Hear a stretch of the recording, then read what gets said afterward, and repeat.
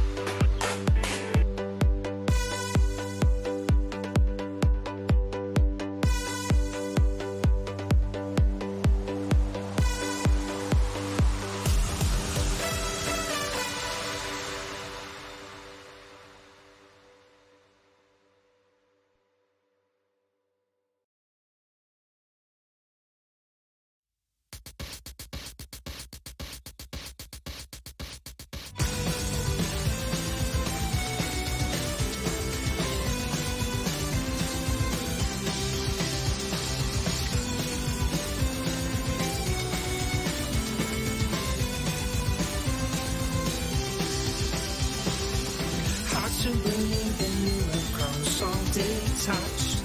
The smell of hope is fun to watch. You think it's easy to exist like this out in the world, and you fun. This is now, there somehow. All you're being is strength. We're just mistaken on the ship. Or we can try to do better. Oh, it doesn't matter in your eyes.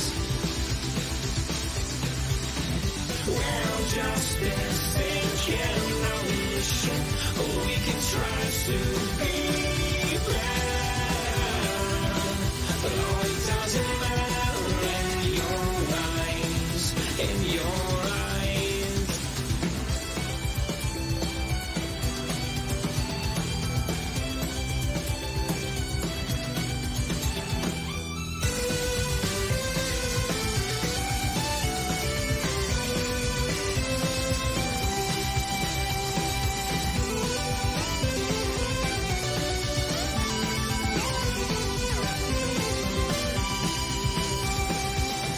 We'll just mistaken on the ship, or we can try to do better.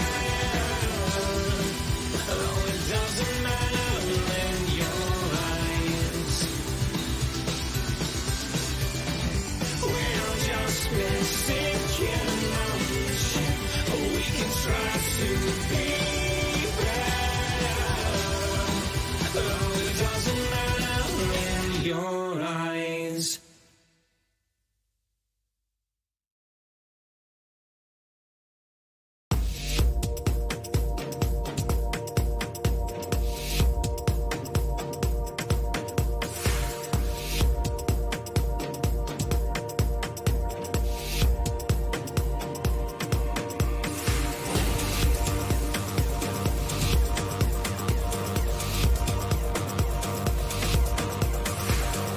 It's Dark Dave's fault.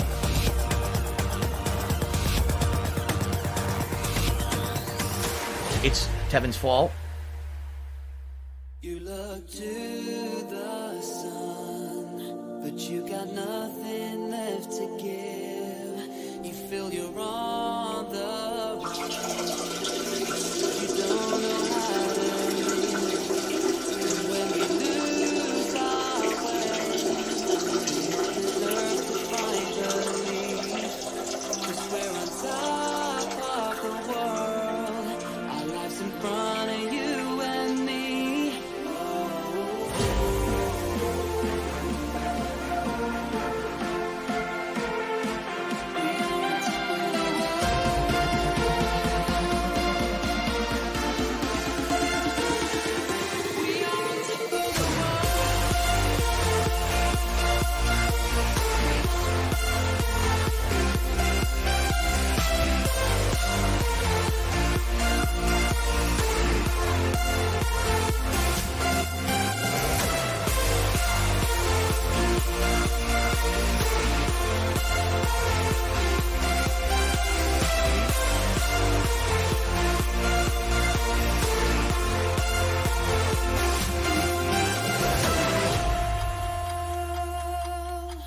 You look to the sun, but you got nothing inside. You should be bursting at the seams. You feel you're on the run, but you got nowhere to hide. You don't remember how to dream.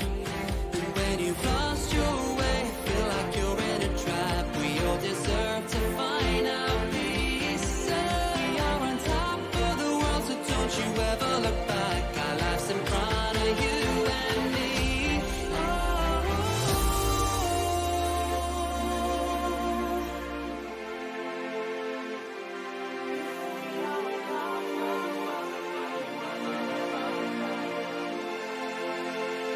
They said, Phil, you know, we contribute to you, but it always seems like it's a black hole.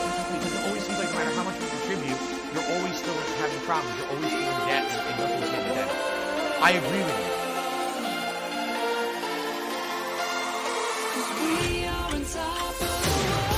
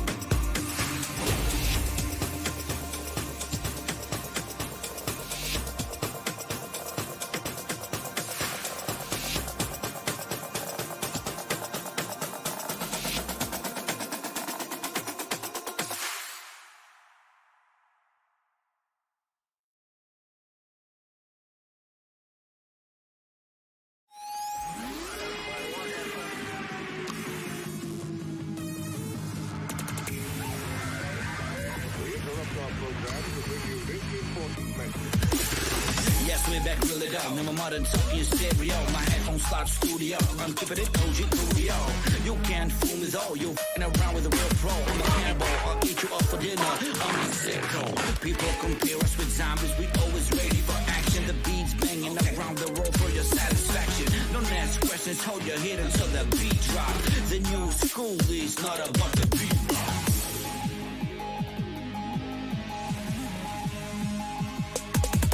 Want to play the fucking game? Make a crowd go.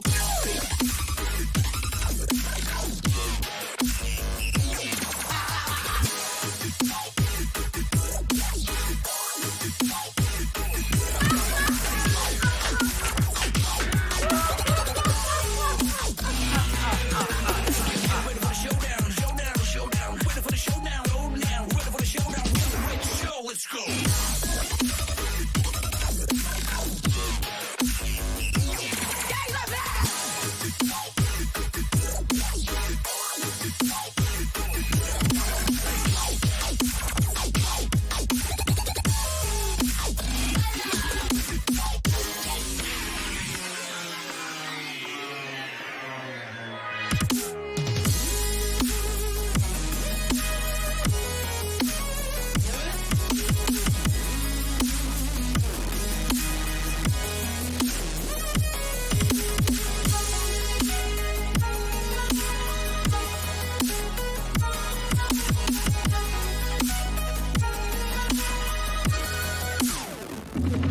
Make a crowd go.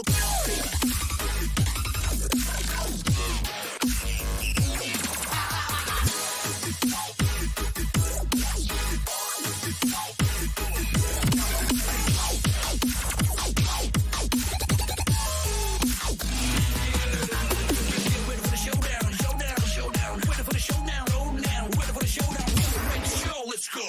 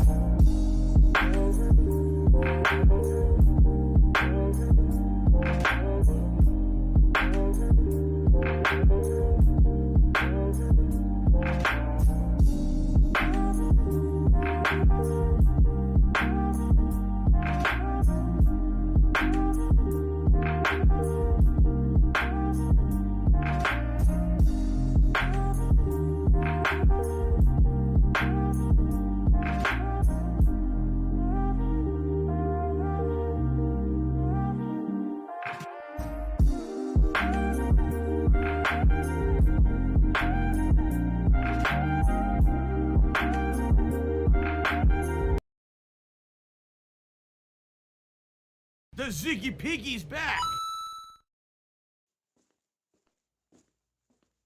Darksea Devil. Is that how you say it? Darksea Devil? There's a Darksea Devil. Or Darksea Devil. Hi, my name is. What? My name is. My name is. Darksea Devil. Hi, my name is. What? My name is. My name is. Slim Darksea. Yeah.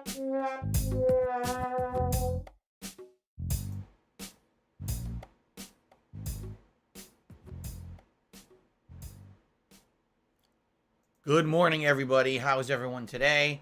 The ghost is off, so I'm not on my game today. Look at this. I'm not on my game. Son of a bitch. It's all good. That's the one mistake I'm going to make today. Everything I love else will be Hulk perfect. Hogan's dick. All right, so Gabe Horn is Welcome, awesome. everyone, to the Level 1 Podcast. I'm Darkside Phil. Today is Tuesday, the 30th of August, 2022. My next to last consecutive streaming day of this week, and the next to last day of August itself. How are you all doing? I hope you're doing well on this lovely Tuesday. Oh, yes. I'm excited for today. Many fun things happening on my streams today, of course. Number one, we've got a brand new release on the first stream. It is the premiere of Destroy All Humans 2 Reprobed, the modern remake of Destroy All Humans 2. A couple years ago, excuse me, I played the original Destroy All Humans remake, and it was quite fun.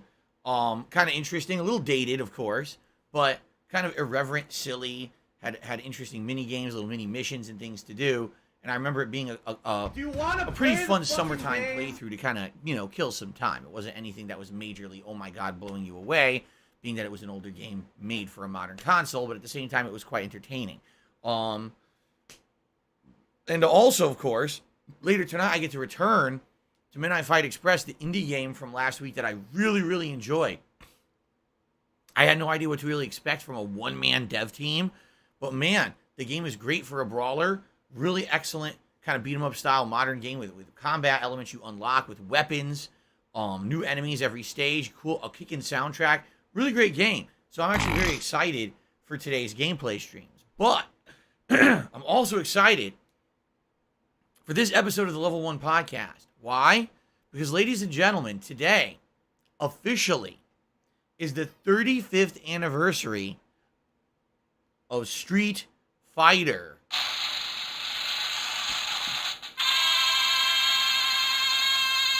It was 35 years ago today that the original Street Fighter 1, that most people never played, actually released and started the whole trend of fighting games. It really was the first major one-on-one combat video game of its sort.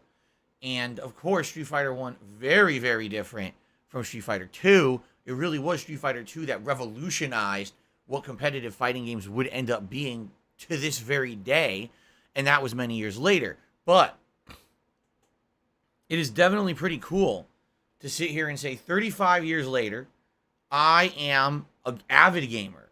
I'm an internet video game content creator, among other things, and my life, in a lot of ways, was formed by Street Fighter. It was kind of a series of circumstances and a series of almost coincidences or unintended happenings that just kind of lined up to give me the life experience that I've had to become the person that I am today. If it wasn't for Street Fighter, perhaps I never would have gotten that competitive edge that I have to want to succeed at various things in life.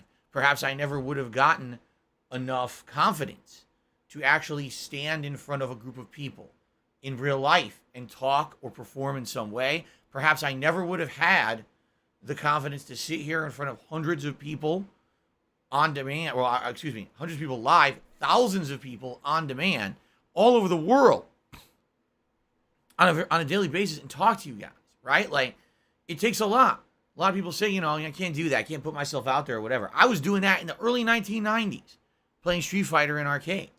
And what I'd like to do today is kind of go through my personal history with Street Fighter, how it affected my life, and how Street Fighter has changed over the years. Because I would definitely say that Street Fighter was a major part of my life in my formative years. In the last decade, 15 years, yes and no. Like, it's definitely been a part of my content, but I feel like Street Fighter went one way while I went another way.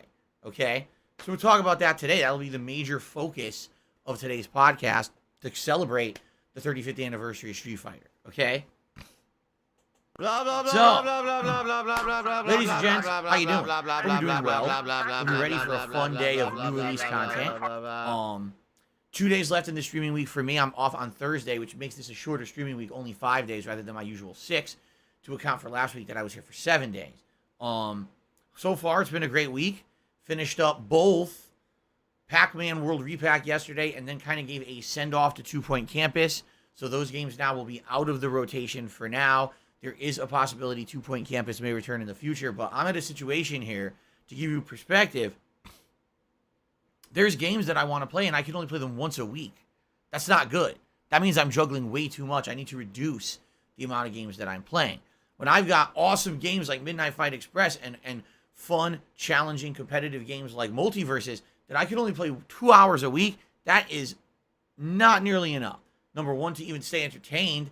Number two, to keep those playthroughs moving, or to even stay relevant in a competitive game like Multiverses. Once a week is not enough. I've got to do more than that. So I got to look at what I'm doing and say, okay, let's cut back. And what can we cut back on? Well, I beat Pac-Man, so that's one thing out of the rotation. And let's be honest, Two Point Campus was never meant to be an ongoing playthrough at all. It was meant to be let's just try out something random that's on Game Pass because it's the summer and there's nothing else really going on. I tried it out and ended up liking it. I definitely think that it's a great game, but it's not necessarily something that I'm dying to play constantly.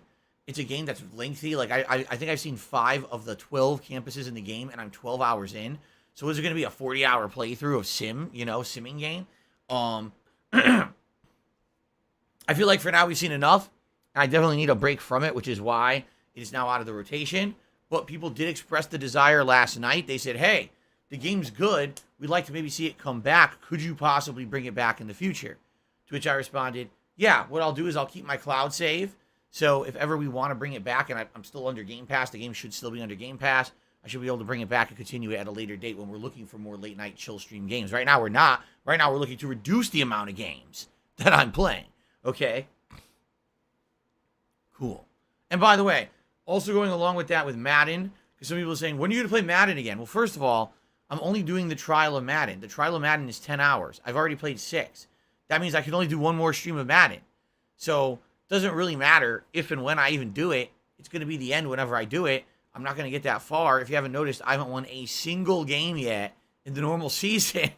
So, it doesn't really matter if and when I play Madden again. And by the way, when I was playing Madden, it lost interest. The second session dramatically dropped views, dramatically dropped engagement, dramatically dropped support, and the videos on YouTube did abysmal. No one cared about Madden. So that's why I'm not caring about going back to it anytime soon when there's all this other stuff going on. That's way more interesting to me. Okay. All right. So let's talk about the schedule for the next week. Pretty exciting schedule slow, for this week. not gonna lie. Some good variety. Although, again, yes, admittedly, this is basically downtime filler content. Let's be honest. Are there any major AAA releases coming out in the next week? No. How many more weeks do we have to say that? Well, let's take a look. You ready? You ready for this? How many more weeks do we have to say, are there AAA releases coming out? No. Well, let's see. Next week is The Last of Us 1-2 Remake. No, that's not a huge AAA release. Sorry, it's not. It's a re-release that everyone already played. Disney Dreamlight Valley, September 5th. No, that's not a huge AAA release. It's kind of an Animal Crossing deal. I'll check it out. It's under Game Pass, but it's not a giant release. Splatoon 3. No. Sorry, Nintendo fans. Splatoon is not a ginormous, oh my god, must-play series. If you have a Nintendo console, it is a game that's worth playing, and I am playing it. But no, that's not a giant AAA release. Sorry, it's just not. The Modern Warfare 2 open beta on PS5 and Xbox Series X. Yes and no. I mean, yes, it's definitely a AAA game. Fuck you, Treyarch. Okay, Fucks. but in the last year, it's fallen monstrously out of prominence. Everyone agreed Vanguard was their worst outing pretty much ever. And I didn't even buy it after playing the beta last year. It was so stinking bad. So, with the Modern Warfare 2 beta around the corner, will it prove that Call of Duty is back to its old self and worth buying and playing at length? Or is it going to be another yearly annual cash-in piece of shit? I guess we're going to find out. And that firsthand, that beta experience on both consoles will determine if I'm going to buy the game or not. Is that AAA? Yes. Will people be excited for that? Yeah, for like a few sessions, maybe 1 or 2. After that, they'll be like, okay, it's Call of Duty. So, maybe in September, that will be the one moment when I start playing Call of Duty beta. Maybe we'll get a little bit of additional interest where people will be excited. Outside of that, the only other release in September that's really on my radar is Return to Monkey Island on September 19th, but I don't even know if I'm playing. Is it a giant AAA release? Fuck no. It's actually the next in line from a game of point-and-click adventure games from the 1990s that were PC games at the time. I played the first 2. What was it? Secret of Monkey Island, and what was the other one? LeChuck's Revenge. But I don't know if I'm sold on playing this one particularly. The art style in particular looks terrible to me. I think it really looks like shit. I don't know why they made it look like that. I think the actual art style of the original games looks better than the art style of the new one. That's a problem. But I don't know. We're gonna see what's going on at that point if I want to play it or not. Outside of that, that's September. So yeah, we are very much still in summertime filler mode. There is nothing of major note going on almost the entirety of the month of September, and that is rare when that happens. It usually feels like September is the month when it's the busy fall gaming season and all the heavy hitting games start releasing. This year, it doesn't start until October. So, yeah, I know. When you hear me saying, oh, I'm going to play Destroy All Humans 2, and I want more time for Midnight Fight Express, and I want more time for Multiverses, you're like, well, where's the big games? I wish I could tell you. There's just none this year. This has been one of the most dead streaks of time I've ever seen in gaming. I mean, we're talking basically in May, games started to fizzle out from the February, March, April big release monstrous block of games. So now you're talking June, July, August, September. They're dead, dead, dead. And then people will give me shit and say, but what about Xenoblade Chronicles 3? But what about Cult of the Lamb? But what about... They're not. Sorry, wrong. They're not ginormous, hyped, AAA mainstream releases. Xenoblade Chronicles 3 is a highly lauded JRPG that's 140 hours long, that doesn't fit into my kind of gameplay style, and isn't really going to work. All right? I'm not saying it's a bad game. I'm saying it just doesn't work for me. Cult of the Lamb is a viral popularity game that will not be popular soon. It's just one of these summer fads. These are not giant AAA games, which is the point I'm trying to make. There's really nothing that people are so excited for to see someone like me play. You see? So, I'm doing my best. I'm doing my best to juggle the games that are out there, to have fun with them. I want to say thanks to those of you who are still here and chilling with me and supporting the streams. I have definitely noticed a distinct drop-off in viewership in the last few weeks because there's nothing going on. What can you do, right? What can you do? Streams are doing still doing pretty good. The on-demand video views have definitely declined.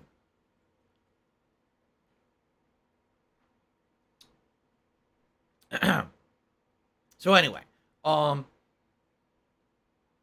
let us talk about the schedule. Today, as I've already stated, Destroy All Humans 2 Reprobed, premiering on the mainstream. Like the remake of the original game a couple years ago. Irreverent fun, silliness, a lot of chaos and carnage with the amount of destruction you do with the UFO, and you're throwing cows around and doing the zany stuff, right? Pretty fun game. Looking forward to more. I mean, it's kind of mindless, let's be honest. Not necessarily the most intelligent, highbrow fun, right? But at the same time, it's still, it's passable fun for a summertime like this. So I'm excited to see what that is today. And then tonight, of course, I actually am really excited for Midnight Fight Express. I really loved the game when I played it last week. So I'm looking forward to another stream of it tonight and getting that back into the regular schedule, okay? Tomorrow, either more Saints Row 1, if that's what you guys want, or we could do more Destroy All Humans 2. So what I want to do today is I want to get your feedback over the course of today. What are you craving more sooner? Do you want me to go back to Saints Row first for tomorrow's stream, or would you rather have me do Destroy All Humans 2 2 days in a row because it's a new playthrough? So let me try to gauge your interest today, see what you guys say. What I may do, if I haven't really determined an answer by the end of today, what I may do is a poll overnight on the community tab of DSP Gaming, where you guys can vote on what you'd like to see as tomorrow's first gameplay stream. Okay? Okay. And then Wednesday night, Multiverses. The only time I get to play Multiverses this week, which sucks, because I really like the game. It sucks that I have to wait so long to play it. So that'll be Wednesday night. Okay? I am not here on Thursday. It's my day off from streaming for the week. All right? When I return on Friday, the first stream will be whatever we didn't play on Wednesday. So if we played Saints Row on Wednesday, then it'll be Destroy All Humans 2 or vice versa. Friday night is Friday Night Fights, my old school fighting game stream of the week, Capcom Fighting Collection. This week it's actually on the correct date. Previously it had been bumped last week to Saturday. This week it'll be on Friday again. It's always a good chill time to interact with the audience while we wait for matches, and then the matches are fun. And then on Saturday, the marathon event you've all been waiting for. Well, at least if you're a fan of the Ninja Turtles or you grew up in the 1990s like me, You're probably been waiting for this a lot, especially if you've played some of the games in the past. Teenage Mutant Ninja Turtles Cowabunga Collection coming out actually today. All right, this is a retro throwback collection of old school Teenage Mutant Ninja Turtles games, all in one. But I'm saving it for Saturday because I'm doing a Cowabunga Pizza Party Marathon all day long on Saturday. We'll be going through the history of Ninja Turtles games in this collection, starting on the NES with the original platformer action game, moving into the arcade games that were the first games that got me to go to video arcades to begin with, then moving into the home-based games that are ports of those, but actually some original games that were made for the home consoles that were not in arcades, and then heading into the fighting games. So there's a lot of ground to cover in the history of Ninja Turtles video games. And what I'd like to do is kind of go down memory lane over the course of Saturday and play them. I'm not going to beat them. For example, there's no way I'm beating the NES game. It's annoying as fuck. I'll probably play it for a little bit, get annoyed, and say, I'm not playing this ever again. Because that's what every kid did back in the day. No exaggeration. Everyone bought it, played it, said, what the fuck is this piece of shit? And never played the game ever again because it sucked. However, the arcade games are outstanding and short. The arcade games can be beaten in under an hour each. And apparently they're going to have online cooperative gameplay. So it's a no-brainer that I jump into those and try to play them with people over the internet and maybe do some co-op playthroughs of those. And then, like I said, head into like the fighting games and stuff. It should be a fun event. And What do I do? I'm going to be ordering pizza during the event, eating live, and you guys can do the same with me if you want to order some pizza, of course. You don't have to. I'm just saying it's kind of a community event where we eat pizza, maybe share what we're eating together. And I will definitely have a segment where I'll go through my history with the Ninja Turtles growing up, explaining how I became a fan of Ninja Turtles and all the different media and things that were involved with Ninja Turtles over the years, because it definitely changed. You know, for me, it actually started off with the television show, but with a lot of people, it started off with the comics and toys. I watched the TV show first, and then I kind of jumped into the other stuff, and then it just became an insane phenomenon. It really did. So, should be pretty fun. I hope you guys will join me on this Saturday for the Cowabunga Pizza Party event. All right, then for the rest of the week, you know, Sunday, Monday, Tuesday, Wednesday, etc., it's going to be me alternating between Saints Row and Destroy All Humans 2 as the main gameplay streams. And the night streams will be Midnight Fight Express and Multiverses. Okay? The exception will be Sunday night, because Sunday night is Sunday Night Bites, my weekly late night session of Bassmaster Fishing 2022. We did it just a couple days ago. It was the most successful stream of it I've ever done. I ended up catching an insanely giant fish, the likes of which I didn't even know existed on this planet, but apparently is real. And we got our first fishing lure added to the fisherman's hat. My hope is that every week we can add at least one, if not more, to the hat and have it really look cool for every week when I play Bassmaster. So that's Sunday nights, okay? All right, so that's the variety of stuff coming up this week. Now, coming up on September, was it 5th, I said? Is Disney Dreamlight Valley. And likely what that's going to be is a chill stream. I need that I'll money. interject kind of into the rotation. So definitely there'll be some of that coming up as well. Maybe that'll be alternated for a bit with Multiverses, because Midnight Fight Express is about 8 hours long. We're 2 hours in. After tonight, we'll be 4 hours in. So another session, 6, and then probably two more sessions will beat Midnight Fight Express. So it'll actually have opportunity to have another game thrown into the late night rotation. Okay? Fair enough? All right. Should be pretty good. All right. That's the schedule. One quick thing I'd like to say, and then we're going to get into talking about Street Fighter. All right. As you guys can see, this month we lost literally 250 members or more. Why? Because of the bullshit against this channel. And I hate to say it, I wish that there was a quicker resolution with YouTube for these kind of issues. There's not, as you know. False copyright strikes, sadly, take forever to clear up.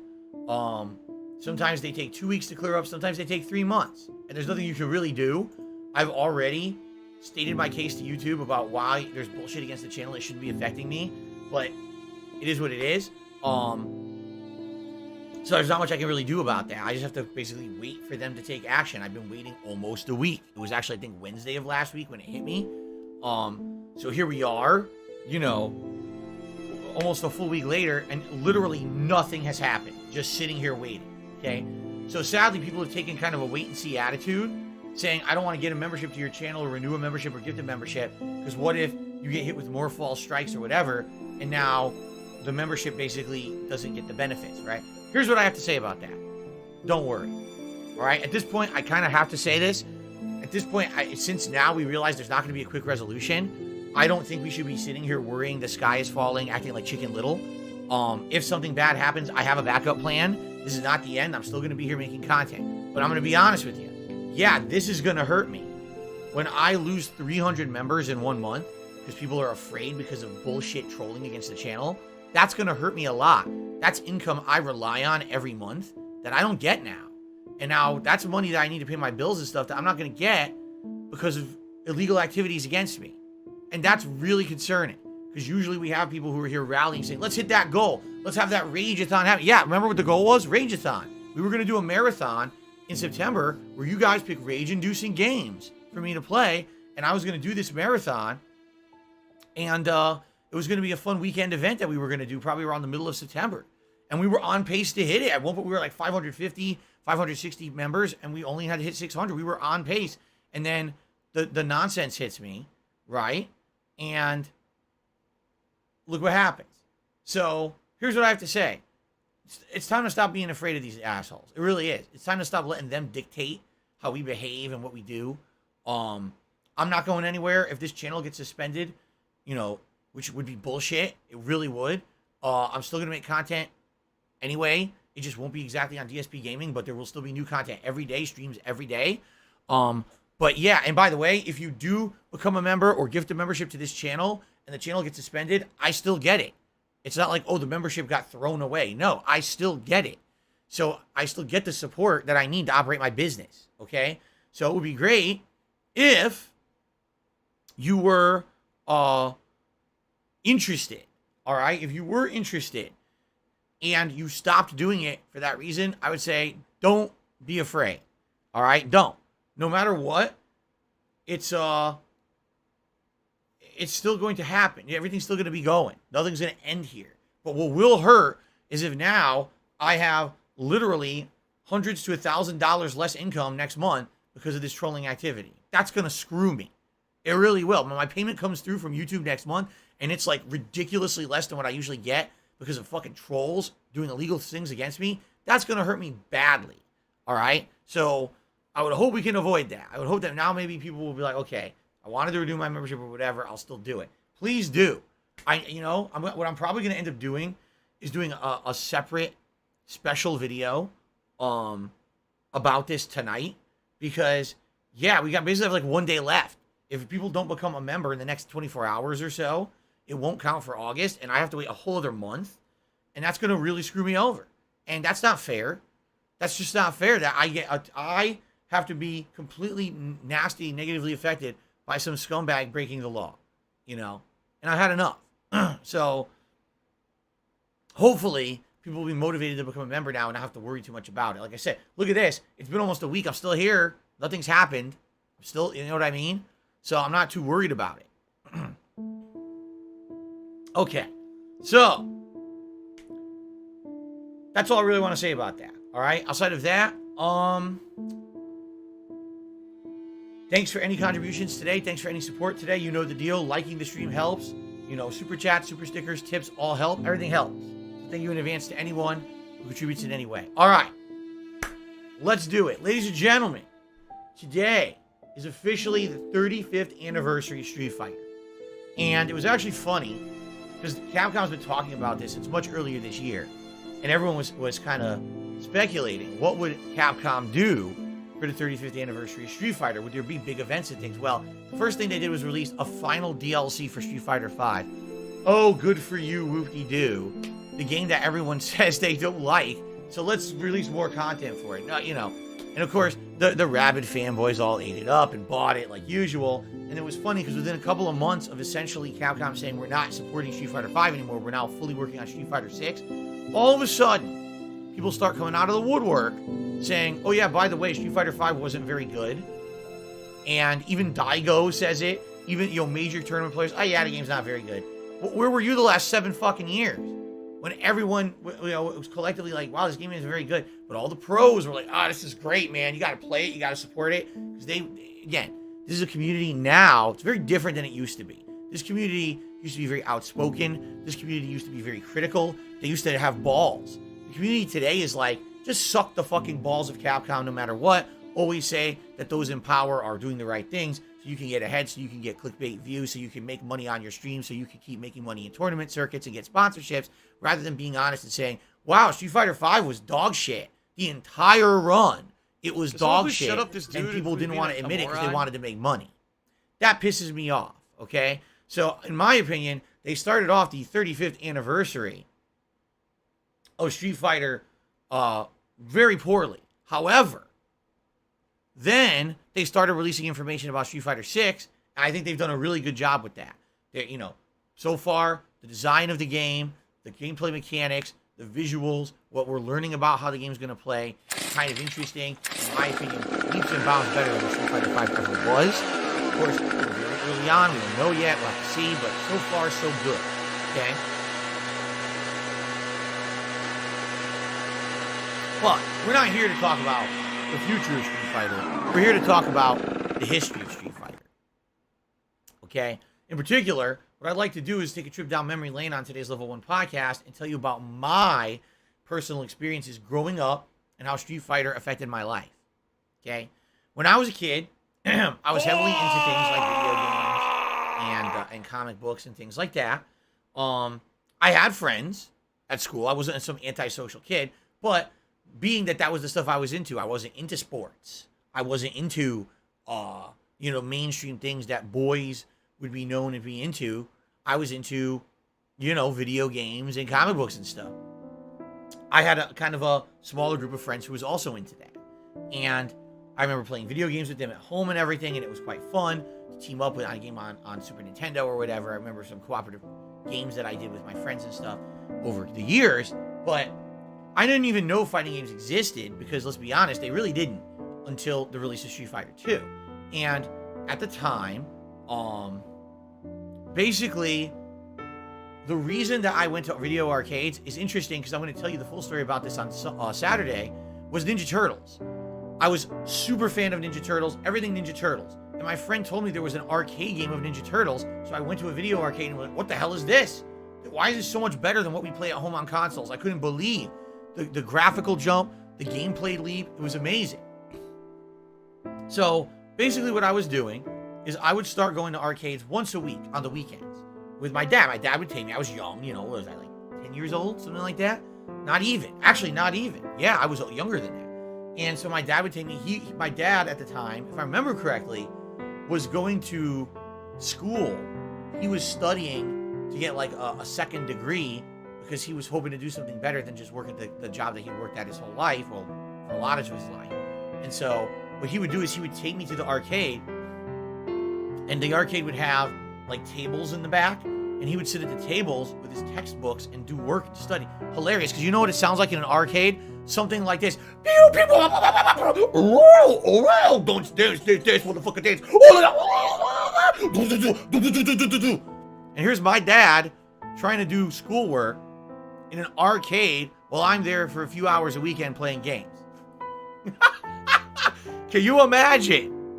I think I'm not even kidding, I think he brought earplugs, and if I needed him, I'd have to shake him to get his attention because he had earplugs in. Because how do you concentrate on anything hearing all that shit? Right? So anyway, yeah, props to my dad, and shout out to my dad for taking me to the arcade and sitting there. 'Cause I was a young kid, you don't just leave the kid there alone, right? So props to my dad for doing that. And so once a week he would take me, and at that point, I was playing beat 'em ups. I was playing games like Teenage Mutant Ninja Turtles arcade, the Avengers arcade. There was a Spider-Man arcade game that was a beat 'em up. The Simpsons arcade. Those are the big ones that I was into.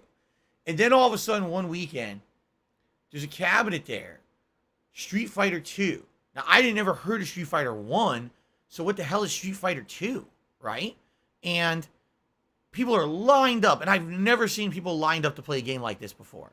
Every once in a while, people, I want to play, put your quarter up and you wait your turn. Cock. You got one person waiting. This was like 10 people waiting. Cock. You got people watching people playing. What is going on? What is so exciting about this game? Well, it was because it really was. This is great. The first one-on-one competitive video game like that in person. Sure, there were Pong or tennis and shit like that. This was something that was action-packed. The graphics were better than anything else in the arcade at the time. 8 unique fighters that all played differently. All right, Ryu and Ken played exactly the same. but 7 unique fighters that played completely differently in the game. And they actually encompass different cultures and genders. To play a female in a game like this was unheard of at the time. It really was. A lot of people don't give Street Fighter the credit it has for actually being groundbreaking, representing cultures from all over the world, albeit in a stereotypical fashion. I mean, the Russian dancing with Zangief and everything, right? And also the fact that they had a woman in the game that was just as powerful as all the men, right? And it was pretty interesting to see people from all walks of life play Street Fighter 2. Because up to that point, you have teenagers playing, you had kids playing. Now all of a sudden, you had adults coming in to play this thing. You had people coming in lining up for, guys would come out of work in a fucking suit and tie, put their quarter up. They want to play Street Fighter 2. It was pretty interesting. You started to see this game explode. It wasn't just at my local arcade, but you started to see Street Fighter 2 at the corner store. You started to see it at the local discount store, at a restaurant. It was everywhere. It was popular as shit. And no matter where it was, people were playing. Someone please shut up It this was dude hot who's as being hell, a moron. okay? Now, this is when I started regularly going to Are arcades. you gonna just complain And all at night? that Just point, it leave was then. I'm just going to casually play some games. It was, I'm playing Street Fighter 2. I remember my dad even making a comment. He's like, whatever happened to you liking all those other games? Like, nope, Street Fighter 2, man. This is what it's all about. The first game where you want to get better, because if you get better, you win. And if you win, you stay on the cabinet and you continuously keep playing. It was an unknown concept that you could infinitely play a video game. Up to that point, you put your quarter in, you play till you die, you're off, or you get to the end of the game, you're off. In this game, there's no ending. You literally keep playing infinitely if you're good enough. It was a new concept at the time.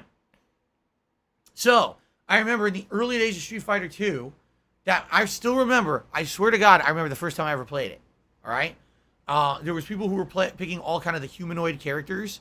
Like, I say humanoid because they're like normal people, like Guile, Chun-Li, Ryu. I selected E Honda, the giant sumo guy. Now, everyone's looking at this guy like he's too big of a target. He's going to get his ass beat. I just started doing jumping roundhouse, and I would time it, so whenever they tried to do something, the jumping roundhouse would interrupt what they did, causing a counter hit state. And in Street Fighter 2, just so you know, in the original game World Warrior, counter hits do insane damage. Like ridiculous over-the-top levels of damage. I love it. So if someone's in the middle of doing something, you interrupt it. love it. Oh my God, it's like double damage. So I was doing these jump roundhouses, just destroying them. And I remember I went on a win streak. The first day I ever played Street Fighter 2, I had like a 5 to 6 win streak, and my dad's watching me play, and he's like, "You're winning. How are you winning in a streak like you never played the game before?" I was like, I was just observing, and based on the observations that I was making, I was figuring out kind of how to play it. Now, did it work infinitely? Of course it didn't. No, it didn't. People are going to learn strategy. Okay, I'm just not going to jump anymore. Or, I'm going to block it and then try to figure out a way to hit him after the fact or whatever. But it was funny that my first actual time I ever played the game, I went on a win streak. Okay? Over the time that the game was out, the original Street Fighter 2, I tended to lean more towards Blanca. I thought that Blanca was a really cool looking character. And he was a beast man. He was my favorite character in the original game. While other people started to learn the special moves and gravitate towards, characters who throw fireballs to keep people away. I didn't really like that. I liked the fact that he was fast and he was a beast looking character. Admittedly, though, Blanca is not good in Street Fighter 2. Compared to anyone else with any projectile or any kind of a keep away strategy, Blanca basically cannot really hang in that game. And Blanca has a weakness that no one else has. Listen to this. If you do a Blanca ball in original Street Fighter 2 and someone interrupts the Blanca ball with any move, a standing jab, it does insane damage. It's like that's what's supposed to be his weakness, is that you can interrupt the Blanca ball for giant damage. So he's not very good. He's pretty bad. And sadly, I just, as time evolved, I saw more people play the game and change it up. In World Warrior, again, the original Street Fighter 2, there's this exploit you can do where you can you walk up to a character, you get right next to them. Now you have two options. You can keep pressing low short with like Ryu, Ken, or another character who has a fast low short attack. And if it hits, if you keep pressing it, after only like 3 or 4 low shorts comboing into each other, the character dizzies. Yeah, the dizzies are off the scale in the original World Warrior. So then you can immediately get another combo, and essentially you've won the game. Okay? Now the other thing is, if you do low short and they block it, you can do what's called a tick throw, meaning they're stuck in a block stun animation, and you can actually throw them before they can get out of it. It's free. It's a free move, and it does insane damage in the original games, like a giant chunk of your energy bar. So this was an almost unbeatable strategy in original World Warrior that everyone was employing back in the day. So it was pretty broken. And then after that, of course, people figured out Guile was the best character in the game and all of that. So then I thought, wow, what's next? Well, little did I know, within a year of the original World Warrior coming out, there was another one called Champion Edition. And this one added in 4 new characters that previously were not playable. They were the boss characters that you could only play against the computer against, I should say. They weren't playable characters for humans. Now they were all playable. Plus, you could do mirror matches for the first time. I mean, you could do Blanca versus Blanca, Ryu versus Ryu. You couldn't do that in the original World Warrior.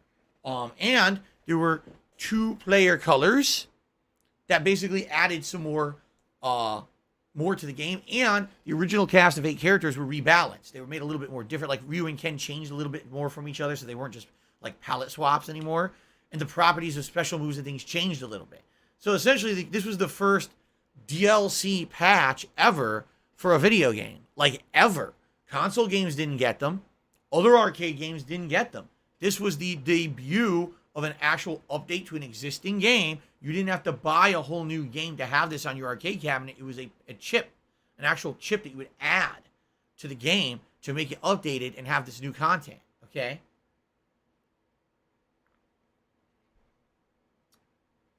Now, Street Fighter 2 continued. It was Hyper Fighting, Super Street Fighter 2 Turbo, or Super Street Fighter 2, Super Street Fighter 2 Turbo. There are 5 versions of Street Fighter 2, okay? But here's what happened. Once Hyper Fighting came out, my local arcade decided they wanted to diversify that. Damn, we already spent all this money on 3 different Street Fighter games. We should definitely be buying other stuff. And around this time was when the Mortal Kombat craze started. So my local arcade started getting Mortal Kombat games and other things to compete. And at that time, the attention shifted from Street Fighter to Mortal Kombat and other fighting games. And at that time, my local arcade guy who owned the arcade, his name was Neil. My dad knew him because he actually, went to the arcades with me and he met the guy and everything. Basically said, there's all these different versions of Street Fighter 2. I'm going to stop buying them for now. I'm going to get other games. And then if, something new really comes out for Street Fighter, I'll buy it. But I don't want to keep updating the same game over and over. It's too many updates to the same game. So I never played Super Street Fighter 2 or Super Street Fighter 2 Turbo when I was growing up in arcades. Never. Stop this! Seriously, like Hyper Fighting was where I stopped playing. And then I went into Mortal Kombat and those games. And then Street Fighter came back with the Alpha series. Street Fighter Alpha 1, 2, 3 were the games that I played next in the Street Fighter series. This took the Street Fighter 2 style gameplay to the next level, giving it a more anime-ish look, introducing game mechanics like chain combos, and also things such as custom combos, meaning you can activate, by using your super meter, a combo where you could chain certain moves together for extended combos that you couldn't normally do in the normal game, okay? It was a really good series, although, admittedly, I do feel that each game kind of had shortcomings. Like the original game, it wasn't very balanced, and the chain combos were way overpowered. In the second game, the custom combos were really well done, and I liked the graphics and the character selection. But again, it was kind of unbalanced. There were a few characters that were way better than the rest of the cast. And then Street Fighter Alpha 3, you guys know my feelings on that. That game is completely and utterly broken, where there's only like 5 characters that are even worthy to be played in a tournament, and most of them are V-ism, meaning the custom combo-ism, where you can just keep doing these shadow combos, no one can break out of them.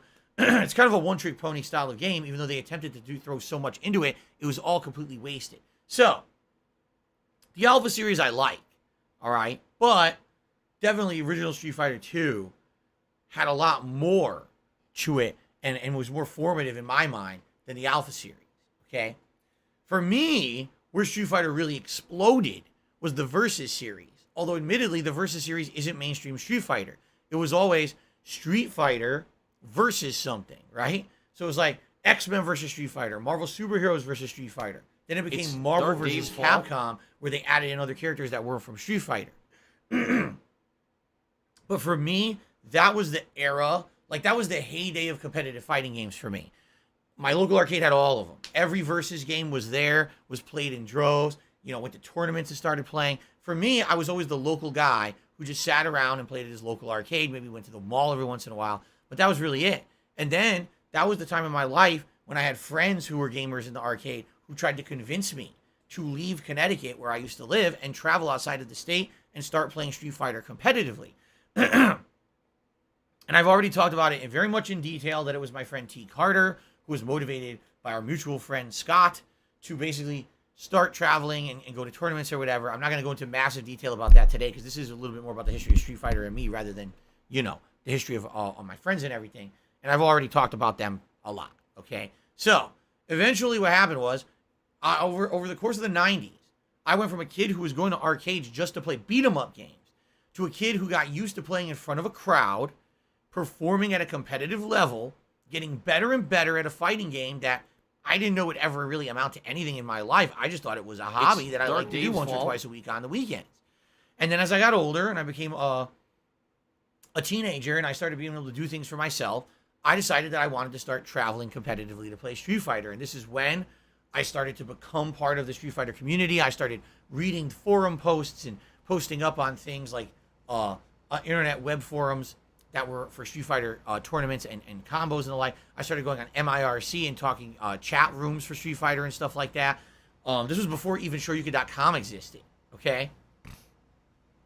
And then I started traveling to events that weren't just locals, but like things that were bigger. So instead of me just going to my local arcade or the local mall and playing at a tournament there, I would go to Donelin, New Jersey and participate at the East Coast Championships, which is the biggest tournament held on the East Coast of the United States, you know, and try to represent Connecticut as a whole. And that's really where my eyes were opened, because keep in mind, there was no internet sharing of videos or streams back then. It was literally people posting up on forums or chat rooms about tournaments and what was happening in them.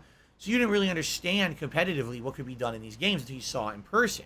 So finally, leaving Connecticut and going to in-person tournaments outside of the state completely opened my eyes up to the possibilities of what these games could be. I was exposed to gameplay styles and strategies and things that I didn't fathom could be done competitively in any kind of a Street Fighter capacity.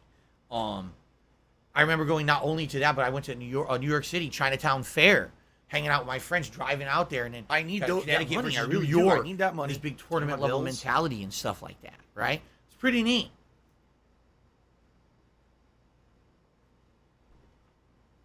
And then eventually, this branched out into me becoming a known player on the internet, not necessarily for good reasons. I was the big shit talker. I was the big asshole. I was the guy who had the balls and the audacity to talk shit to everyone, no matter who they were, saying that I would face them and I wasn't afraid to face them. I would take on giant money matches at tournaments and lose all my money because I never won. I don't think I ever really won. In my whole time that I was playing competitive Street Fighter, I can't even remember a single time I won a big money match. Every time it was about, oh, let's play for a couple $100, I would lose. Every time. Without fail, I would fucking lose. Okay? So, at that time, I was known as the shit talker, the asshole, the shit stirrer, you know. And I've already gone into my history of Street Fighter. You know, I don't need to really go into that further. I've already explained it kind of in detail.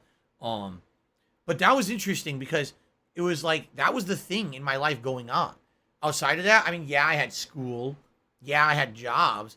But really, it was all for, let's just get to the time when I could go play competitive Street Fighter, when I could go to my arcade and beat the locals, and I could go to a tournament, and then I could go, you know, to ECC, and I could go and travel, and I could talk shit and do all this stuff. Excuse me. But what's funny about all of that is, you know, I wasn't actually... I wouldn't say I was actually top-level tournament player until the mid-2000s, which is weird, because really I played the most in the early 2000s when I was playing the Versus series, games like X-Men vs. Street Fighter, Marvel Superheroes vs. Capcom, Marvel Superheroes vs. Street Fighter, Marvel vs. Capcom 1 and 2. Those were the games I focused on the most, played the most, and liked the most. And I never really did that well in them. Yes, I sometimes won locals in them. Yes, I sometimes would place like top 5, top 10 at a major tournament in them. But I never was the best. And I always would kind of, at the end, when I had a chance to do something great, I would choke and be disappointed. Of course, I was getting rage or whatever, Street Fighter, when I lost. It was part of my character back then. So basically, it wasn't until the mid-2000s. And in the mid-2000s, here's what happened. And here's how we kind of come full circle back to Street Fighter and its roots. As I told you guys, I had never played Super Street Fighter or Super Street Fighter 2 or Super Street Fighter 2 Turbo because my local arcade never got them, right? Well, what ended up happening was during the early half of the 2000s when I was traveling to play the Versus series, they would also have Super Street Fighter 2 Turbo at every tournament I went to. And I would start playing it, and I was like, oh, I like it. Like, I actually really like where this game went. I never played it in the game. It sucks that I missed out with the payday. But this game's quite good. I like how they balance the game. Each character has all these different tools. Each character can be played in different ways. It's not like one trick pony can only play in one pattern. There's various different ways to play each character, which is nice. A lot of times in these games, the character can only be played this one way, and that's it. That's not how the game was, okay? And I really started to like the game. And so, switch over to another picture here. What ended up happening was I started to appreciate the classics over the modern games. And that was actually a time where instead of focusing on games like the Versus series, I said, I'm going to do other stuff and start maybe playing Super Turbo more and focus more on this. Now, what's funny was in the 2000s, there was a fighting game crash. What I mean by that is by 2001, 2002, Capcom had decided to actively stop making fighting games. They started focusing in on Resident Evil, Devil May Cry, and other series like the Mega Man. What was the mobile series they made? Mega Man. Was it Battle Network? I think something like that. So they started focusing in on all of that and kind of said, nah, Street Fighter's kind of fallen out of prominence. And they let other companies like Midway and Namco continue to make their series of Tekken and Mortal Kombat, while they basically had Street Fighter completely go on the back burner and not become any kind of a major focus anymore. Okay? So during that era, I was playing the Versus series, and then I got into Super Turbo. This was the era, mid-2000s, when on a whim, one year, I was like, man, I want to go to EVO, and I really don't have any money, and I just maxed out all my credit cards, taking out here we go. Now he's talking cash about on-demand WWE loans and things you can do He's a against piece of credit cards shit. and stuff, which You completely piece of ruined donkey me shit. financially. It How was a about really this? stupid thing to do. How But about on this? that budget, WWE I went to champions. EVO that year. All right. I learned Super Turbo on the WWE PS1 version. champions I ended up getting lives fourth place at EVO, being the your top-ranked motherfucking American in the head. entire country that I year. don't think Super about Turbo. WWE champions. And that You do. became kind of You like probably that was like know my way more about the second fucking game wave than I ever will, in competitive 'cause Street you're an Fighter. My idiot. first wave You're was an me trying to play the obsessed Versus series and loser. kind of failing and not doing so well. My second wave was really the mid 2000s, 2005, 6, and 7, playing Super Turbo and its other variations and actually doing quite well. Not only was I winning most major events that I was entering, but I had sucks so at some hard, points I was man. qualifying multiple times to enter EVO qualifiers. To enter EVO finals. I was winning EVO qualifiers, and I became a highly respected tournament organizer on the East Coast of the United States. I was running tournaments in the whole tri-state area, in Connecticut, in New York, and places like that. I was organizing and running events, and people really appreciated me doing that because at this point, this was all before Street Fighter 4. This was still Street Fighter 1, 2, Alpha, and 3. There was no Street Fighter 4 want to yet. play the fucking Okay? game? So this was all grassroots shit. There were no big prizes. There was no sponsorship. It was just people out of the kindness of their heart dedicating their time to try to run these events. I never made a single dollar of profit ever running a tournament or attending a tournament and placing. Never. I never made any money. It was always I spent money. It was always an investment. Okay?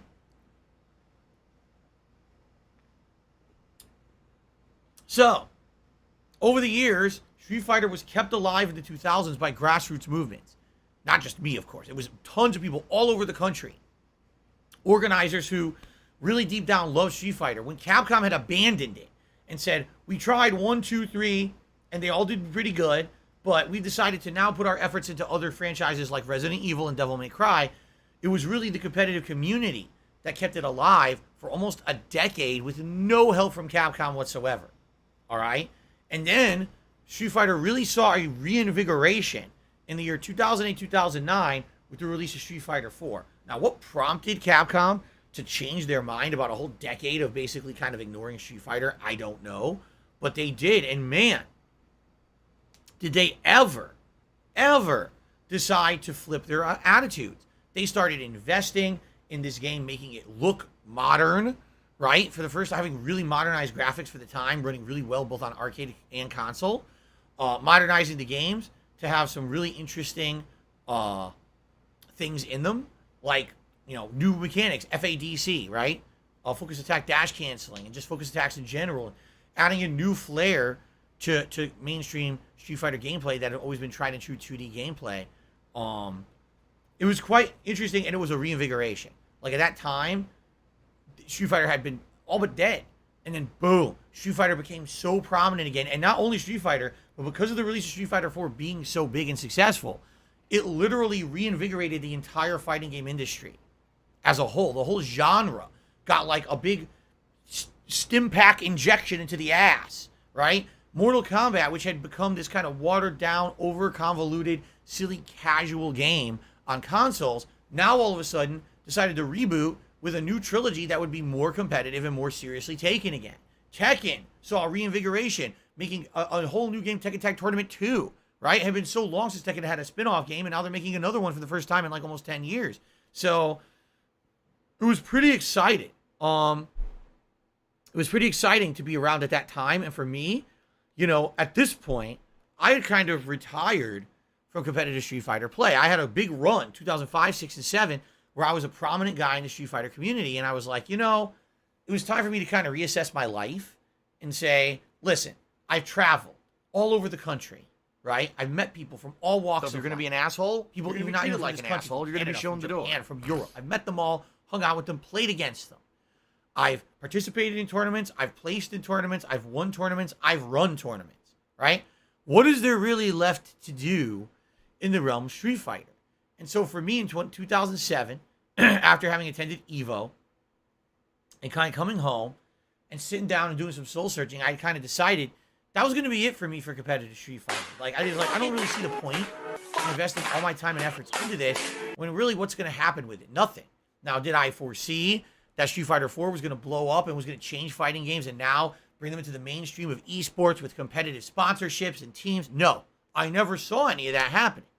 So I kind of retired and stopped putting effort into it. And that's when I became a more mainstream gamer, started playing all casual games, started making videos on YouTube in 2008. That's when I became a YouTuber around that time frame, okay? And then when 2009 came out, Street Fighter 4 came out, I was like, aha, I can implement my background Have some of salt. playing Street Fighter Miserable. in arcades in the 90s Just and miserable. tournaments in the 2000s.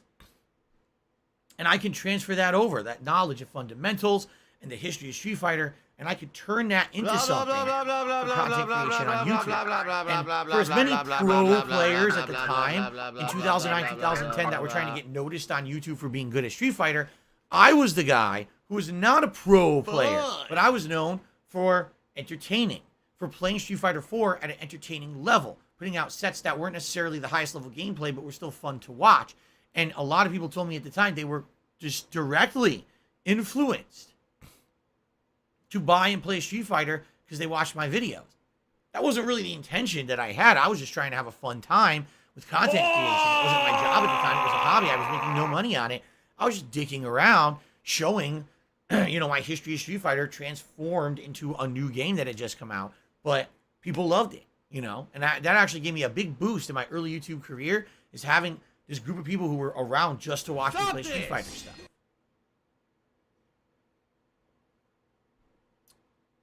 Now, of course, what happened? Over the years, Street Fighter evolved and changed. Street Fighter 4 went from the original vanilla to Super. I liked Super Street Fighter 2.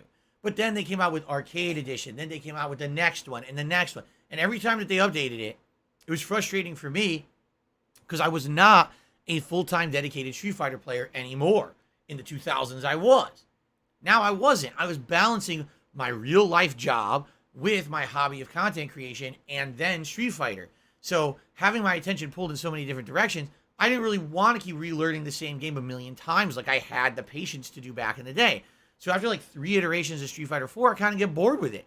I was like, if they ever really, do something interesting, maybe I'll care, but it's the same game again. They add in a new character or two. They rebalance it and change it. And then every once in a while, they even add in a character I like Hakan. Wow, Hakan's unique and interesting. He's very hard to play. But if you take the time and you master him, you can do well. I proved as much entering a tournament and beating a player that was very well known in my area for being a Guile player, and I beat his ass with Hakan on stream. And everyone laughed their asses off that me, who was known as kind of a washed-up Street Fighter player, beat the shit out of this local guy who was supposed to be really good. Okay? But the problem was, what Capcom started doing was listening to the feedback of people who maybe necessarily weren't the best to listen to, and they kept changing the game balance and fucking it up. In my opinion, like, they had one build of the game. Fei Long was insanely broken. Everything he did was completely safe. He had hit strings where he could do a million moves, completely safe, can't be punished for anything he does. If he hits, he does insane damage. But you can't stop him. He has too much priority, he's too fast, too crazy combos, too insane. How is this a fun game? Why did they do that? Because people complained Fei Long sucked in the other versions of the game. Same thing with Hakan. Everyone complained Hakan was too hard to play and was basically a joke character, so they changed him. He didn't even play like the old character anymore. His entire build was changed. I went to use him. I was like, I don't want to use him now. Now it's like they put a different character in the game. I hated the changes they made. So for me, I didn't really like the game in its later stages, and I kind of fell out of love with Street Fighter again. Okay? But Street Fighter remained white hot popular, and then they had Marvel vs. Capcom 3, which got white hot popular, and then there was Street Fighter Cross Tekken. Oops. And this was kind of the beginning of the downfall for Capcom, being a big misstep. A game that relied on a gem system that no one wanted or cared about in a fighting game, had on-disc DLC that needed to be paid for to unlock, even though it was already in the game you already bought. This was the beginning of the slippery slope issues for Capcom that carried all the way into Street Fighter V's development. Terrible design choices, really bad marketing, really bad polish. Like, the game was just a joke. And I could go on and on about Street Fighter V, but I'm not going to, because as you guys know, unlike everything up to that point, Street Fighter 2 gave me my formative history as a competitive player and gave me the confidence to play in front of audiences. Street Fighter Alpha refined the formula and made me see how interesting and different and competitive these games could be. Street Fighter 3, to some extent, was the temporary retirement of Street Fighter because it didn't do as well as the previous games. Street Fighter 4 completely reinvigorated Street Fighter for me at a time when I had basically retired from competitive play and made it interesting again for me, traveling to tournaments and making content on YouTube for it, okay? This game tanked it for me. Really. It just showed that they wanted to focus on all the wrong things, didn't care about the quality of their game, only cared about making a buck and hype. And that pissed me off. You know, and that's why I didn't like Street Fighter V in its entire length of time. I've told you a million reasons why. I'm not going to go into it right now, all right? But if you look at the history of Street Fighter as a whole, all right, what an anomaly. Because it started off as a game that was terrible. Street Fighter 1 is trash. It's a game where the gameplay elements are shit, the controls are shit, the voices are shit. It's an interesting concept that was never really fleshed out to the point where it was a good game, right? The fact that Street Fighter 2 was even made is remarkable, because the first game wasn't good. But they put more time in it. They said, you know what? We're going to refocus our efforts. We're going to try to make something truly good. And they blew it out of the park, making something so revolutionarily different from anything else you could play in games at that time. It really created a whole genre that to this day is still one of the biggest genres in competitive gaming, right? And let me tell you, again, these were my formative years as a person and a gamer. If Street Fighter 2 didn't exist, I don't know if I ever would have had the confidence to ever do anything in front of an audience like I do today. Maybe I never would have been able to stand in front of you here live on stream, the hundreds of you that are here, and speak. Maybe I wouldn't have been able. When I used to have, an office job at a helicopter company, to stand in front of the all-hands meeting for the company and speak in front of the whole company about new things we were doing, new processes, projects I was working on, right? Maybe I would crack under pressure, which to this day is something important for me to not do. When I'm playing a video game and I'm trying to finish, I mean, take a look at me playing games like Elden Ring, right? Facing super bosses, Melania and shit, you know? If I didn't have the nerves that I have today because I played competitive Street Fighter, maybe I wouldn't have ever had that. On the flip side of that, there's a whole other aspect to it. Think about in the time frame of the late 90s all through the 2000s when I was traveling to play Street Fighter. Okay? I went to places such as the entirety of the East Coast. We're talking What do I do? Connecticut, New Jersey, New Hampshire, New York, Vermont, Rhode Island, Massachusetts, Pennsylvania, all that chunk of the East Coast. I traveled and met people from all different walks of life and all different cultures all who love Street Fighter. I went south, Virginia, Georgia, Meow. Florida. I went west from there, Texas. I went to the Midwest, Chicago area. I went to Las Vegas multiple times, Nevada, California multiple times. All right? Again, met people from all over the place. And then when there was the reinvigoration, I went to Nashville, Tennessee to play, right? And that was about 10 years ago. So think about all these places I traveled. Would I ever have gone to those places if it weren't for Street Fighter? Probably not, right? Would I have met the variety of people and seen the hospitality that is the country of the United States of America if it weren't for Street Fighter? Not likely, okay? And I'm grateful for those experiences in my life. I am, even though I criticized them. And here's why I criticized them. Because when I was traveling for Street Fighter, I was in this tunnel vision mindset.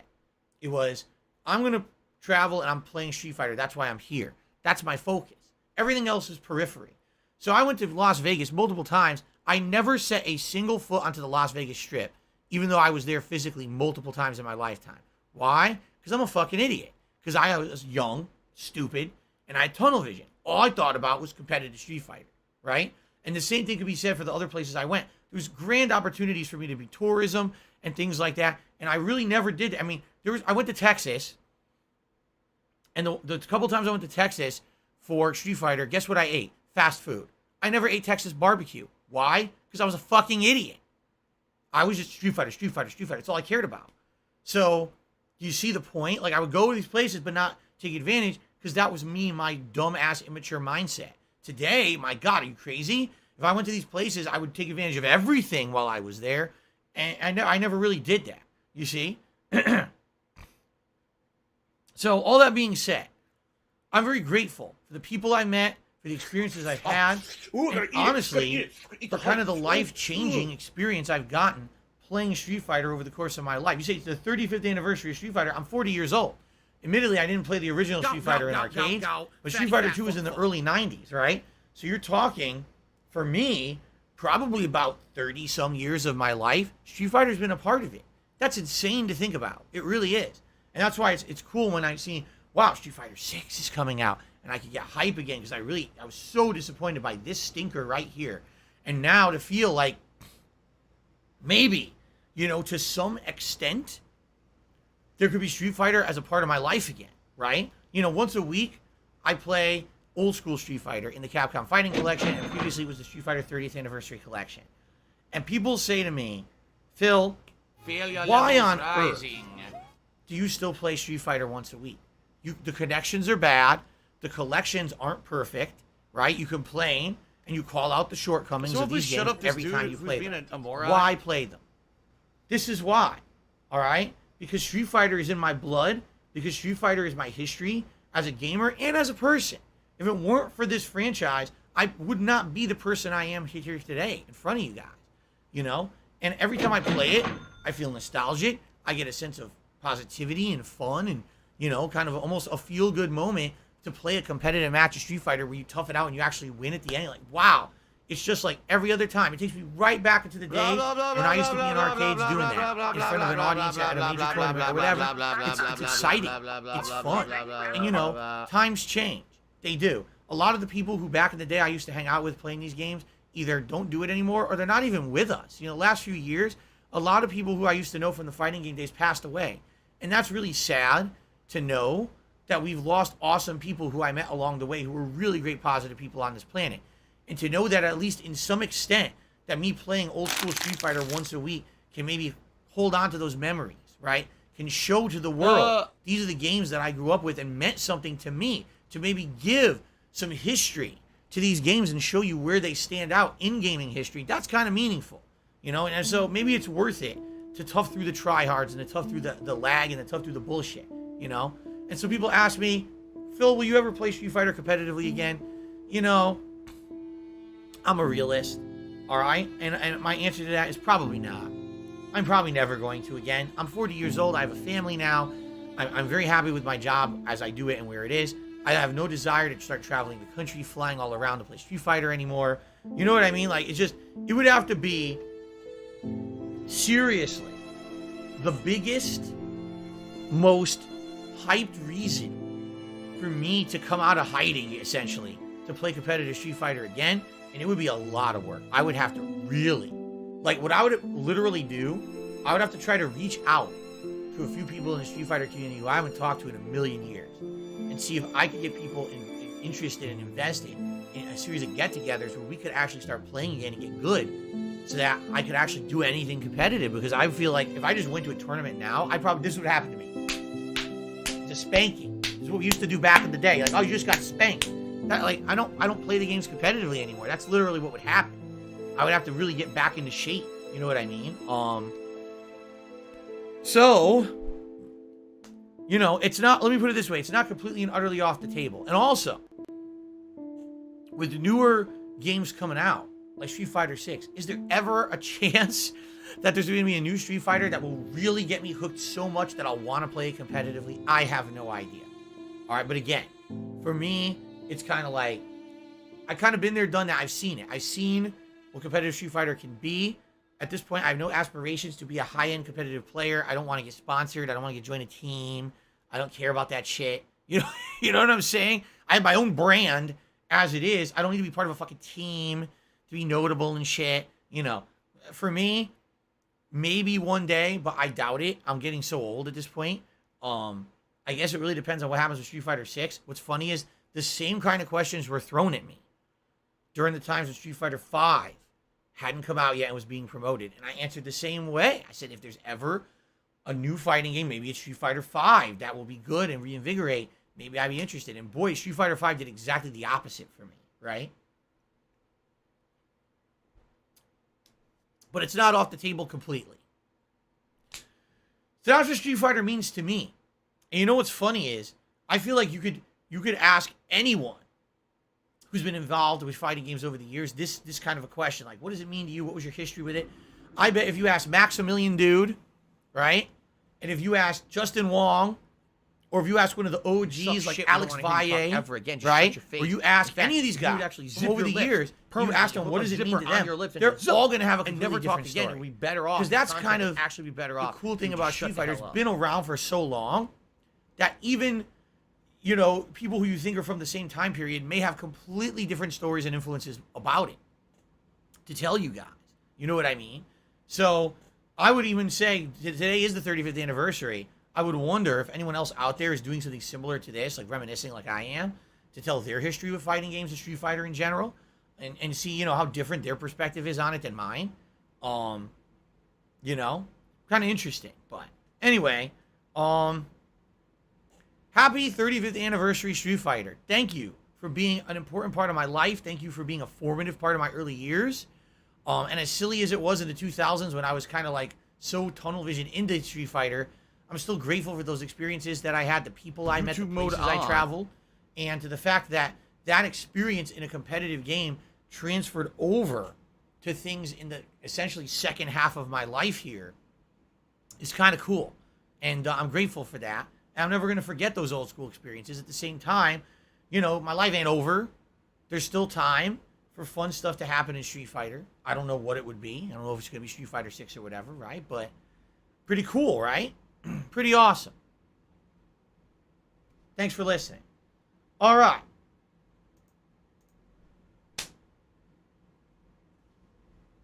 Fun.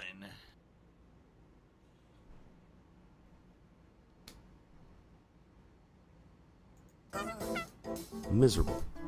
Oh, I'm just This is kidding. No, that's miserable. not the end of the show. I was just teasing. Okay. Jet air. That's all really I had to say for my major segment. So, let's do shout-outs, shall we? Okay. So, it looks like Special delivery. Multiverses Sucks Play Nickelodeon Brawl did a $2 super chat, which is hilarious because even anyone who played Nickelodeon Brawl who was competitive agreed the game is terrible. Stop this! They said, wow, this game is not meant to be competitive. It's a party game for kids. As opposed to Multiverses is actually trying to be a competitive game. But thank you for the super chat. Pausin re-upped their membership at 8 months. Thank you very much, Pausin. Appreciate that. Kuri did a $2 super chat. Says, for the pizza party, are you getting local or chain pizza? I'm not going to spoil. Let's just say, all right, I'm definitely going to get pizza that I feel would be worthy of the Ninja Turtles. That's all I'm going to say. So you take that as you feel, you know, but that's whatever you think that means. But I'm definitely going to get pizza that's worthy. It's not going to be fucking Elio's frozen pizza. Let's put it that way. Okay. All right, and then Rebel re-upped his membership for 13 months. He says, it's been a minute. Hope all is well, Big Phil. Well, Rebel, you know, we're going as positively as we can. We're doing as well as we can. Things aren't perfect. And as you can see, members are down for a really stupid reason that I hope will be cleared up, you know, sooner rather than later. It's really dumb what's going on with my channel right now, quite frankly. But it is what it is, right? There's nothing that can really be done about it. But as for content creation and everything, you know, it's dead right now. There's no AAA games, but I'm enjoying what I'm putting out. You guys are here every day supporting me, and that's what it's all about. So, doing the best with what you got, right? There you go. Swinging over to the tip side of things. All right, we have a $10 tip from Tarantula MS. It's the first tip of the day. Let's get that up on the leaderboard.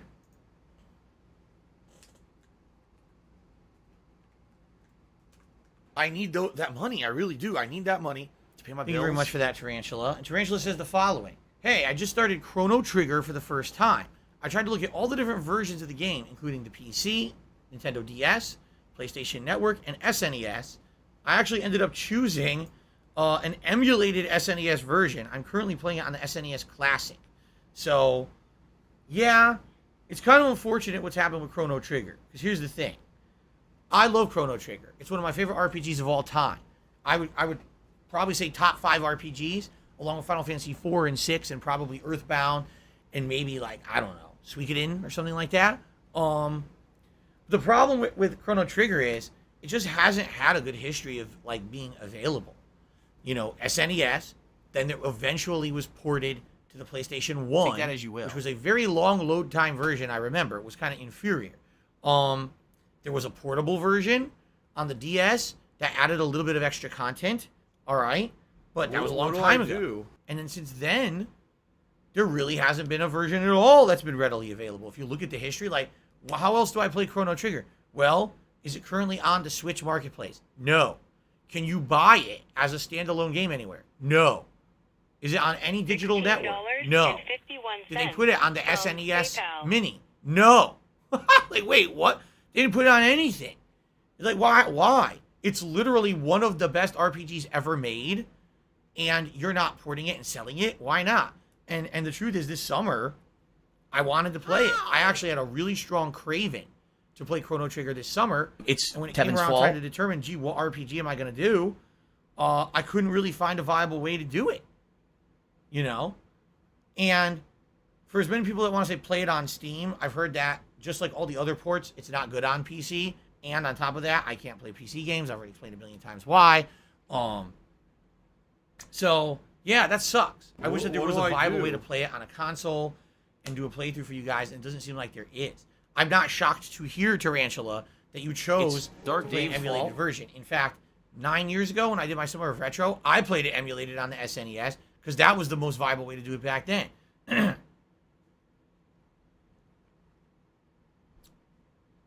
So there you go. Yeah, I hope you enjoy. It's a really great game. You're saying it's your first playthrough. I think you're going to be delighted, especially if you realize there's optional stuff to do and there's multiple endings.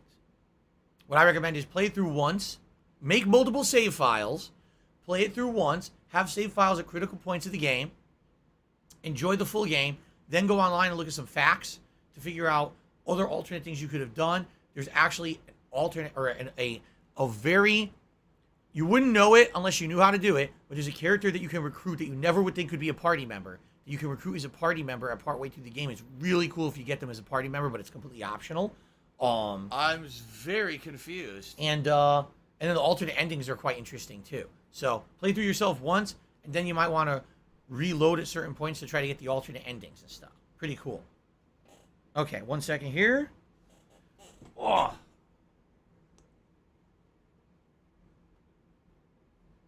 $110.09 from Apple iTunes.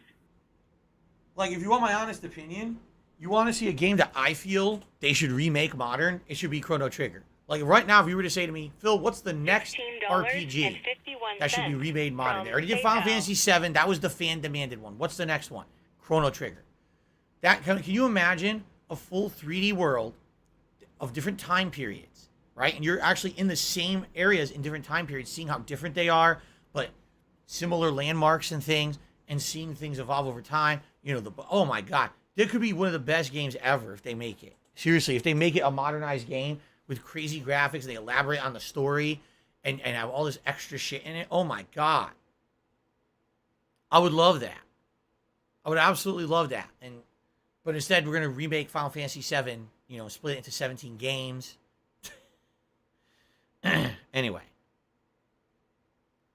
All right. All right, guys. So thank you, Tarantula, for the tip. We still have a little bit of extra time if anyone has any questions. You'd like to toss my way for a little bit of mini Q&A, I guess we could say here at the end of the stream.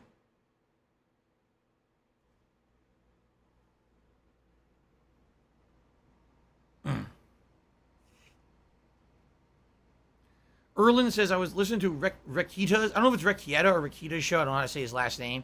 He was talking with Josh Boone. They had a lot of positive things to say about you, especially with how you handled the bankruptcy and drama around it. Yeah, I don't think that guy's a negative guy. I think he kind of got caught up with all the shit on the internet 2.5 years ago about my bankruptcy because of my haters and detractors talking about it. But since then, you know, I've had a few conversations with Nick, and he seems like a nice guy. And, you know, basically we're on good terms. If ever we ever want to talk with each other or, you know, anything further, I don't hate him. He doesn't hate me. And you haven't noticed, he doesn't make a bunch of hateful content about me.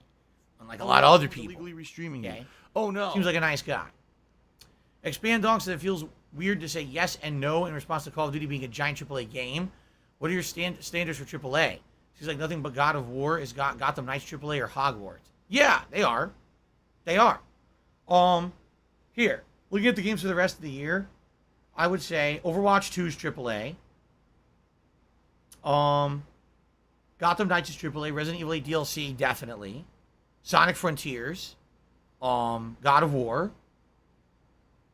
Pokemon. You know, I'm going to say Callisto Protocol, and people are going to give me shit for it, but it's the same people who made Dead Space, so that to me is a AAA game.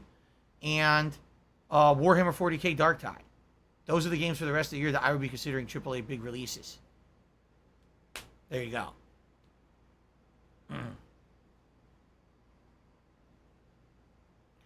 Was I ever good at book reports in school? Yes. Favorite chocolates? I don't have favorites. Chocolate in general. I'm just a chocoholic.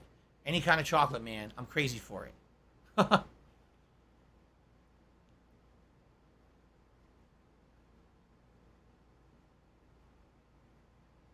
Okay.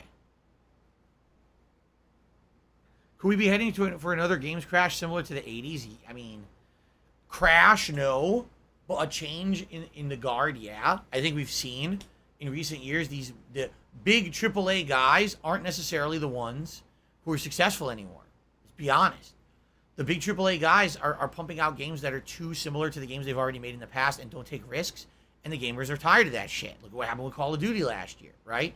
On the flip side, it's these indie devs who are coming out with games that just become virally popular because they're simply played on some big person's stream and they end up becoming millionaires.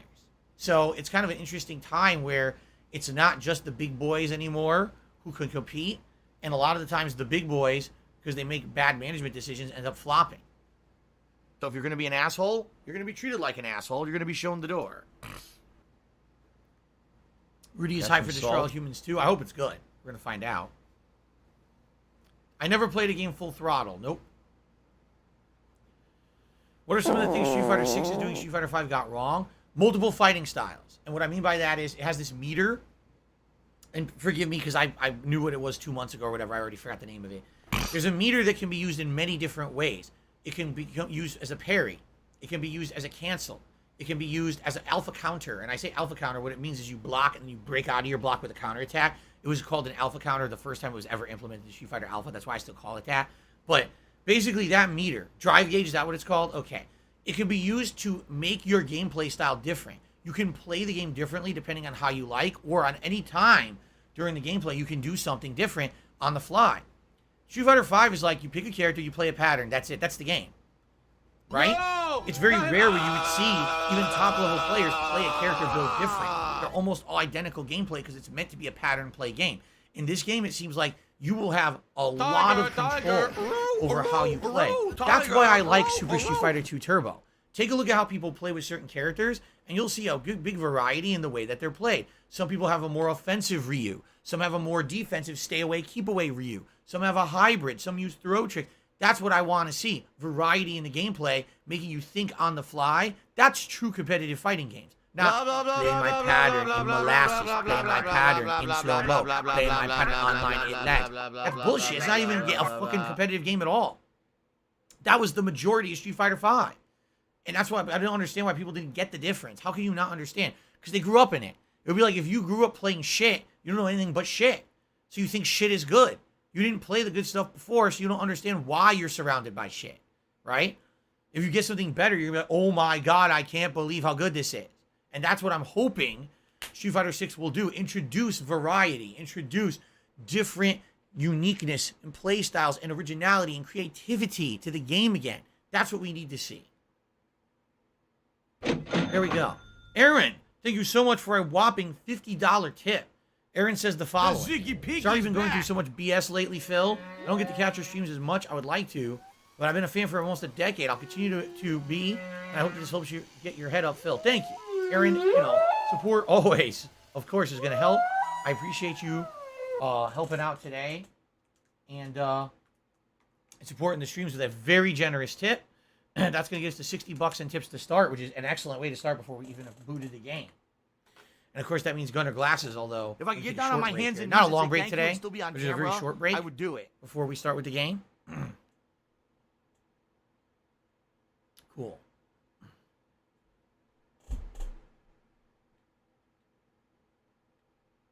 A mutated creature that would look like it was sitting in a wheelchair.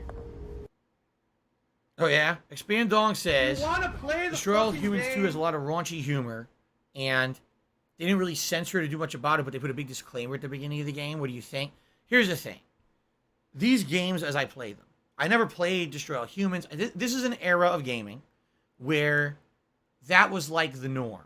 This was like expected almost. You know, I would say second half of the 90s, right, into the early 2000s, where it was like everything has to have sexualized humor. Everything has to have extreme gore, right? This was the thing. I mean, think about the whole fighting games. We were just talking about the history of fighting games and Street Fighter. Street Fighter, very kind of PC.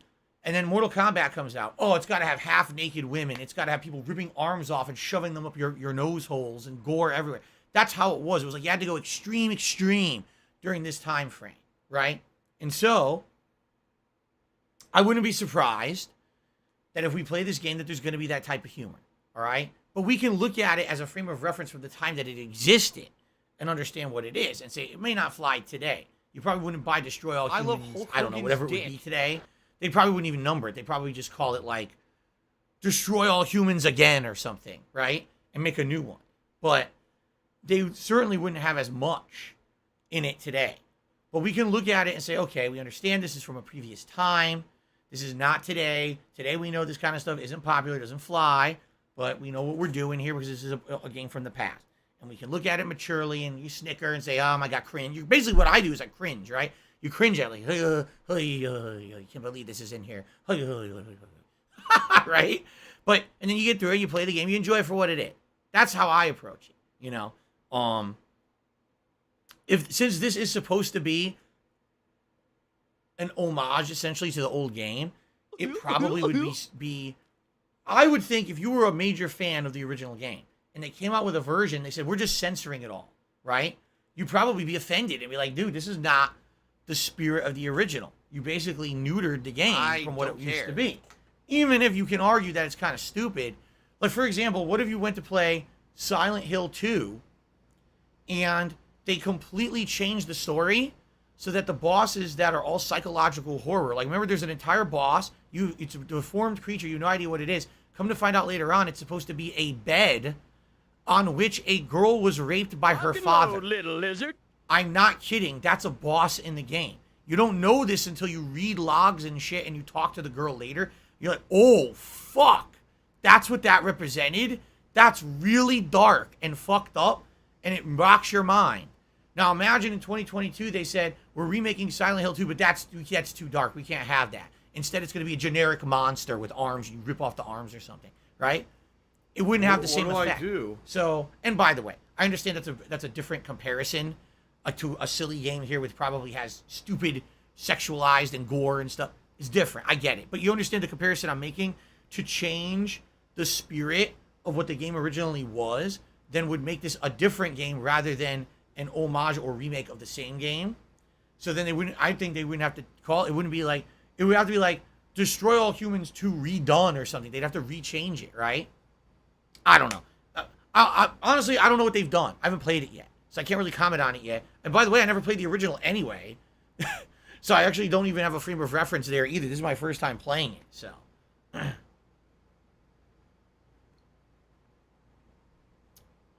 They did? Is that for real?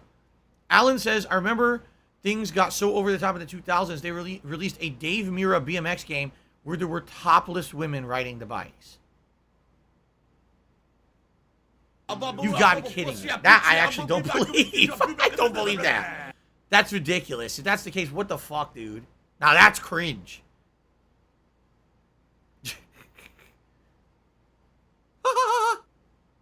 Anyway.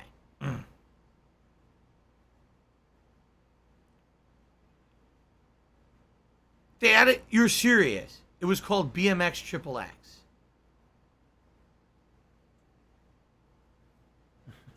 Oh my God, these fucking people are so stupid and immature. Oh my God.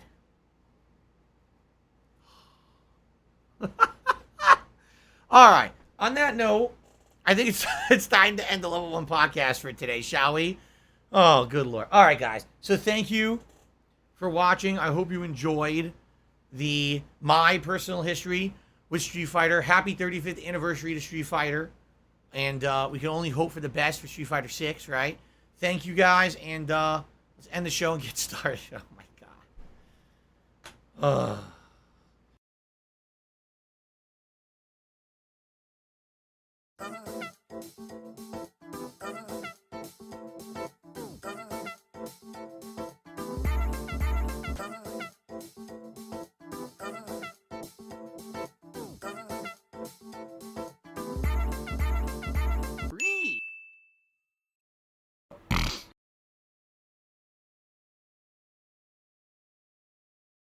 Wow.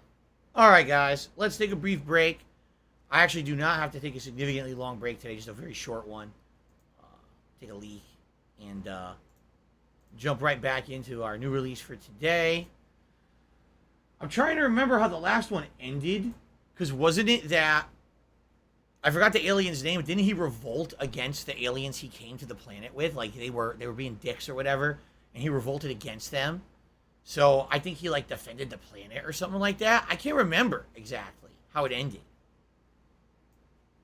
So I'm wondering, is he still destroying all the humans in this one? Is he defending Earth in this one? I can't remember. Anyway, let's take a brief break, just a couple minutes, all right? And we'll be back with the premiere of Destroy All Humans 2 Repro. Sound good? All right, thanks guys. I'll be right back.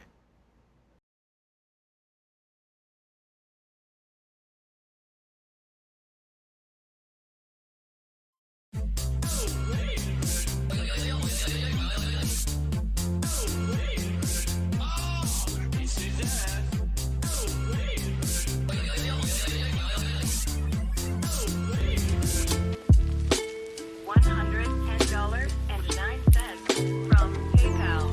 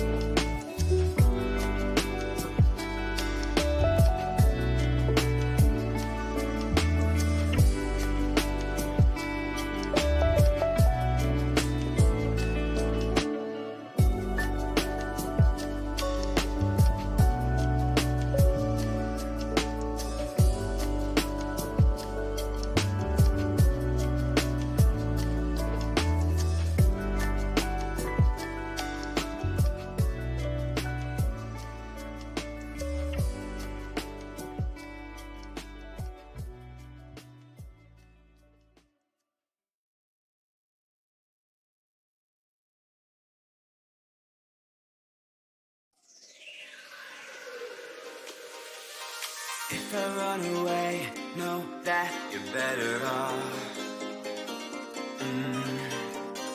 Cause I've made my mistakes, hoping I won't get caught. I'm wanting it on the run tonight. I'm guilty of all my sins. I'm haunted, won't make it out alive. I am a fugitive. I don't break all the rules they said. We just don't. They don't apply to me, babe. I don't break all the rules they said. We just don't. They don't apply to me, babe.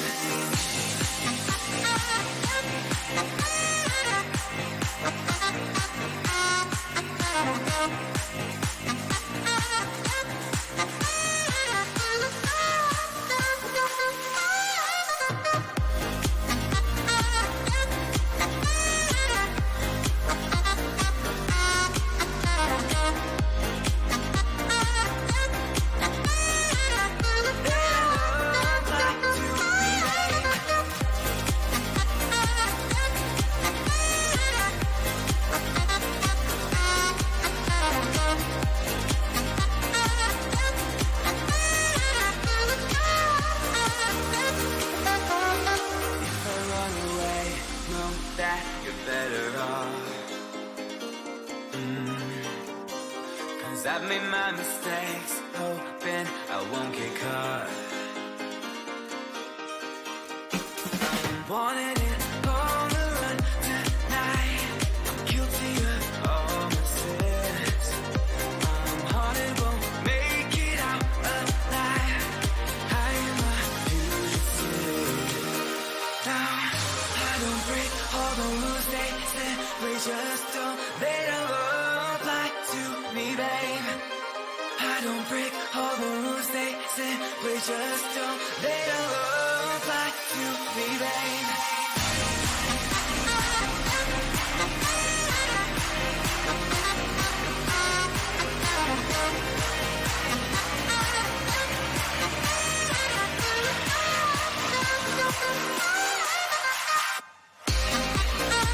I'm back. I hope you guys are ready. The Ziggy Piggy is here. Oh my god, hold on. Oh, excuse me. Whew. Because I sit down to play a game, immediately a raucous, gaseous belch erupts out of me. Nothing I can do about it to prevent it. Unbelievable. All right. So, everyone, welcome back. It looks like I did receive another tip. Wow, thank you to Ugly Sonic for a $5 tip during the break. Says, big ups, Phil. Can't wait for the playthrough. I actually loved this game as a kid. When did this come out? Anyone know what year this game came out? I have no idea. I did play the first one 2 years ago when that one was remade, and I enjoyed it. So I'm curious, you know, how dated the game is and everything. Okay. Here we go again, everyone. Same old alien shit, just a different day, as they say. He's back. He's back and more pertinent than ever, Mr. Crypto, right? As we know, cryptocurrency sadly has not done so well recently in the last year. Has some major issues. However, this was crypto before. Oh.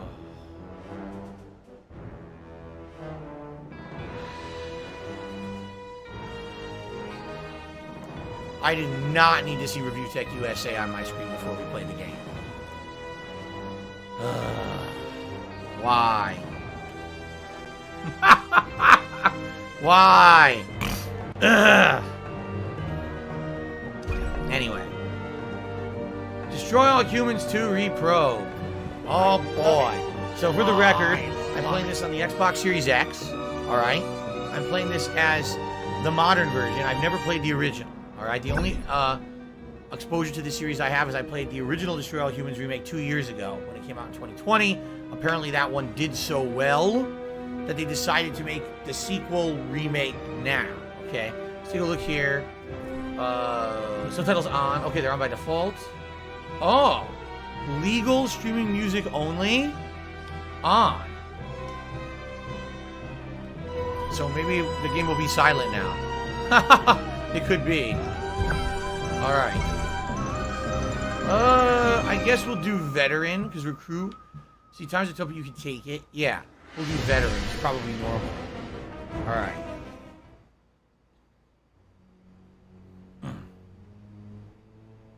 Humans of planet Earth be advised, while the visual experience has been upgraded, the content and historical record of the original invasion of the Furons remains a near identical clone. The Furon linguistic and cultural experience remains unaltered. The story words... I couldn't even read it. I guess what they're basically saying is it could be found offensive, some of the things they're saying, maybe some of the insults, maybe some of the sexualized humor, maybe some of the gore. I don't know. I didn't play the original. But what they're saying is they didn't change the content, they just upgraded the visuals. Okay.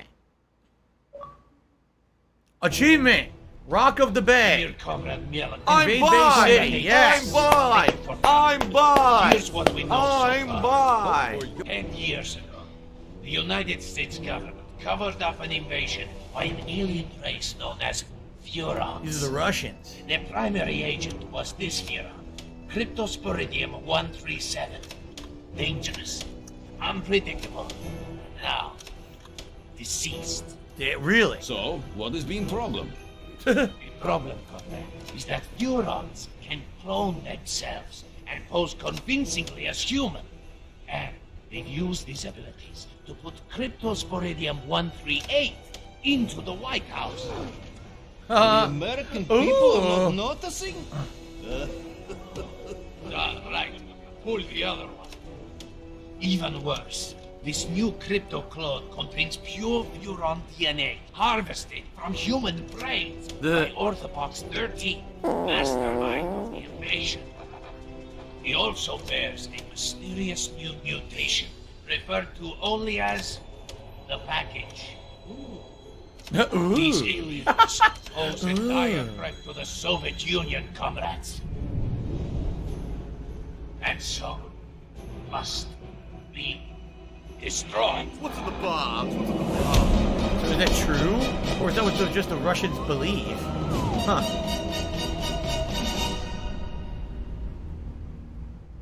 Just because that's what they just said doesn't mean it's true. As we speak, President Crypto is in Bay City attending a youth cultural festival. And Orthopox? Conducting experiments in the Furon mothership. See, didn't he kill Orthopox in the first game? Maybe I'm wrong. I'm trying to remember. Savages. I thought that he had gone against him. There's only one way to deal with such men. Revolution.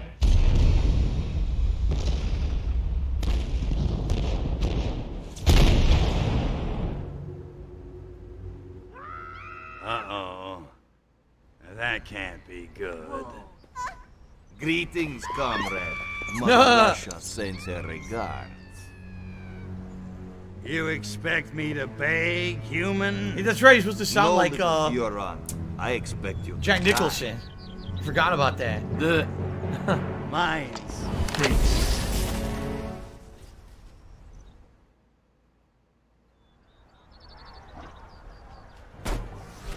So, controls. Run and jump. Let's see here. X is nothing. Oh wait, X is mind control. was already hopelessly corrupt.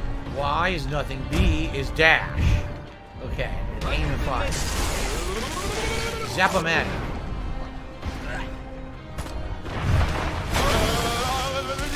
He's a Forgot about the sound effect. Come in, Crypto! Are you receiving? The mothership has been destroyed! You must come to my aid immediately! Follow the distress beacon to my location! Okay, so if my camera's good, it's not blocking anything. Reach the crash. What does this say? Hold. Disguise required. I guess I don't have any disguise. You call someone on the... Oh, it's a police box. You call police. Huh. Are we in Britain? I think we're in Great Britain, aren't we? I think that's where this is supposed to be. So it's the 1960s. It's the freaking... the hippie movement. The flower power movement and shit. These KGB agents are trying to fricassee my motherboard! Hurry up!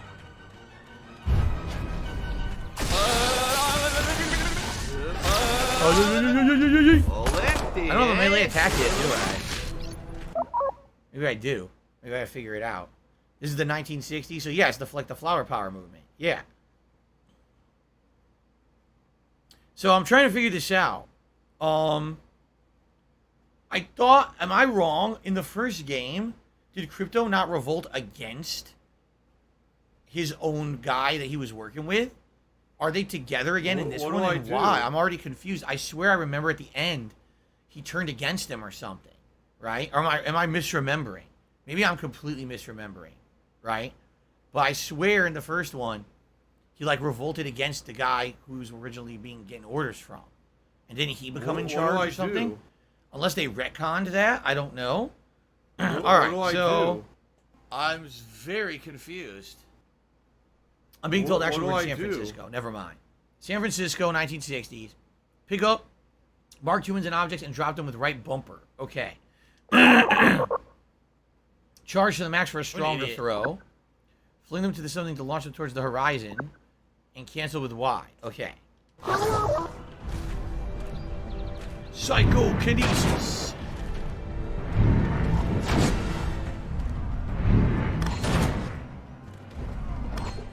Okay. What the?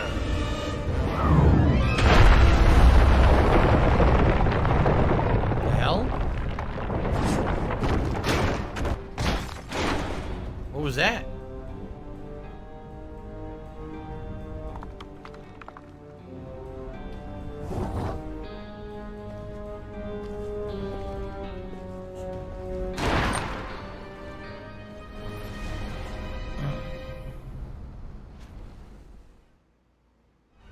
Okay. Crypto! The mothership has somehow been destroyed! It's too loud. I've been Yeah. blown to smithereens! Luckily, I was able to download a copy of my exquisite mind into this holopox unit just before the ship exploded. Oh, great. Hey, that is lucky. Virtual pox, huh? Kinda constricting, ain't it? Now it's too low? Okay. How's that? I upped it a little more. The Pester Pox for heavy weapons. I need to bring in some big guns. Know where I can get my hands on some... I did manage to jettison some data cores before the mothership was hit. You might be able to recover some weapons from them, if you can find any. But it certainly won't be easy. It's weird because actually there's choices, but there's no choice. You can only do the one, see? Okay, so, where are the data cores? That's just it! They could have entered the atmosphere at any time, in any place, and therefore landed anywhere on the planet. I've managed to locate only one. It was ejected after my holopox unit, so it landed quite nearby. Quiz them on the cores, give a lame excuse for not bringing guns, leave to retrieve the core. Well, I guess there's nothing left to do but scout the area and find that data core. It's like a parody of Telltale games. So use the what is it called, parakinesis or whatever, to kill KGB agents and then collect the data core. Okay. There's no double jump. There is the dash. That's kind of cool. What's this?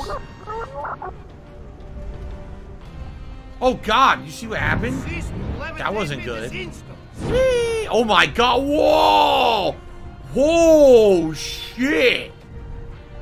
Oh God! Oh!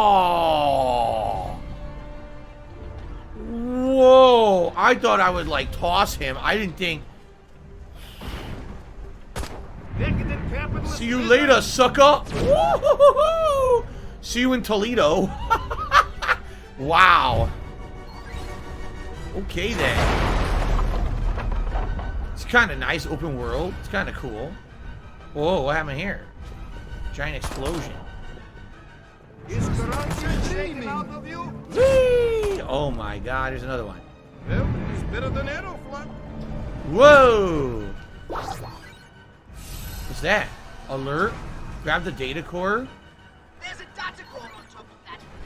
Oh, if only one. Oh, shut up. I went the other way. Jump. Jetpack! Okay, that was it? Okay. I got my jetpack already. Cool. That's how you can hover. Yep. Nice. Nice, but man, it's chopping up. You saw that, right? If you guys are seeing choppiness, that's the game. That's not my capture setup. The game was actually chopping up pretty bad right there. Alright, collect the second data.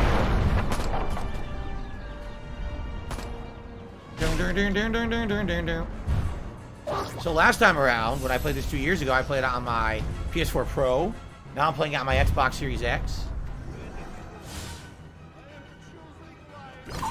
Here we go.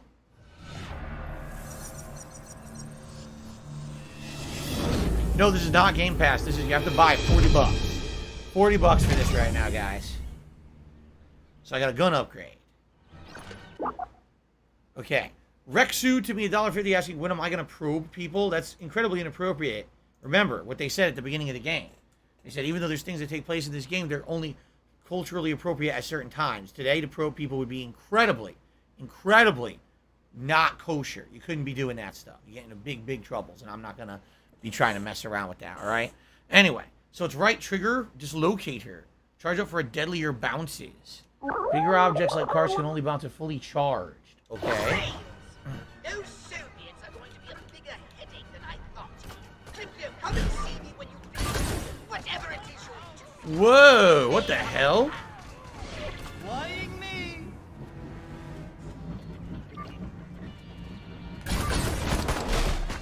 Okay. Dos Vidania, my friends. Wait, he won't toss him. Special delivery. There we go. Weapon selector is left bumper. Here we go. So what do we got? The Zap-O-Matic, that's the default.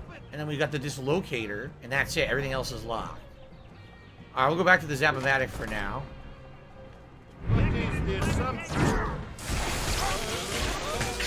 I like the chain lightning effect of the Zap-O-Matic. The only problem is it runs out a lot. If I remember in the original game, I had to upgrade it a ton, and then it wouldn't really run out anymore after I upgraded it.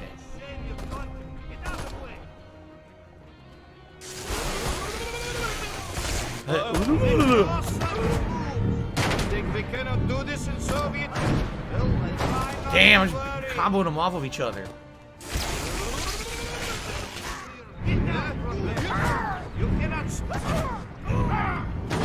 You cannot stop. Oh, my bones are breaking. Oh! Now get back here. We have much to discuss. And by discuss, I mean I have your new orders. When I say this is similar to Ratchet and Clank, you could almost say it's a precursor to Ratchet and Clank gameplay. Seriously, you could say that. Alright, 100%. Give me those Furotech cells. Very good. I don't understand it. We blew that alien spacecraft out of the sky, and yet the shriveled geriatric one somehow survived. These Shopas must be harder to kill than we thought. I spit on them. That's disgusting. Nonetheless, inform the Kremlin we shall proceed with the operation as planned. Tell them we need as much Revelade as they can ship, as quickly as they can ship it. Da, Agent Orenchov. And our American distributor? He suspects nothing. In fact, he seemed quite enthusiastic about the whole idea. He thinks he'll be spreading revolution in a paper cup. And so he will. Oh, there's the bridge in San Francisco. I see. I spit on them. You like to spit, don't you? Stalin, he understood. Ideas may start revolutions, but guns and gulags finish them. Well, no matter. Soon the citizens of Bay City will be embarking on a very bad trip. Bay City, San Francisco. They call it Bay City, though.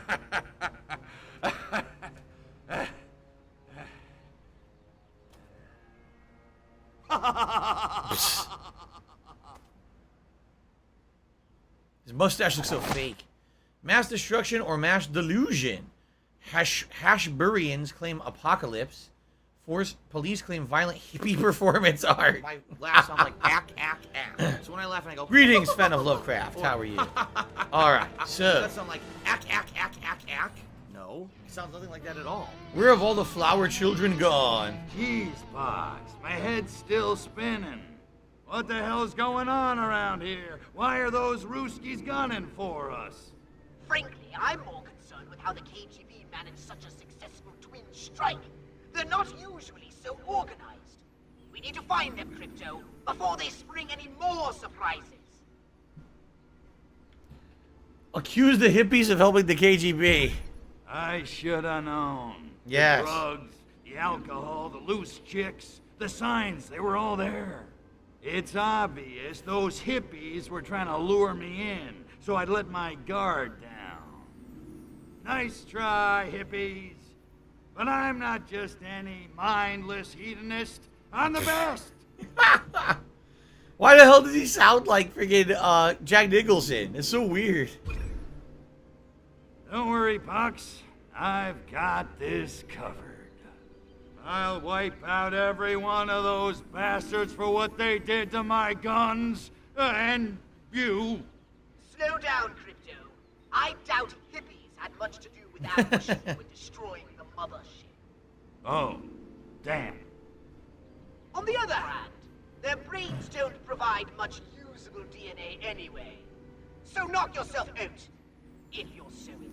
I guess people are saying his voice actor is Invader Zim from the television series. I've never seen Invader Zim, so I don't recognize it. How should I find the KGB? Okay, so what? I just start knocking on doors and doing the slice and dice? You do not! The KGB are hardly likely to hang around if you just start indiscriminately blowing away humans. Yeah, well, I was just brainstorming. Well, stop! I've done a little research in the criminal files of the local constabulary. Apparently, there's one informant in Bay City who always knows what's going down on the streets. They call him the Freak. The Freak? What? I don't know. Someone says that the Overlook Hotel is the secret level. As stupid as that sounds, for those who don't know Overlook Hotel from The Shining, as stupid as that sounds, I wouldn't put it past this game franchise to have that in it, so it could be true. The Freak, huh? Yeah, I've heard about him. Cat's got connections all over town. He's kind of a burnout, though. From what I hear, he doesn't even need drugs anymore. He lives in his own personal mental lava lamp. But if any of those stinky monkeys knows what the KGB are up to, I bet he does. And I suggest you locate him and find out what he knows. Kagome, yes, I remember the Mars Attacks movie. It's one of my most hated movies ever. I saw it in the theater with my dad. We both hated it. All right, enough chit-chat. I'm off to find our little hippie friend, the Freak. Okay. Gotta find the Freak. What's going on? Uh-oh.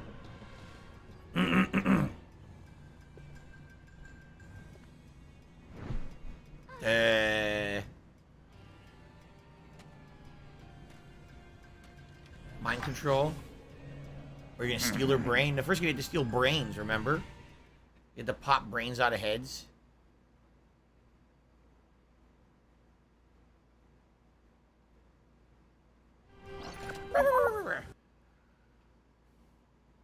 Free love will force your targets to dance.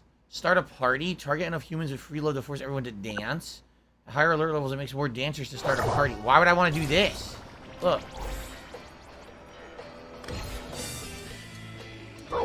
Then you can body snatch.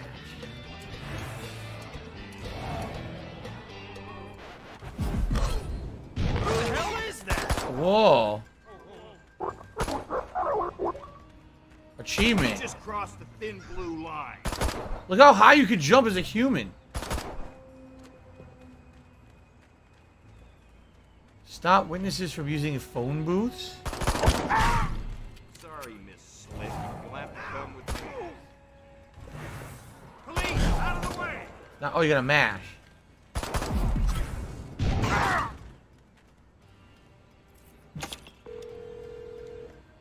Call the all clear. target What do I do? Call them off. Yes, sir. All units stand down.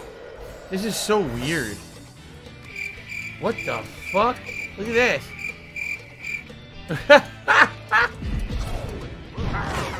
Wait a minute. All clear.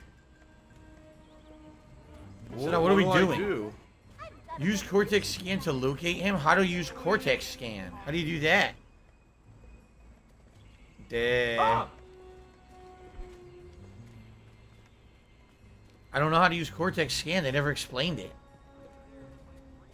Cortex Scan right here? Up on the D-pad. What do I do? What do I do? Supplying the whole damn commune at the park, and yet he's still can't get any action. What a loser. Okay. I guess the meter on the top of the screen is how long you have to control this body. When it runs out, you probably lose your ability to mind control this person. Okay. This is weird but interesting. I think you have some stealth mechanics I'm going to fail at, of course. What happened? Cortex Scan. I wonder where the freak went. Probably up on the hill doing his mountaintop hermit routine. Weirdo. Is that why he was gyrating in the beginning? Was that his disguise? Yeah, maybe he was body snatching the humans and acting like the humans so people thought he was a dancing hippie. Probably. Is that him? Hey there, Moondoggy. I'm looking for a dude with his ear to the street. The kids call him the Freak. You found him, but I'm all tapped out, man. The heat's coming down on me, you know. Try me next week. Ask about the Russians. Nah, tell me to seek guidance. Freak, in all your drug-induced visions, I'm sure you've gained much, wisdom. Hey, I'm just trying to find me Camino, man. No different from you. But I've fried my share of brain cells, that's for sure. Oh my God. Which is why I seek your, well, for lack of a better word, let's call it guidance. Right on, Seeker. What can I do you for? Let's see here. I'm being told later on in the game, this free love, which causes the dance party into body snatching, is a really great way to get rid of high alert or enemies who are on your trail. So if you basically have everyone, you know, like what do they call it, the star rating of everyone is after you. If you do that, you can go into disguise incognito and get it lowered. Okay, that makes sense. Cool. Okay. How do you stay healthy? Let's say, for the sake of argument, that I cannot clone myself. How do I live a long and healthy life? Sex, sex, and more sex. And if you can't be with the one right. you love, honey, love the one you're with. Wow. You really are wise. Wow. You really are incredibly cringe and dated, and this is probably why the game had the disclaimer at the beginning. You're boring the love beads off of me here. Let's talk about something else. All right, the Russians. Well, what I need is information. What do you know about the Ivans in the cheap suits who crashed our party? You mean those KGB cats? Yeah, those dudes are straight, all right. They make Jack Lord look like Abby Hoffman. Only they didn't crash. Who and who? I missed those invited. references. Ask who invited the KGB. Who invited the KGB to harsh our buzz? From what I hear, it was that cat who leads the commune. I don't know his real name, but he calls himself Coyote Bongwater. Oh. Which is pretty righteous. I don't know if I would want to have anything to do with Coyote Bongwater. Ugh. Meditation and spiritual healing. All I know is Cat's got the chicks eating out of his hookah. Alright, where is he? Okay, you piqued my interest. Where do I find Coyote Bongwater? Well, from what I hear, he's kind of paranoid. He doesn't hang out at the park for long. Look at the afro on the guy in the background. Looks like a broccoli crown. I don't know where. What I do know Look at that. It's bobbing around. Dude's been handing out this new turn-on. A drink like in a can? He calls it Revelade. Ain't that a bitch? Oh my If God. you want him, that's your it. Find some Revelade and you'll Look at probably them. find Look at Coyote them. Bongwater. Come Coyote on. Bongwater. You gotta be kidding. What's in this revelation? All right, this stuff? dialogue is kind of He long-winded, claims it's man. like Come on. an all-natural Get to the gameplay. elixir that enhances your cosmic awareness. Of course it does. Something Bongwater says it's the first shot in the global revolution against the man. Great. Like the monkeys aren't revolting enough already. Thanks, Rick. I gotta go find Coyote Pond.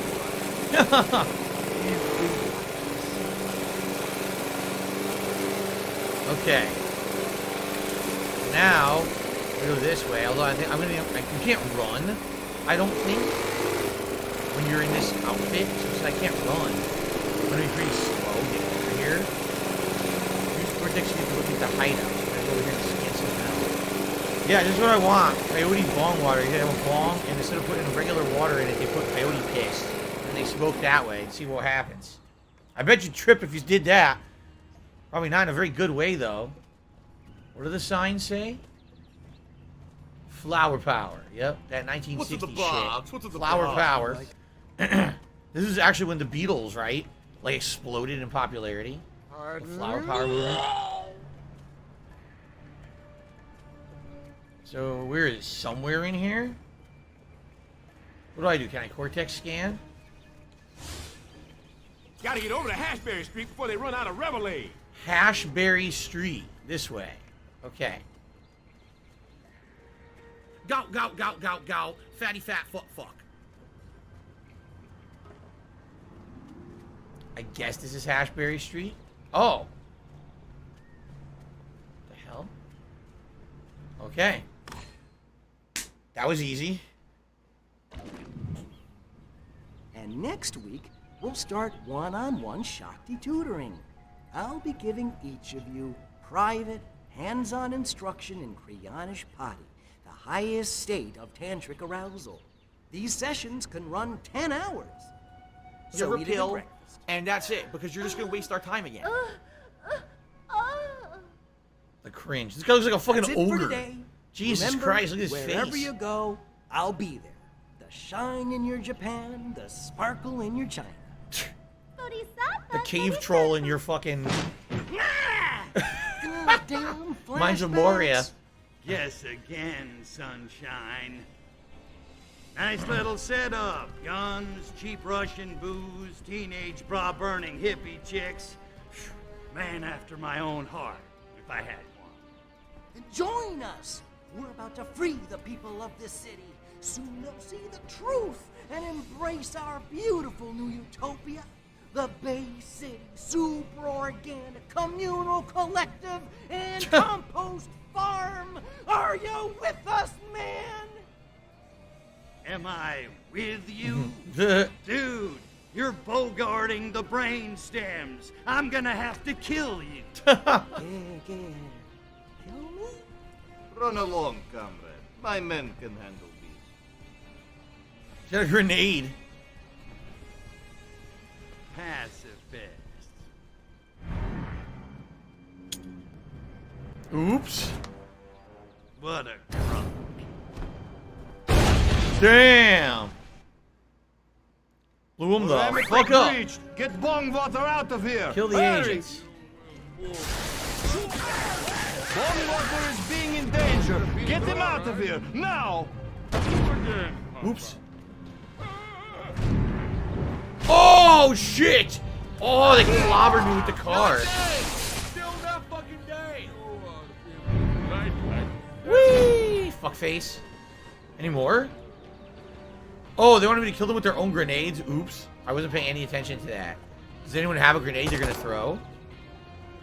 If they throw a grenade, I would do, but I don't know if they have their own grenades they're gonna throw. They're not doing it. Pumple cock. Nah, I don't think they're gonna do it. Darn. Yo, pumple cock.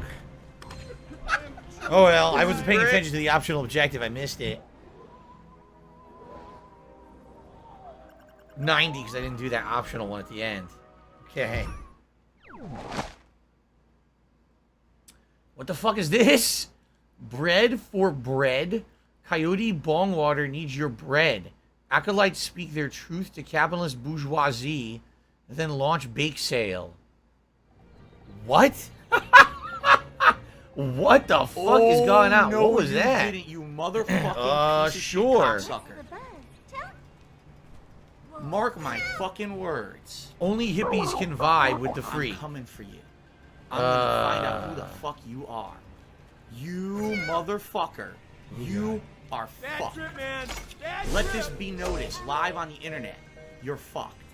And you are done. So what I need to do, I need to do that party shit, and then possess, and then talk. Alright?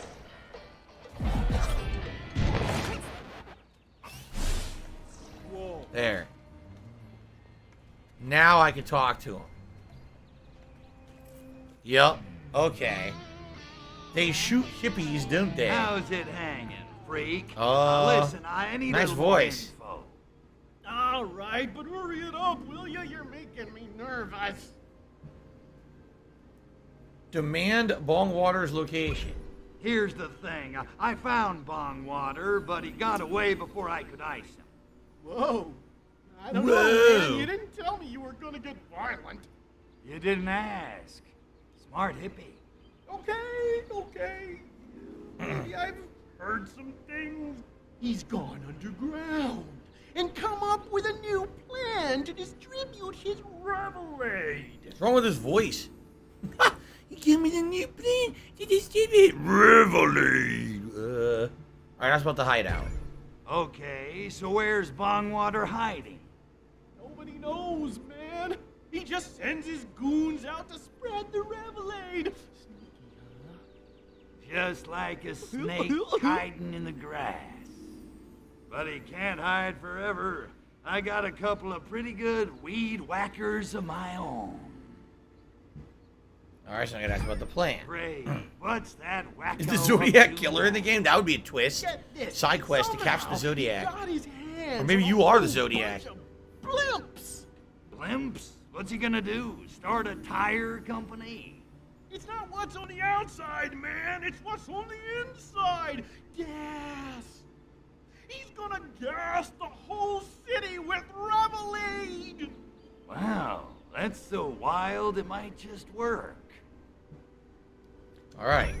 Well, I'll tell you this. You gotta take out the blimps. Longwater's been drinking his own Revelade if he thinks his scheme's gonna work.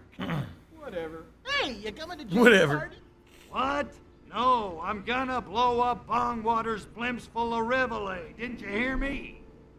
Easy, man. Mellow out. What am I doing? I love Hulk talking Hogan's to this dick. creep? Good question. Oh, that's the end of him. We don't have to talk to him ever again. Okay. So where are the blimps? Talk to Pox.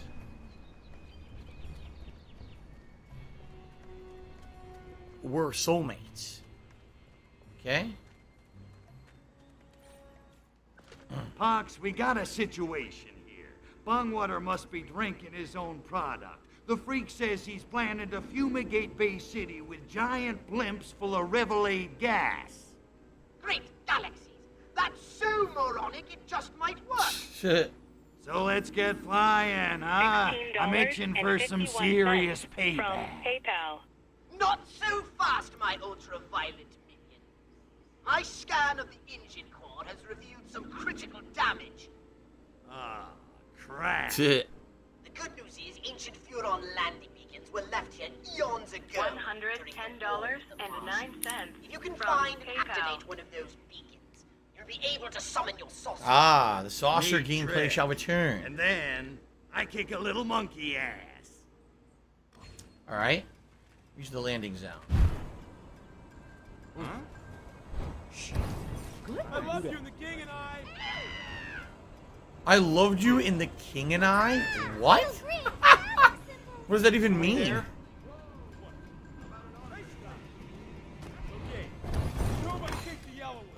Alright. Amuse thy languid Furon god. What the hell is Zap this? my idol with bolts of electricity. Attend the holy syllables of the Eh, great arc voodoo. got a new weapon? Charge the idol with the Zap-O-Matic. Okay. Rekindled. Landing zone activated. Alright. Call the saucer. Here we go. Someone was shooting at me.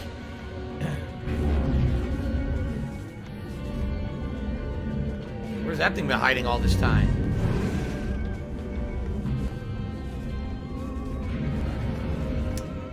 Looks a little different from the first game. They upgraded it. The King and I is a movie with a bald dude, so Crypto's bald. That was all it is, a bald joke. That's a pretty lame joke. How are you even supposed to understand it? Good work getting the saucer here, Crypto. No sweat. It needs to be aired out every 5,000 parsecs or so. It appears the saucer took a hit. Or 12 on the way here. No. Don't say it. I'm afraid we can't possibly take off until the engine is Of repaired. course. Ah, man. So, can't do this till we find shit. Yeah, look. Collect repair pods. Collect them as a soldier. If we find a soldier, we mind control them. Once you're in the air, you can blow up. I need that money. I really do. I need that money to pay my bills. I'll snatch up those repair pods and swing back to the saucer. Oh, yeah. What do I do?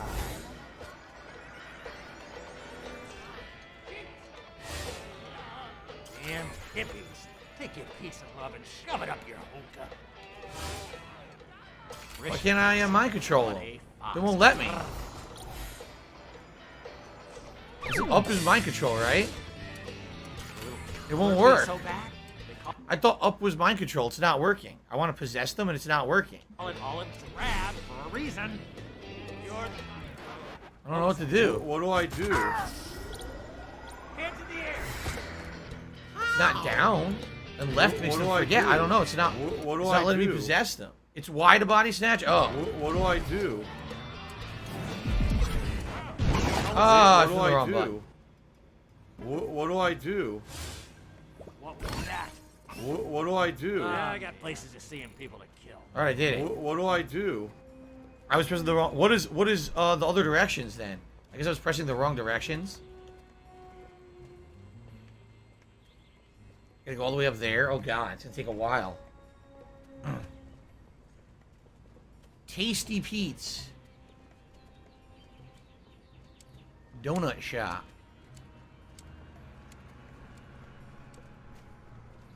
Ugh, why is it gotta be up on an annoying ledge? Maybe I could. His jump sucks. I don't think he's gonna be able to platform up there.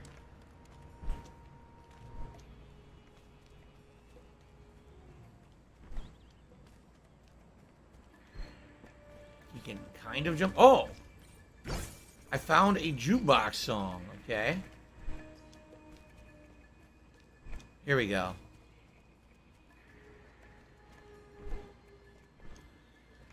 Up is Cortex scan, left is forget, right is follow. Oh, so Cortex scan is when you read their minds for information. Got it. That's what I was pressing by accident. It's Y to possess them. Got it.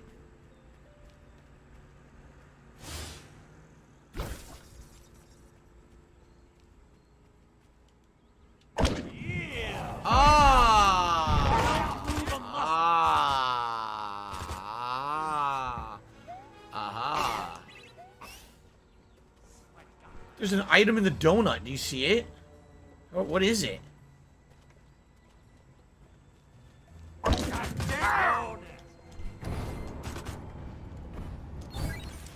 New artwork? There's a collectible item in the donut. Alright, I'll have to do this again. I have to possess again when we get over there. I wanted the item.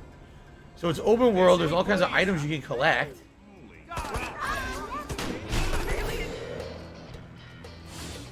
The cars are dancing. Look. The cars dance too. That's yours? It worked. It was glitched out, wasn't it? It wasn't registering at first that I did it, but then it registered. Warning you, drop it, alien. Hey. What's the bug? Who's that? Go back to Berkeley. Go back to Berkeley, freak? What does that mean? Okay.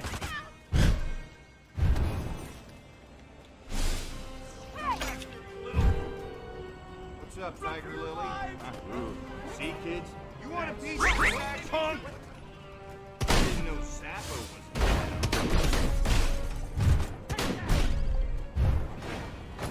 There's one more. Well, I already got that one. Well, why aren't they registering? This is weird. They're not registering like I did. A mutated creature that was. Maybe I need to be in disguise.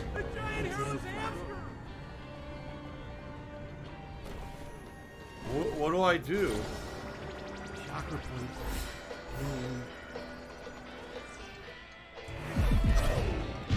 Maybe I need to be in disguise for them to work.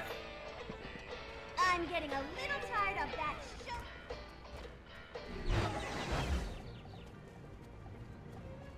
So here comes the army. You're not getting away that easy, punk.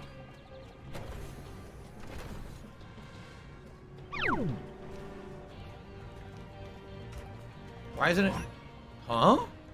Oh, do you have to, once you zap it, do you have to stand near it? Maybe that's what it is. You zap it, but then you have to stand next to it, and then it registers. I see. Okay. That's what it is. Okay. Makes sense. Ryuji Sakamoto did a super chat saying, "We're the Phantom Thieves." Well, Ryuji. Are you here to steal my heart? What are you here to steal?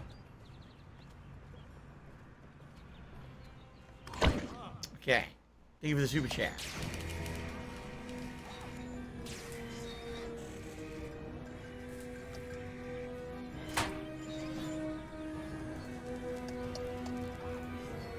Okay. Do. Keep in mind, guys, this is the intro. It gets better. If you remember, in the original Destroy All Humans, all kinds of activities and things open up. Cow tipping and cow kidnapping and destroying things with the spaceship and stuff. So you gotta get to that point. This is the intro. Time to book it. Alright, we're going in. Huh? Enter the cockpit. Here we go. We're entering the cockpit. Oh, it's saucer skins, do we? Apple iTunes.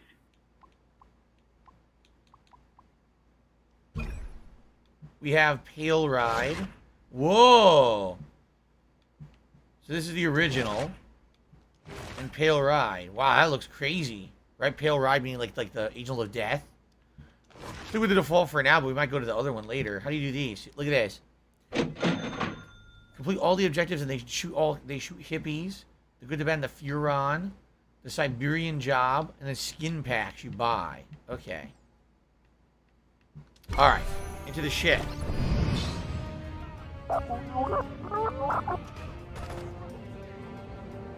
Just in time, Crypto. Cloak. Water has launched his blimps at the city. You must stop them from polluting the air with Revelade. Drain energy. Here we go. Okay. The blimps have entered the city. Oh, it's on. I'll be monitoring the There's level the of blimps. Revelade in the atmosphere. Death you ray. destroy those blimps quickly, Crypto. Because if the Revelade level reaches 100% saturation, our Bay City brain bomb will be turned into a useless There we den go. of unmotivated degenerates. There's a lot of them. sitting Oh, in God. front of their TV screens, twiddling their thumbs. Look alive, Crypto. Here comes another wave of those infernal blimps. Inadvertently destroying the city as well. Another squadron of blimps is closing on your position. Oh, I can't watch. Think Yeah, of these moving, blimps are I have no everywhere. eyes.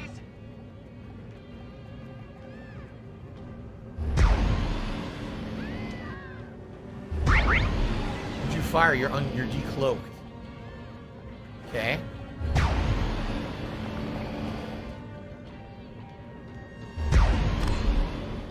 Now that we've handled the Revelation, All right. we need to take out the supplier. Go talk to the freak and find out where Bongwater's hiding. Seriously? My ruin says... Oh, I didn't destroy all the Revelade deposits? Oops. Oh, so if I did all the objectives, I would have got an optional skin for the saucer. Dope. Whenever we go into a new part of the missions, I have to look for the optional objectives because I didn't look at all. I mean, it would have been probably easy to destroy all the Revelade deposits. My ruin says this original game came out like a month before the release of PS3 in 2006. So this also is a 16-year-old outdated game. The last one came out in 2006, just like Saints Row, the other game I'm playing. That's interesting. Haha, that's very interesting. Terrorist attacks dirigibles. Grass for all, says apprehended hippie loner. Right. Okay, now what? What's this? Buzz, baby. Ah, with the Slurp Master V8, you can vacuum up humans. Only harvest DNA for the gene blender. Always available in the saucer. Okay. Bad trip. So what's next? Is that it over there? There it is. Gotta head over here and see what the next mission is. Is someone here? This came out in October. PlayStation 3 came out in November. It's Nikita Khrushchev! Chakra points. This again.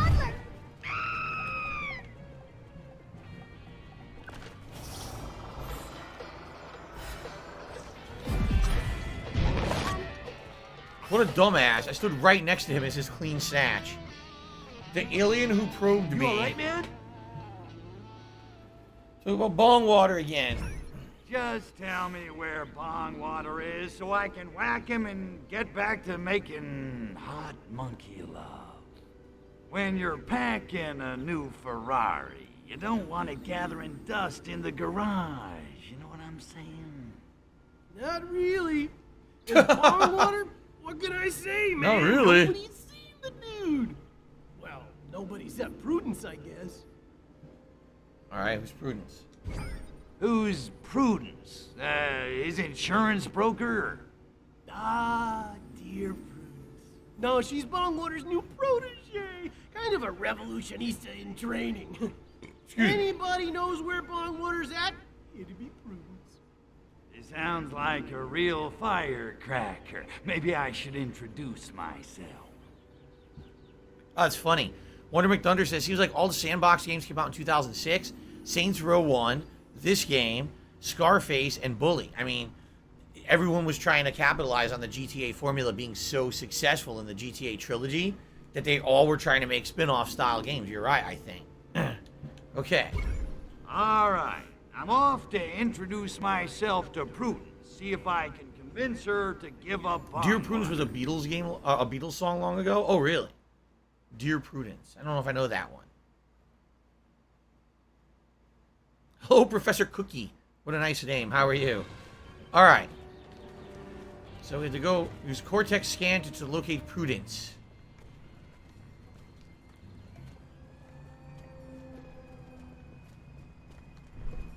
No one pay any attention to the human jumping 5 million feet into the air. Prudence Kane was such a respectable young Berkeley co-ed until she joined those hippies in the park. By now, they probably got her hooked on pots. You explode a barrel. Look at that. Scan someone in the park that's not a Russian or a cop. My commune at the park just got a lot boxier now that Prudence is there. Okay. Whoa. Catch! Republican! Run for your life! What? I don't know what that was going on there. Provoking attack. Sisters, children of the revolution, this is the dawning of the age of aquariums. Aquariums? I thought it was Aquarius. Age of Aquariums. Many of you joined the American Liberation Front as a way of getting ALF. back at ALF. your rich suburban parents for My subjecting laugh sounds like you ack, with ack, ack. adolescence So when I laugh, I go, obscene luxury. or obscene luxury. Does that sound like ack, ack, ack, ack, ack? No. Look, Sounds Princess, nothing like we that ain't at here all. for the opening act. Where's Coyote Bongwater?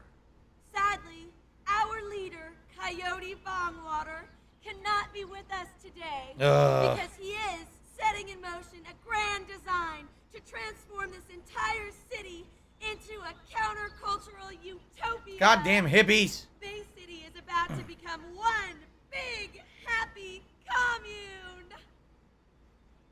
Suck on that, Daddy. Ask about his plan. Shadow the Hedgehog did a super chat saying, "Where's the damn fourth Chaos Emerald?" I don't know. Actually, I didn't play any of the Shadow games, so I wouldn't know. So thank you, Shadow. Shadow the Hedgehog. There you go for the super chat. Don't know what you're talking about. All right. All right, so what's Bongwater up to this time? So how can Coyote Bongwater possibly free the minds of a whole city the same way he freed our minds with Revelade? How did I know that was coming? All right, with a location. Revelade sounds yummy to the tummy. So, where do I get me some? That's the best part. Our brothers and sisters are about to deliver the final batch of Revelade to our leader, Coyote Bongwater. He's gonna pour it into the bay. Oh boy. The masses are gonna be begging us to lead them in revolution. All right, gotta destroy the trucks. Those Revelade trucks could be a serious pain in my ass. And I haven't blown anything up for at least 10 minutes. Alright. Destroy the Revelade trucks. Use explosives to destroy the trucks. How would I do that? Explosives? Oh, you can blow up. Oh. Take out those trucks immediately. Oops, wrong person. Oh shit. One more. I need another explosive.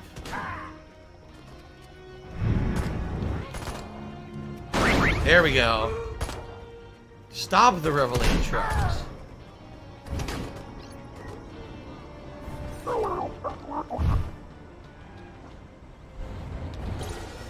Oh shit, that's not what I wanted. Can I grab it with this? And toss it if I charge it enough? What's up, Tiger Lily? How about an autograph? Yes.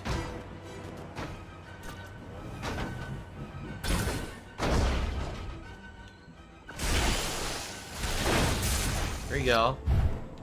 That one blew up. Okay, cool, that worked. What happened? Why'd the lag get so serious? Time for bouncy bouncy, damn! Kill soldiers with their own rockets. Ooh. Destroy the last Revelade trucks. Here we go. I wonder what this does. Zoop! Oh, I missed! What the? He killed himself? What the fuck?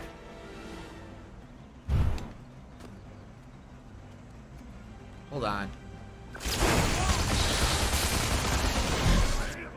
Changes things a bit, don't it? Is this thing on? I keep missing. Shit. No, I don't want... Grab the stupid barrel. I'm trying to grab the rocket.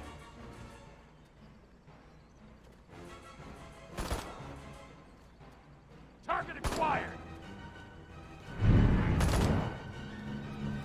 Come, it keeps missing. Are you shitting me? This is really hard. There we go. That's a pain in the ass.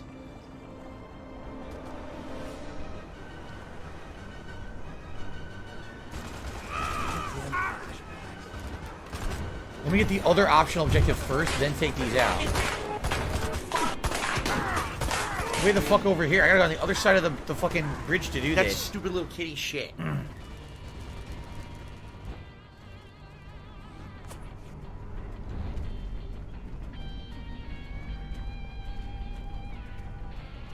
Can I help you?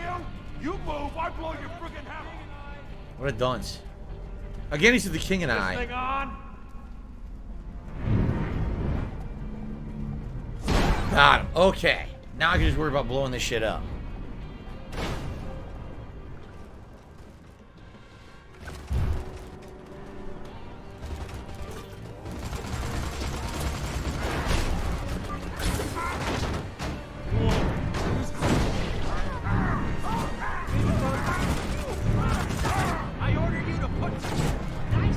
Oh my god. Just tossing shit everywhere. Wow. I give you my legs! Damn, you blow it up with people. I wonder what this is. Jeez. That hurt.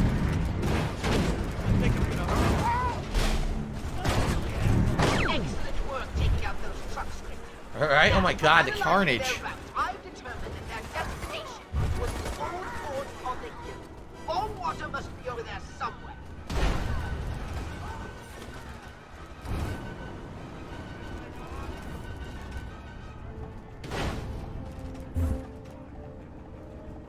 Okay, let's go back to the gun. The electric gun, chain lightning. To the fort. You must find another way in.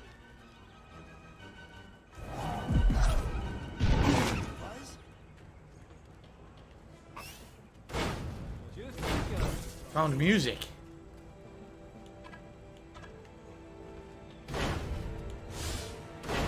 I sworn I heard Bongwater chanting in the underpass under the hill. Aha. Lay off the cheese puffs. Underpass under the hill.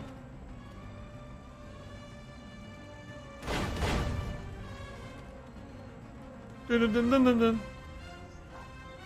Here we go. Body snatcher!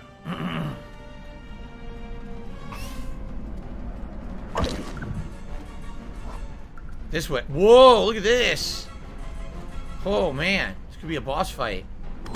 I think it is. Interesting.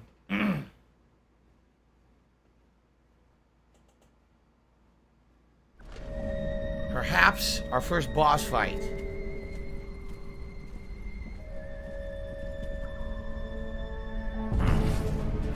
Duh.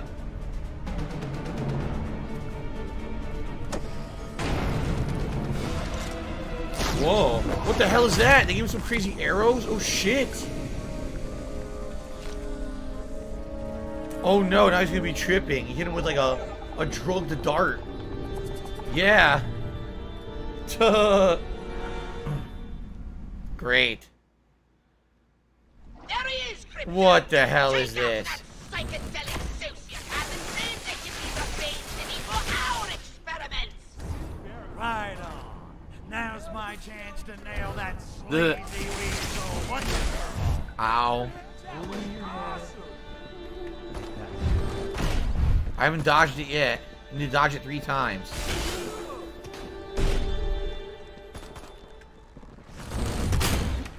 Okay. Oh, I did it. Okay.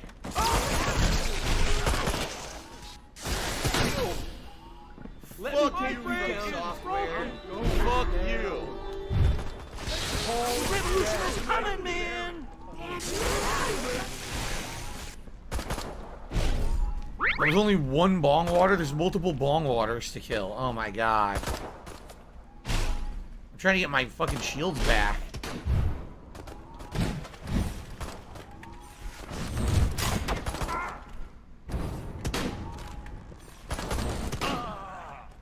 I couldn't do it. I couldn't get away. They all just knew where I was and shot me 1,000,000 times. The hell was that? Baked Bay. Long string trip to Hashberry. I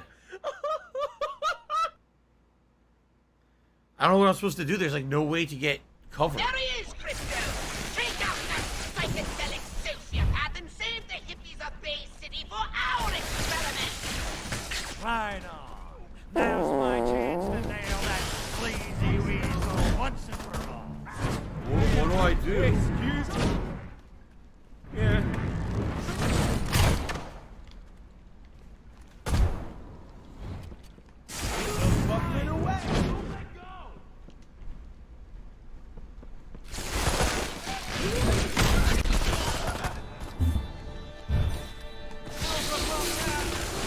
Got one. Coming, man.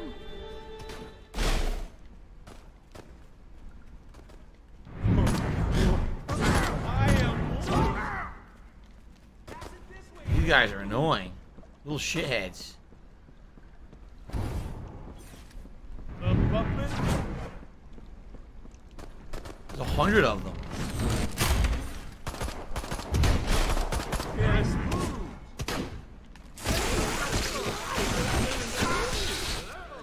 My problem is my gun's not upgraded yet, so it runs out so fast. I can't really do that much damage.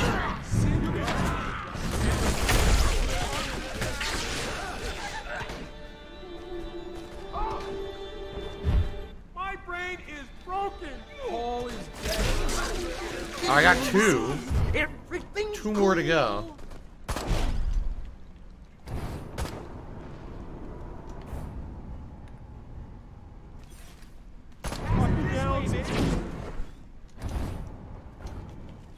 around 100 more.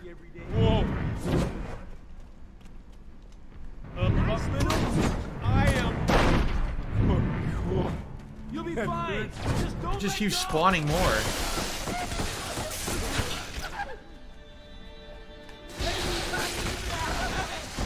Okay, that's 3 down. 1 more to go. Part of the problem, and you're part of the problem. Somebody get a mattress.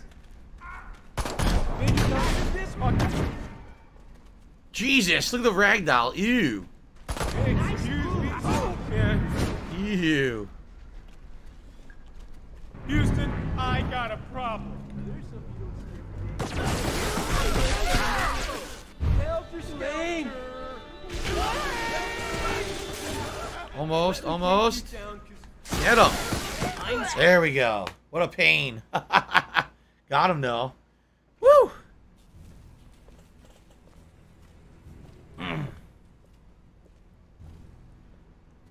Tripping balls. La la la la la la la. There you go. Here, listen to my beautiful singing voice.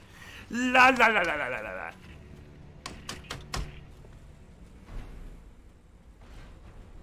Agent Orangeoff, come in.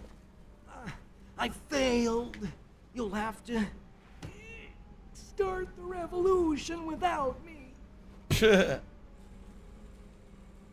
Oh, shucks. Yet? But... This city is useless to us now. I mean, have you seen these people? They make the students in Prague look like a meeting of the Politburo. We shall destroy this degenerate city and return to the Soviet Union with the spacecraft fragments we have managed to retrieve. But what about freeing America from the tyranny of capitalist consumerism? Do not despair, comrade. The party will long remember your efforts to cripple your decadent nation. You shall not have died in vain. Nah. Or in Jolalt. But no. No! I wanted to save America, not destroy it! Oh, man! What have I done? Stupid hippie.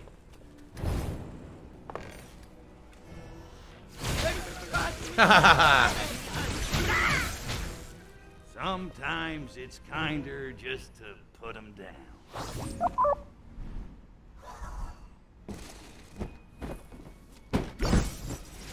Ooh, an upgrade.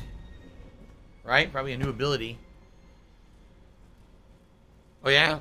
Scope Jake says the original Blindwater boss fight only took about 30 seconds to finish. It was like a pushover, so this is actually different. They redesigned it. Bodied Sakova destroyed a tool in Bay City. Here we go, new gun. Probably every city you get a new gun or a new weapon.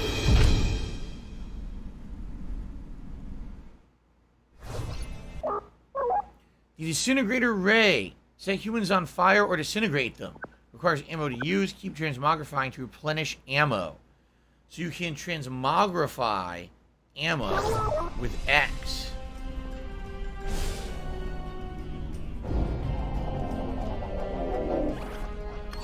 Ah. Interesting. Cool. Yeah, I remember this. I used this gun all the time in the first game. Exit the area.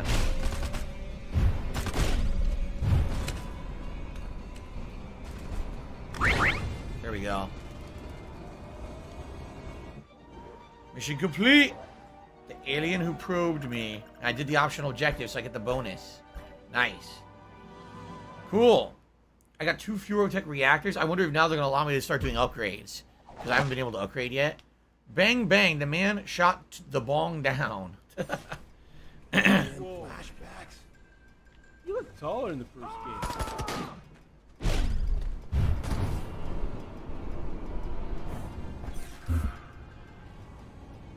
Can you walk up this? Yes. Oh, that's cool. Is this the Golden Gate Bridge? I forget the name of the bridge in San Francisco. Oh, this is cool. You can come up here. That is pretty cool.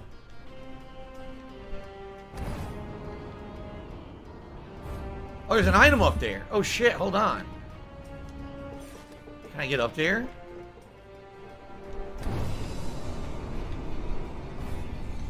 Yes.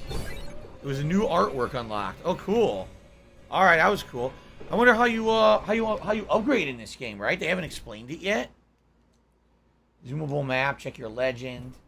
Furon handbook. Furonagami.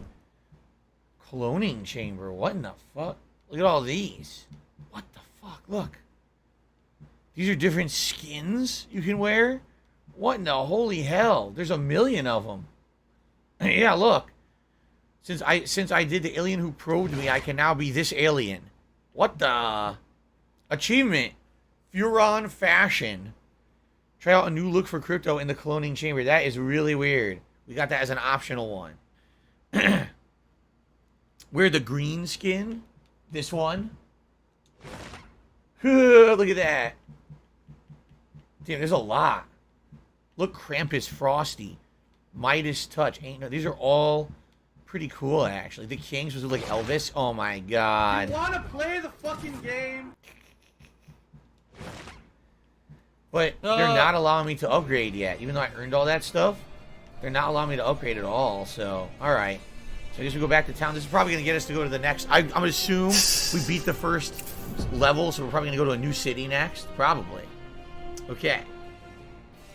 Alright, guys. Well, this is a good opportunity for us to go on break. Take about a 15 to 20 minute break. Come back and continue on with Destroy All Humans 2. So far, so good. See, we're just learning the ropes. This is the intro. They're obviously building to more stuff. You remember in the first game, there was a lot of, like, side mission content and stuff. And I wonder if that's going to be in this game or not. Or if it's more just map-based. It seems like perhaps they went more towards, like, map-based open-world stuff. I'm not sure. We're going to find out. Oh, there was a, let's see. There was a super chat I missed. Sneed's Feed and Seed. I don't know what that's supposed to be a reference to. I don't get that reference.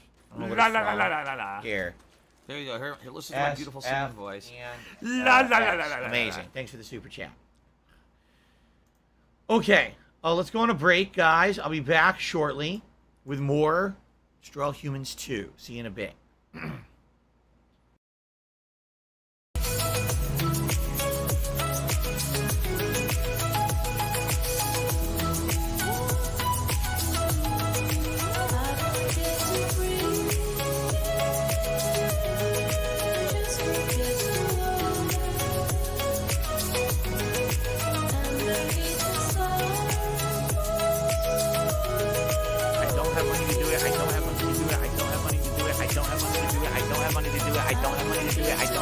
Do it.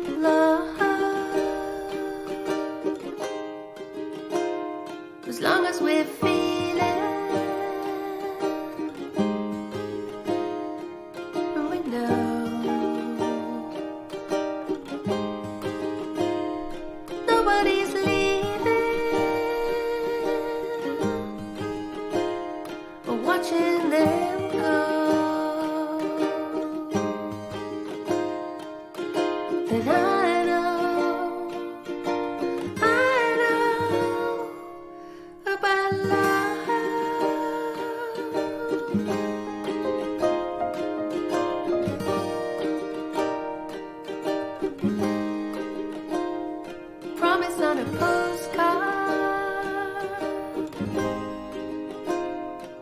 to come home.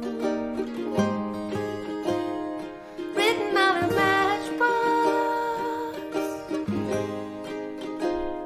everything I know. I know about love.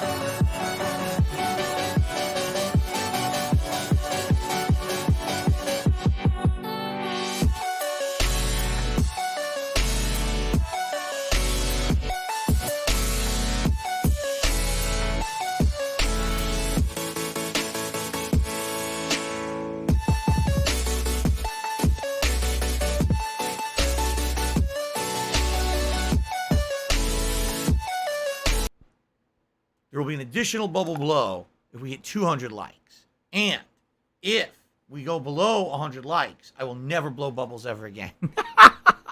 There you go. It's number one. Number two, thank you to everyone who's chilling with me and gave me those likes. Thanks to everyone watching, interacting, and have supported the stream in any way. Currently, we're at $66 in tips. During the break, I did indeed receive a $25 tip from 1 Minute Man. Or thank you so much, 1 Minute Man, for the support of my streams, as you always do. Ongoing support is very appreciated. That's going to get us up to $91 in tips. So we are so close to having a hat on the stream today. We are right there. All we need is another $9, and boom, you guys get to pick a hat for me to wear. Okay? So thank you in advance to anyone who contributes in any way, whether it may be a membership, a gifted membership, a super chat, a super sticker, a tip. It's all appreciated. I did say this on today's podcast. I'll say it again. I don't think anyone should be worried about becoming a member here. As you can see, it's been about a week since the false copyright strikes hit, and although essentially YouTube's dragging their feet dealing with them, if anything worse was going to happen at this point, it likely would have. As you haven't seen, there's nothing else additional hitting the channel. I'm not too worried about it at this point. I do have a backup plan in place just in case, but I think we're good.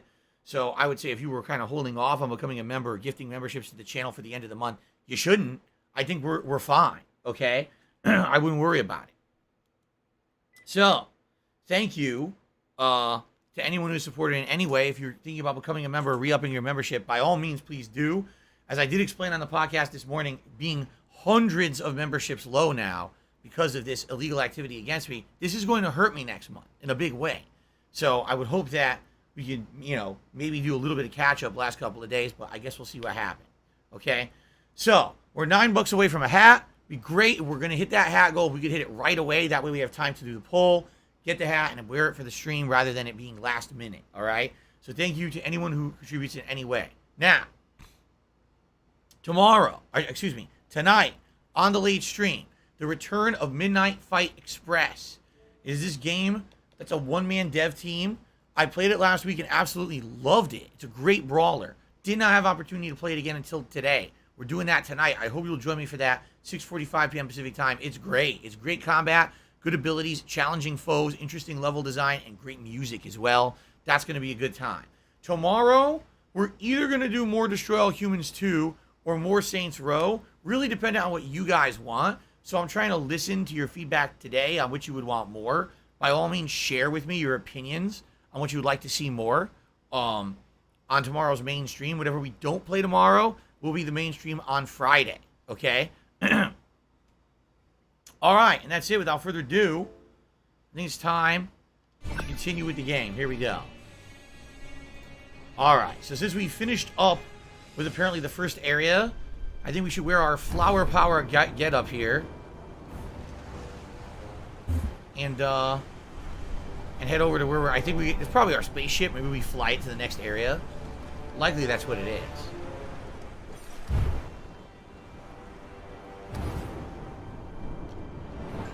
Oh, shit. Oh, I missed. Oh, that's not good. Look out, there's a black woman. Wait, what's that? What did it say? Takes them both out. Boom. X? Steals the Oh, look. runs away. One of those hidden jukebox songs just sitting right there.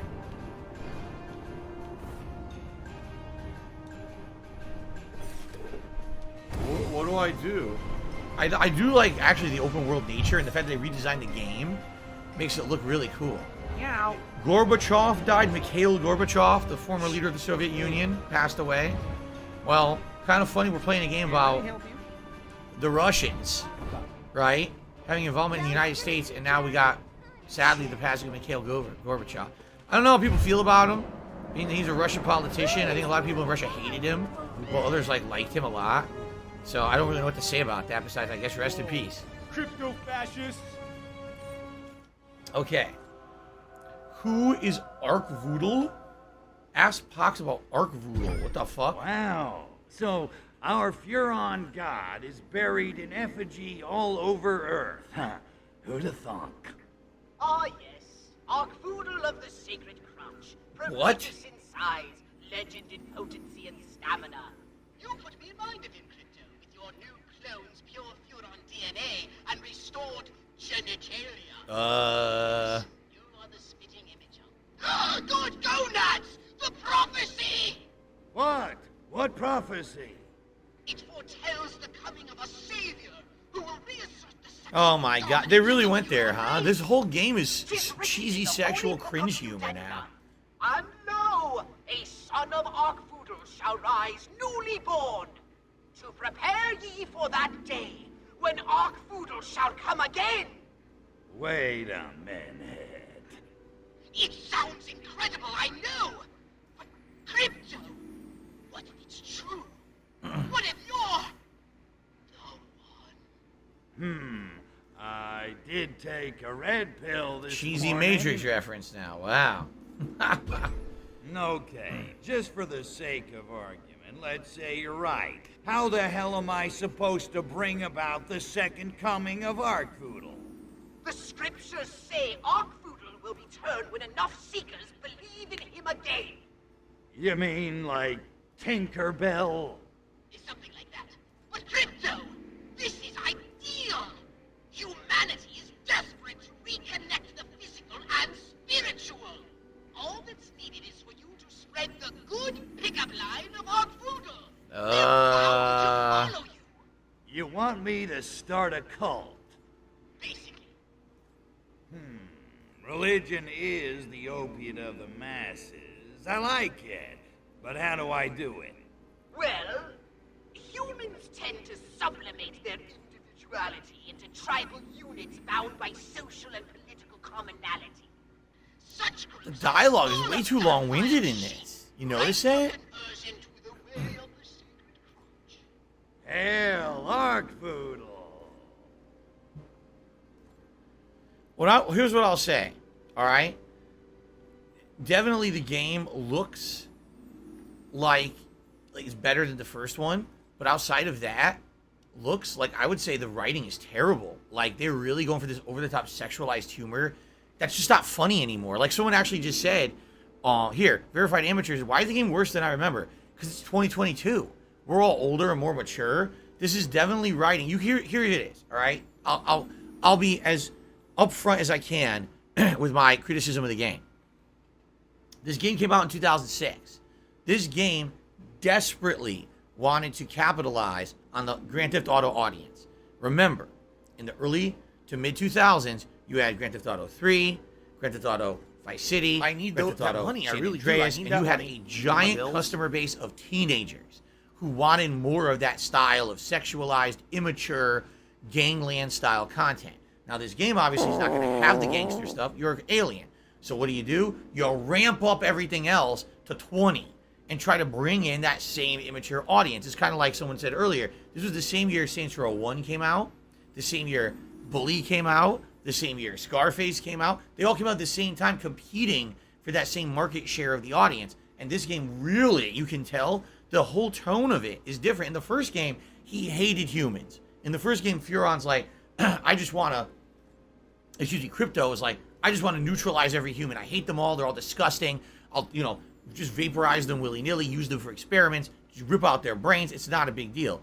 In this game, it's like sex. It's dumb. It's actually worse writing. It's making me not enjoy the plot at all. While the gameplay so far has been all right, the plot is kind of lame. I hope it's really not the whole game, but maybe it is. Maybe that's what they went for. In which case, I'm probably not going to like it as much. In which case, I'm going to be pretty upset. I spent 40 fucking bucks on this thing. Okay. Anyway, people are saying the notifications don't work on YouTube. No shit. They never did. Notifications on YouTube have never properly worked for anyone. I don't recommend you try to use them and rely on them. My schedule is posted up both here on the community tab of DSP Gaming as well as on Twitter every day. That's how you should know what I'm doing. Do not rely on notifications on YouTube. They literally have never worked. In the 14 years I've been a content creator, never have the notifications worked properly. And they never will. So, okay. All right, we ready? Accept the mission. Time to get religious. Hallelujah. Before you do, it would be wise to go and seek the blessing of Arkvoodle himself. What? You mean one of those statues with a pigeon crap on it? Precisely. Seek the blessing of Arkvoodle, and your cult will prosper. If you say so, but I'm gonna feel like this putz. I really just feel like everything at this time period was trying to be like American Pie, the movie series, combined with like, you know, Grand Theft Auto sandbox gameplay. PK Slam. Here we go. Activate PK Slam while on the ground. It's left thumbstick and right thumbstick together. Objects are transformed into weapons and swing the object with into the target using right trigger. Or slam it into the ground with left trigger. So swing with right, slam with left. Somebody call the cops. Is it the I loved you in 2001? Doesn't work. I just did it. Did nothing. Look. Nothing. Does it only work on humans? No, it doesn't work at all. It said left and right thumbstick together. Look. Nothing.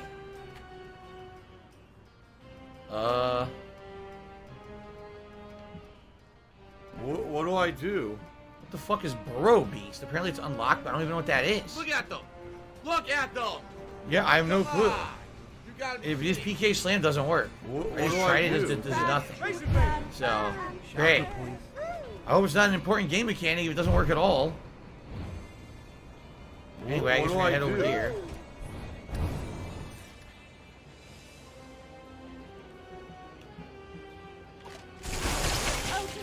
The glory of our voodoo grows from the highest state of chaotic fecundity. We want to use PK Slam to kill cops even though it doesn't work. When the population's nerves are frayed, then shall the ground be fit to sow, and the masses shall Raise fall. alert level to Thus orange. spake Ark Voodoo. PK Slam doesn't work. I'm doing it right now. It does nothing. What do they want me to do? It doesn't work at all.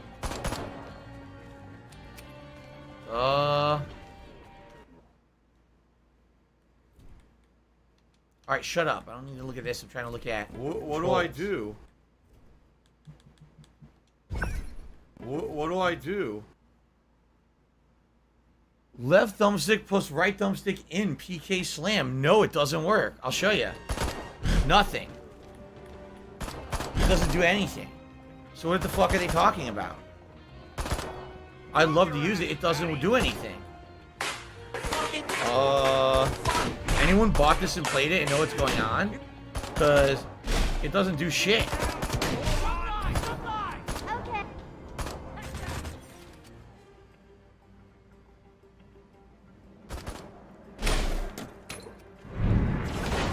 What do I do? With a grenade. I don't know. How do you do it if it doesn't work? I guarantee you it's another way that the controls are wrong. That you do it a different way. They're not explaining it. They're not explaining it. Excuse me. Oh, no, you didn't, you motherfucking piece of shit cocksucker. No, you cannot customize the alien. You can only Mark pick my skins. fucking words. Like I did here with the hippie skin. That's it. I'm coming for you. From what I can see, I'm anyway. gonna find out who the fuck you are. You motherfucker. You I don't know what to are do. Fucked. Let this be I can't noticed use it on the live on the mechanic that they're internet. claiming is a You're pure mechanic. fucked. It doesn't do anything. And you are done. The right thumbstick just snaps the camera to front. The left thumbstick does absolutely nothing. If you put the two together, it does nothing. Guess I picked the wrong day to go off my You're not getting away, Daddy. I don't know.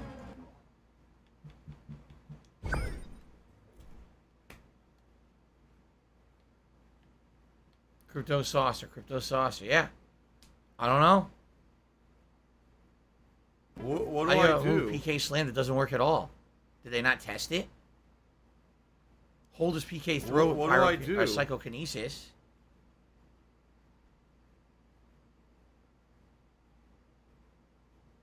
I don't know what to do. What do I do?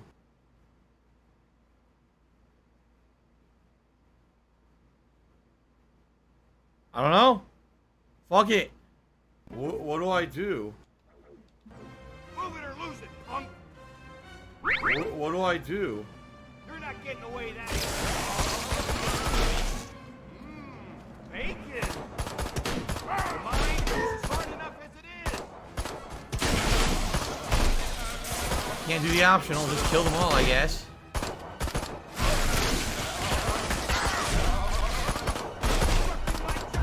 Now Now I'm dying. Great. From the ashes of terror and destruction, Ark-Voodle is reborn to spread the good pickup line of erotic satiation. Go, son of Ark-Voodle, take the sacred crotch to the masses. Wow. While levitating a human or object... Here we go, look at this. While levitating a human or object with PK, then switch to slam mode by pressing L3 and R3 to deploy it as a weapon at medium range. Repeatedly push. It didn't say that. So the game is fucked up. It doesn't say how to actually do it. So let's try that. You know, you gotta suspend them first with right bumper, which it doesn't say, and then you push the two in. Wow, that's really badly designed. Here, let's try to grab someone and see if it works. I love Hulk Hogan's dick. Okay, now, where did he go? Oops.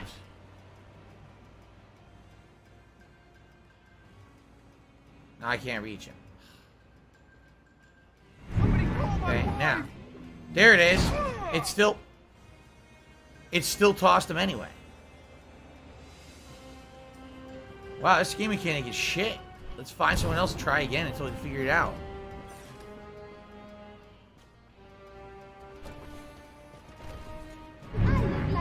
So there you go. Now, what? Bounce with left. I'm gonna have to hold 100 buttons to do this, by the way. 2 thumbsticks. Yeah, look.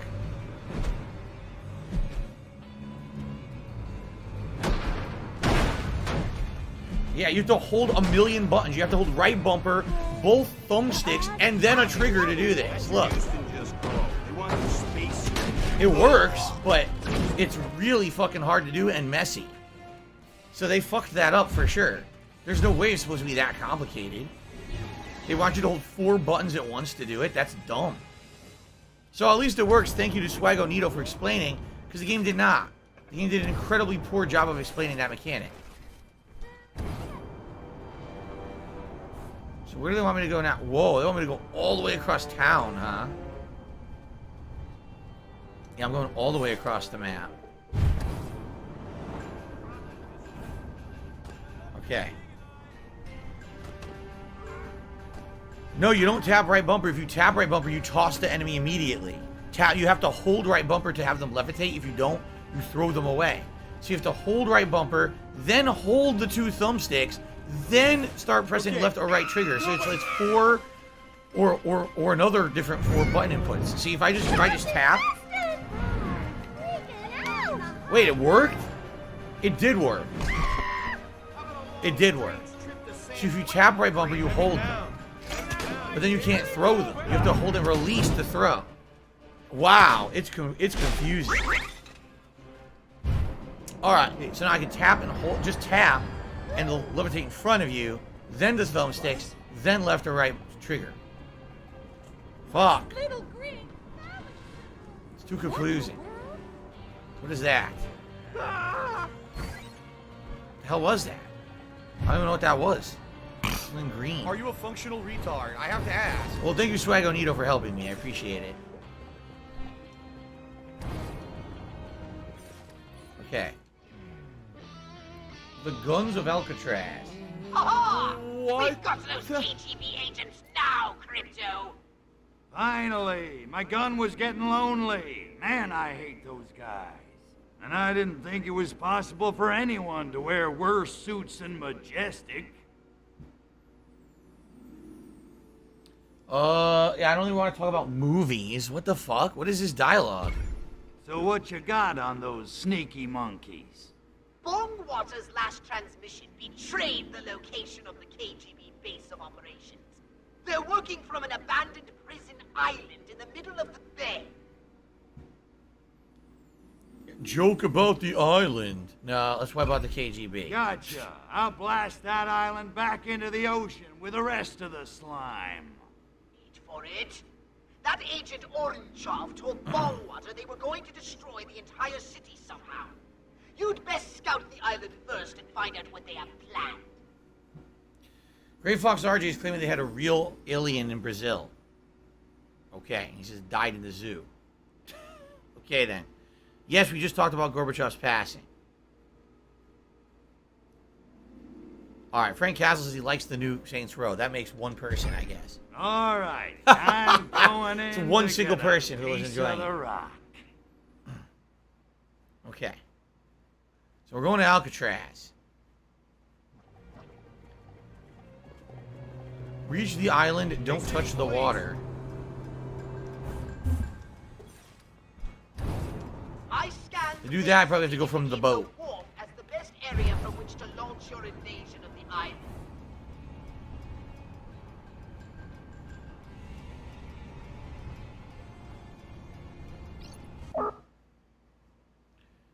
Only authorized only authorized humans can enter a restricted area. You turn red when you're undisguised. Yeah. United States Army, come on out!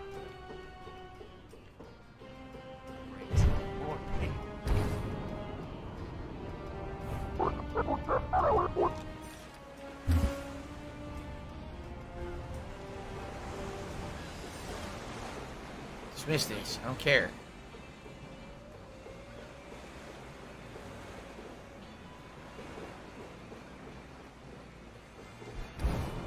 Hold up.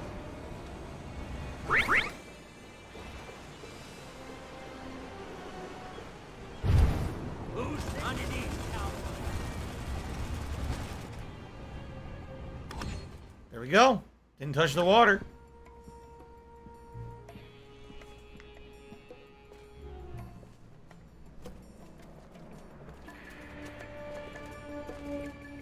My patience is at an end, Gospodin.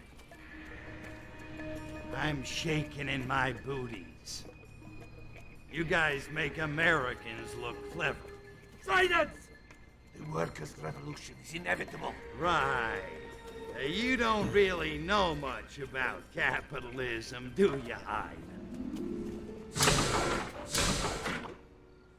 I know corrupt corporations fatten themselves off the toil of the American worker, even as they pull the strings of the American government.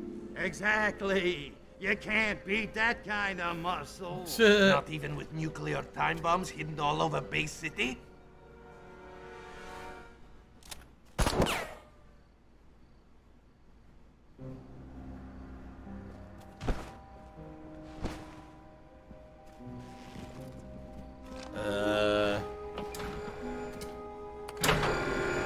Who's that?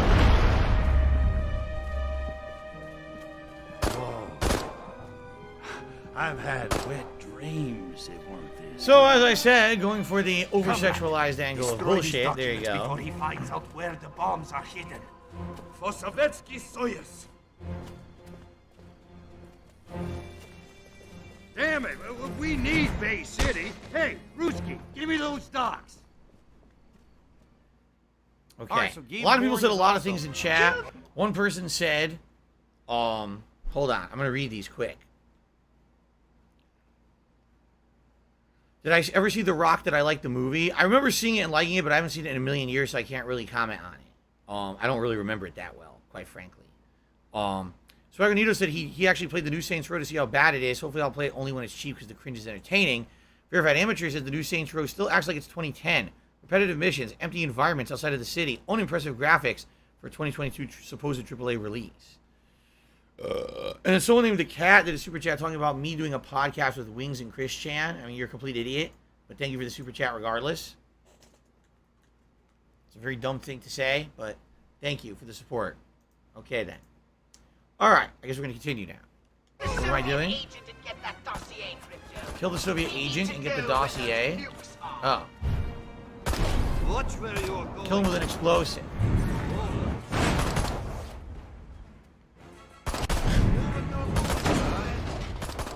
Hold on a second. He's almost dead now.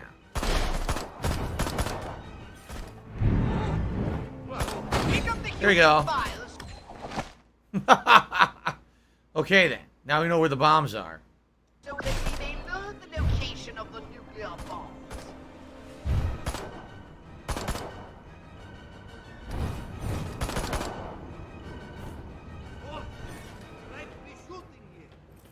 is written in the Book of Divine Fabrications that the great god of the sacred crotch was not made and cannot be unmade. Arkvoodle is, always was, and always will be. And for once, they got it right. So dumb. Oh my god. Shoot idol with disintegrator. Wow. Yes, I shall unlock the landing zone. Thanks for playing.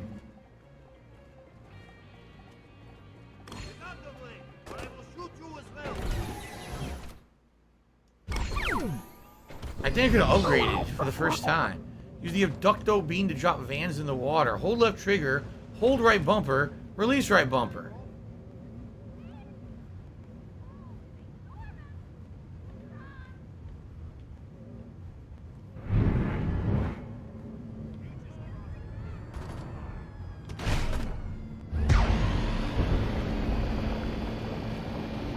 What do I do? Oh, brains! There goes the neighborhood.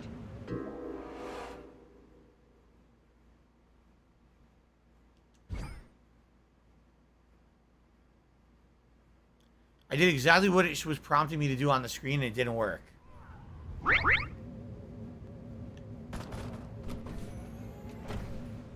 My laugh sounds like ack, ack, ack. So when I laugh and I go, or does that sound like ack, ack, ack, ack, ack?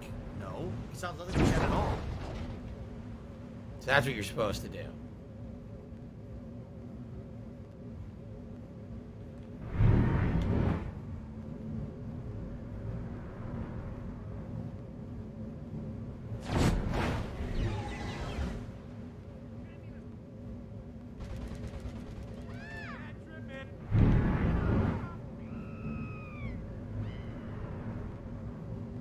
Hurry up, Crypto! Those nukes aren't going to wait forever. Okay. Just one nuke left. Don't slack off now. Oh, the audio glitched in my There's a headphone. delivery. That's the last of the nukes. Now, destroy the KGB base on the rock while I scan the contents of the dossier. Use a pulsotron to deflect missiles. How do you even do that? What's for pulsotron? B? A. I think it's A. Could be wrong. No, that's Clo. B? I don't know.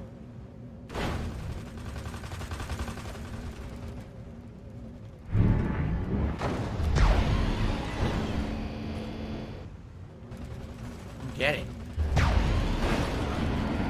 Pulsatron B. Okay, it's B.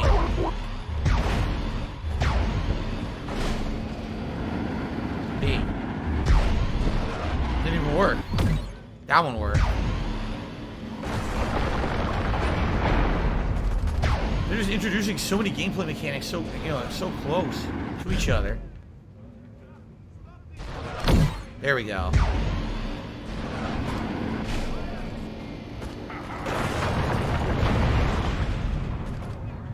Okay. So they're literally trying to say all of Alcatraz is a KGB base now? What the... Really? Okay then.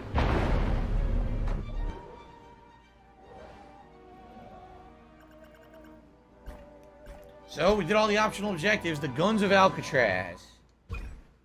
Okay. No more rock. Escape convicts take revenge. Authorities blame rock music. Right. Right. Now what? Well done, Crypto. However, I've reviewed the dossier and discovered something disturbing. America is not the only target in the KGB's sights. Agent Orenshaft has been running his operation from Albion in England. I want to know how the KGB managed to derail our mission here in America. So it's off to Albion. Tally ho what? Brawley required? What the fuck is a brawley? What does that even mean? Huh?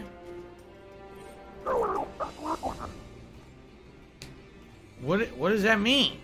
Brawley required. By the way, thank you to the cat for another super chat saying Jasper calls me daddy. No, he doesn't. It's an umbrella. What do? Do we leave? By the way, can I, like, upgrade now, or? Here you go. Choose your weapon to upgrade. Here we are. Okay, we can finally upgrade.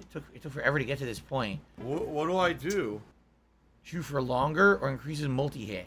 Shoot for longer. Shoot for longer again. Achievement.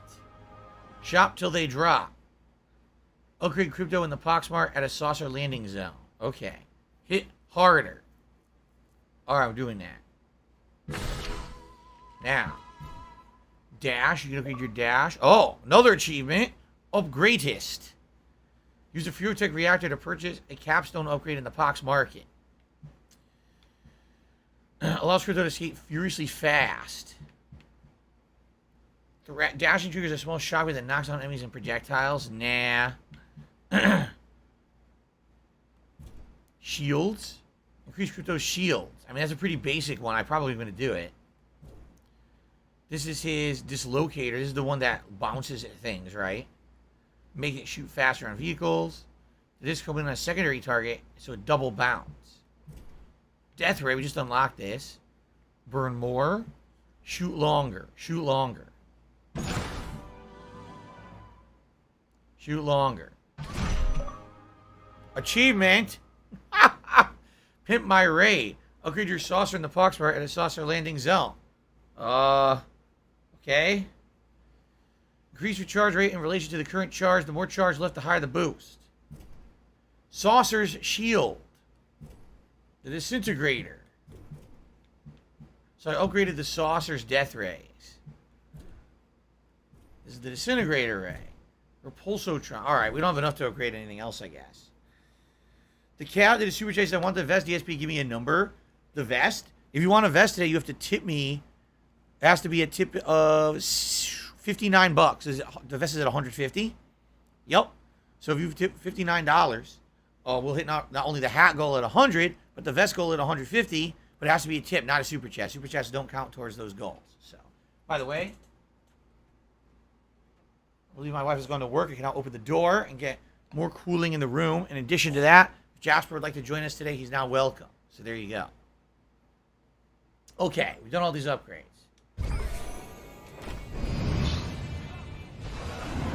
What the fuck? I don't understand what I do. This is Brawly required? What does that even mean? What's a Brawly? Oh, do I need to get something here? Is that what this is?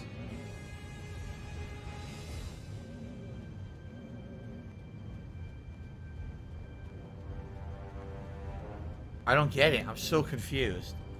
The game hasn't explained what I need to do right now.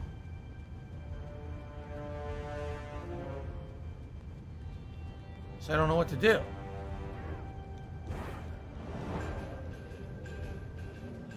I can't land. I guess I have to go to a landing site to land, and this isn't one. Oops. I want to do that. I have no idea what to do. I'm so confused.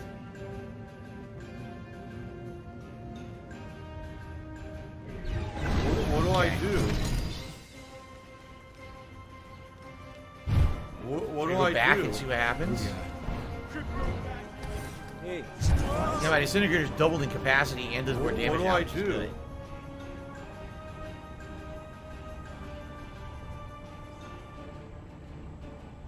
Is someone there?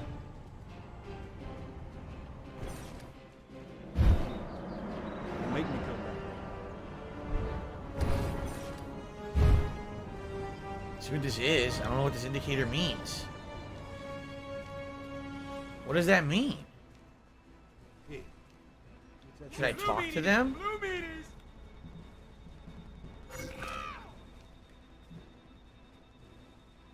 Burrow Beast? Why does it have a Burrow Beast indicator? Hey, are you holding that? What do I do? I don't get it. I'm so confused.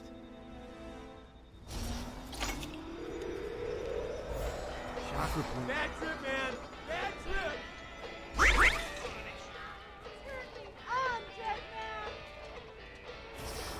What do I do? I don't understand what I'm supposed to do. The game doesn't make any sense right now. What's now?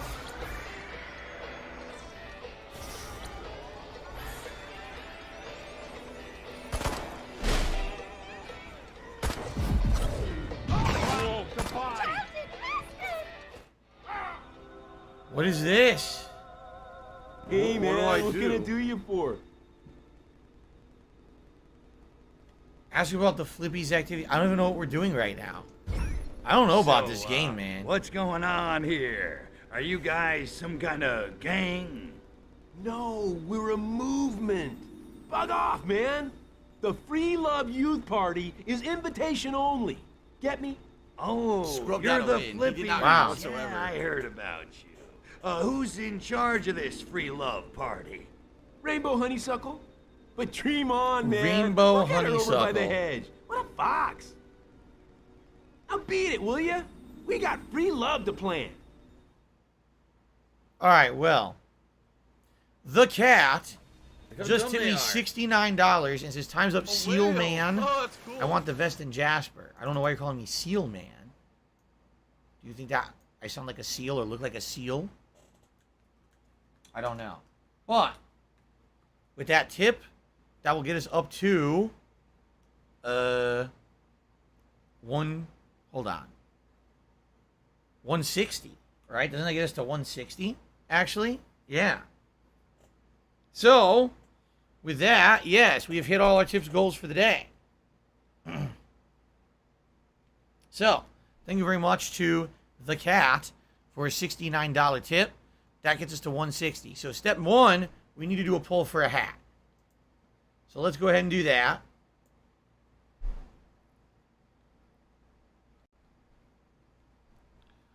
Which hat is alien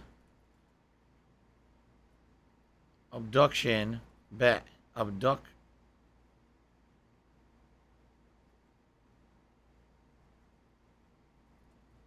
alien abduction best? What would be good?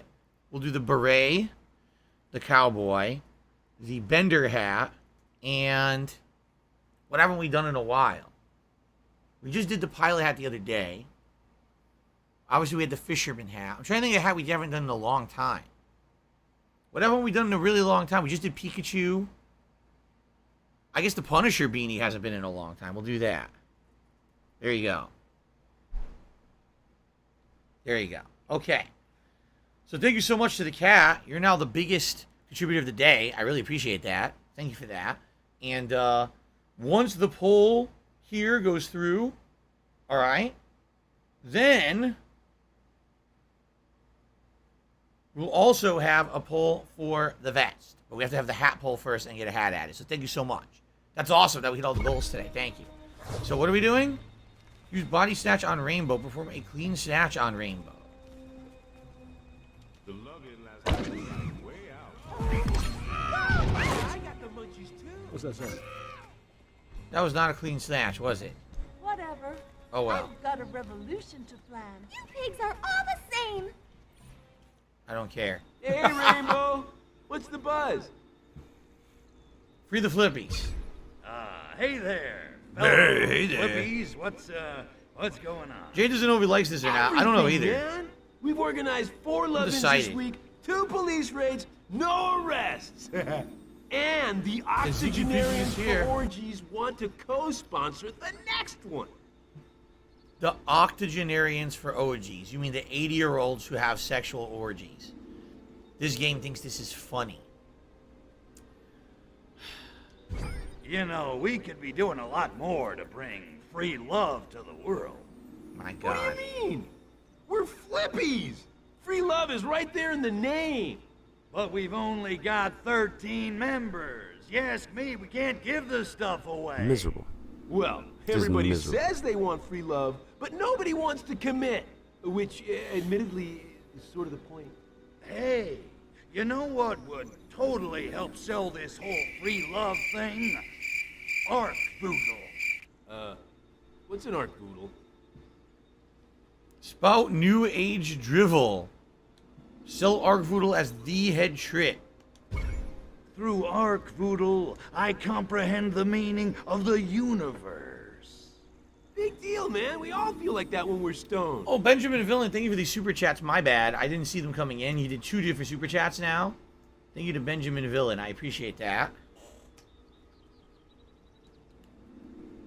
My fault that I missed them. I think what happened is the cat had tipped around the same time. So thank you to Benjamin. Try a different sales pitch. Art Voodle is the best high there is. All he needs is your love. That's what my dealer says.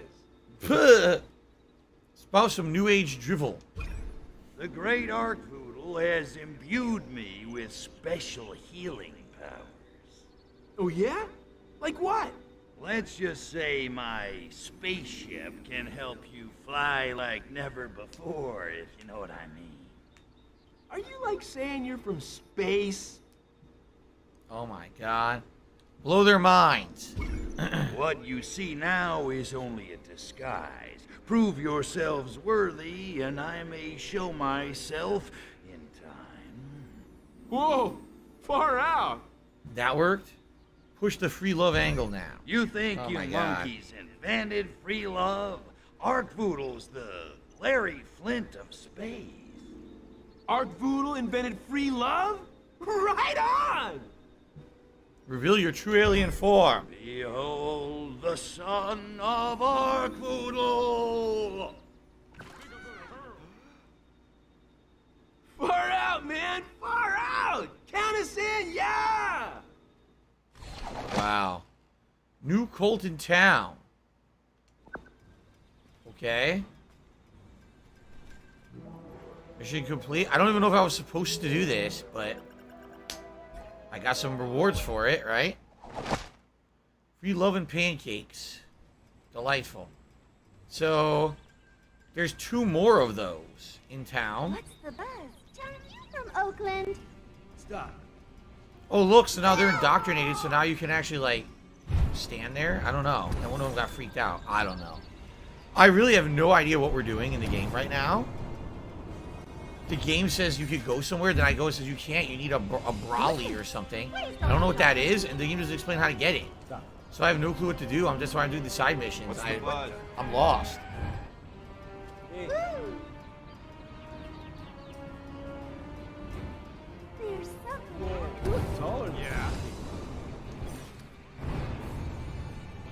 One of the missions is way over there. I don't know what they are. Does anyone know where to, like, what to do in the game to advance it? I have no clue, and the game's not telling me. The main mission doesn't work. Look. There's not even a main mission. Right? What do I do? There's an odd job and what's considered an Arc Voodle cult. Stop this! And that's it. The main mission is pseudopox doesn't even work.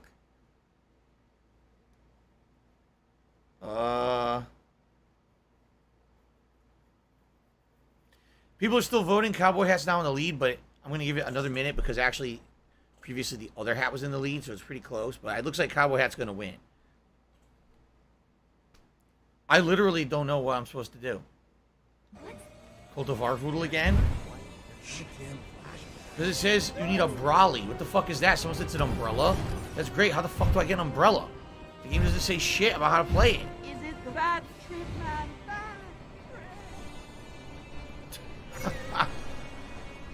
Anyway. What's the name of the last mission I did? I don't know. It was the one where I blew up Alcatraz. They were trying to blow up the world. Or to blow up the city, and I stopped them, and then I blew up Alcatraz. That was where I just ended. I don't know what it was called. I don't even know how can you even see that.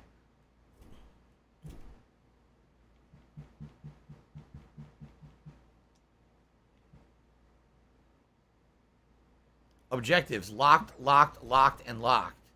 Wow.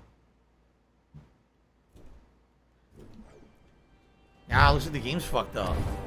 I don't know, man.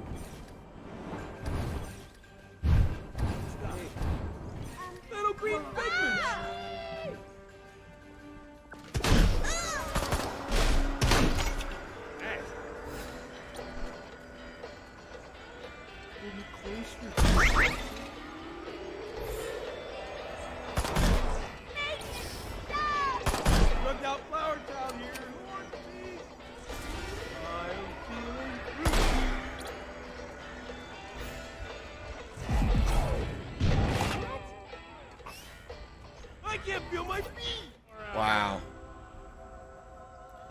Yapping bully. What do you want? Ask about his gang.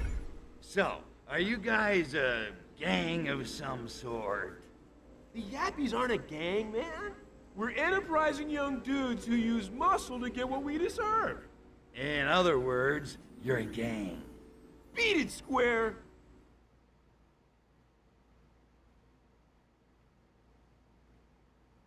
Whoa.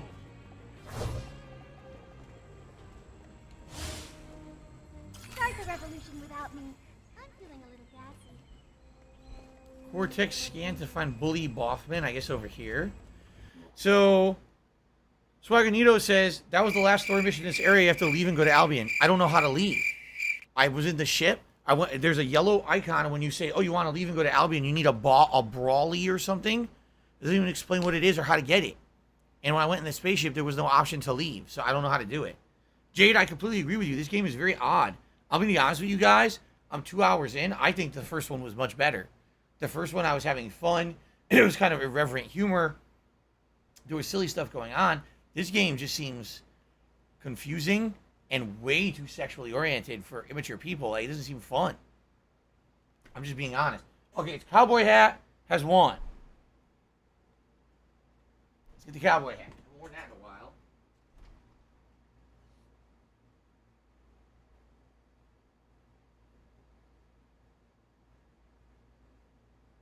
Okay. Now. No, it's not that I don't like sexual humor. It's that it has a place and time, and it has a limit to what can be funny. If it made one or two sexual jokes, okay. At the beginning, he's dancing around, thrusting his crotch, being silly, because people were saying, oh, he's supposed to be mind-controlling a human. You think that you're one of the hippies. That makes sense. Every word out of his mouth is about sex now. It's like, that's not funny anymore. You beat the dead horse already like an hour ago. Okay, so, Cowboy Hat, now it's time for a vest. Let's do a poll for that.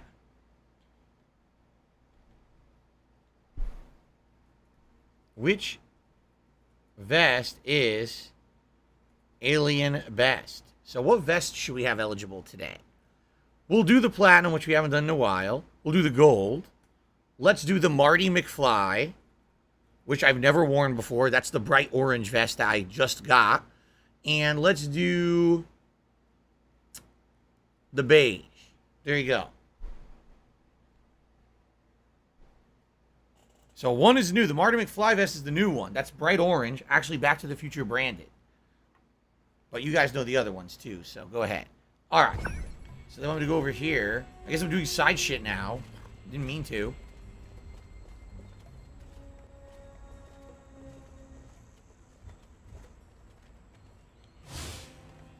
Bully's totally always wearing weird clothes. And look at that hair! We should call him Woolly Bully.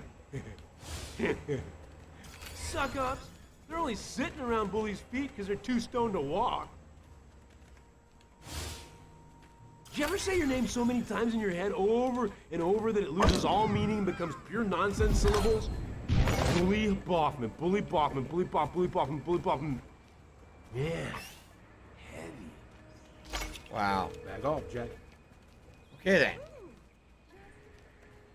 Marty McFly is winning over the Platinum? That's insane. I never expected that to happen. I thought Platinum would win. I really did. Well, Marty McFly is winning by a pretty big margin. You might see the Marty vest today. The Back to the Future vest. The first time ever.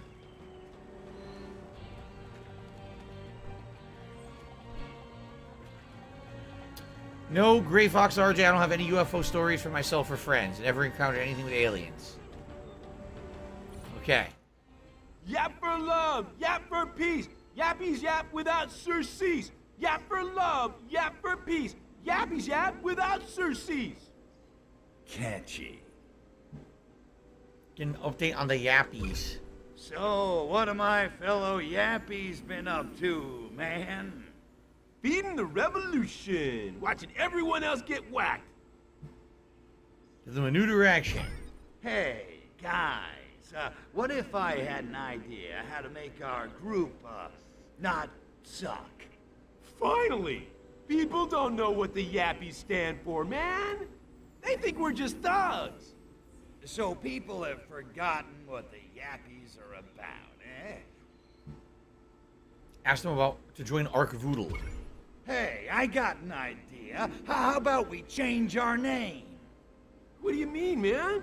How about, the American Revolutionary Kindred Victims of Oppression, Defenders of Liberty and Equality? Yeah. Art Voodle? What kind of name is that? Funny you should ask. It just so happens to correspond to that of our new benefactor. Art Voodle's about sticking it to the man. Stick it to the man with Art Voodle. He's as anti-establishment as it gets. What are you on, man? I want some. Just kiss their stinky hippie butts. The Yappies couldn't have made homosexuals it this are far evil without people all who of are all you. passing What around difference AIDS. does a name make? Wouldn't you rather have more resources to fight the good fight? Think you can do better? The- What have you ever done for the Yappies anyway? Bamboozle their drug-addled minds. What have I done? What haven't I done? I'm the original activist. My alien god has been on this planet since the dawn of time, damn it! Oh yeah? Prove it. Reveal your true form. Behold! Yeah, like we haven't seen that before. Are you nuts?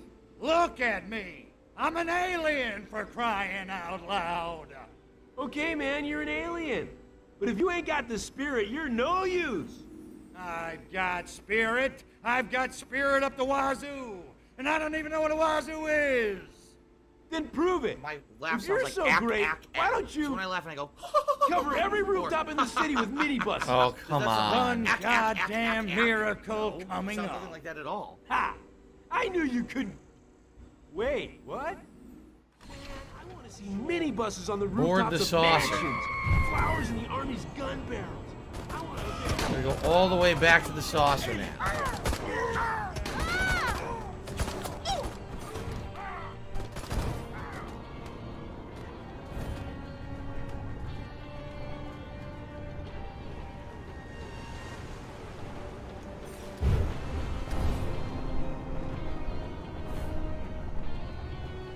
Ugh, it's tedious. Go all the fucking way back to the saucer.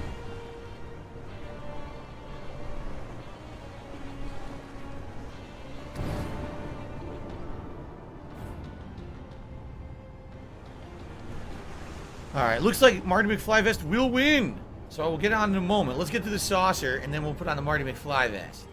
For the first time ever. I've never worn it before. We're breaking new ground. We're making history here, folks. Project Hail Mary, I think this is a side mission. I'm pretty sure. The story won't do any advancement. It's just stuck and doesn't do anything. So I don't know what to do. That's why I just decided to do random shit like this, but... I get the feeling I need to do something else in order to go somewhere new.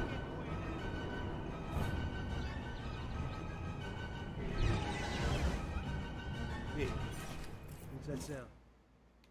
Alright. See? There's no way to leave or anything. You just enter cockpit. What do I do? Destroy police cars, place vans on rooftops. Where are our vans? Like right here.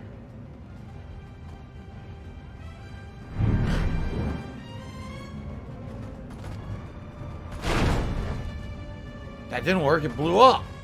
How do I do this?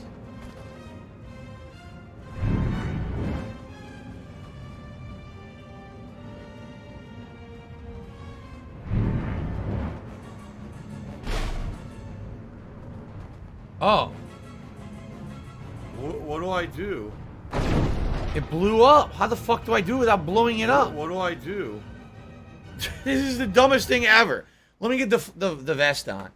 This game, I'm sorry. I'm pissed off. I spent $40 on this. This is nowhere near as good as the first game. I feel like the first game was tons better. It feels like they ruined their own fucking franchise with this shit. Okay. What do I do? All right. Marty McFly vest on.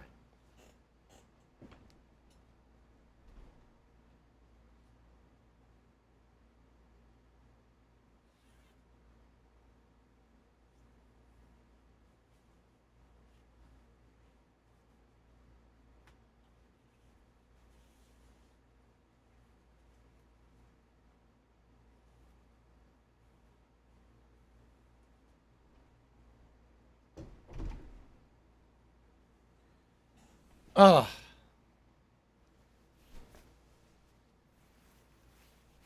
It's pretty bright. Damn. It shows up real bright on camera.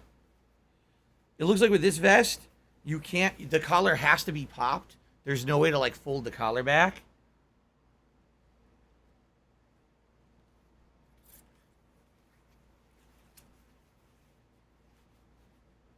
Okay. So.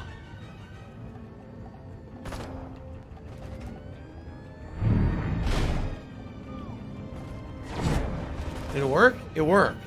So you have to not hold left trigger or else the van blows up.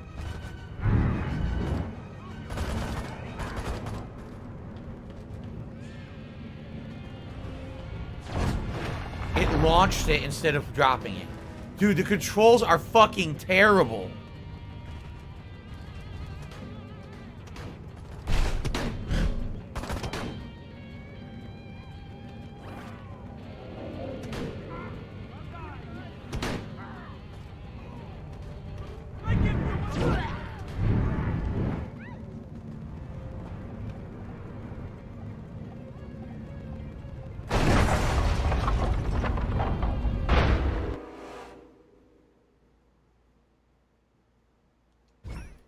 The controls are shit. I don't understand what I'm supposed to do to not make the van explode.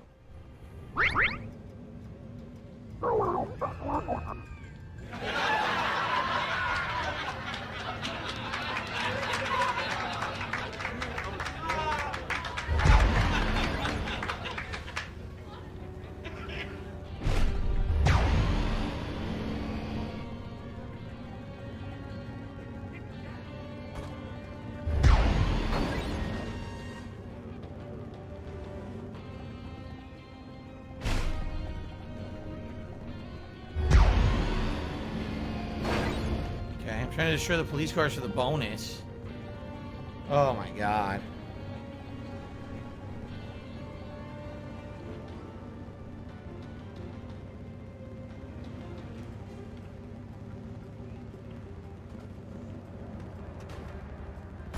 Maybe you just tap it and you don't hold it. That's what it is. You tap it, you don't hold it. Which the game never explained. Miserable. Oh my Just god. miserable.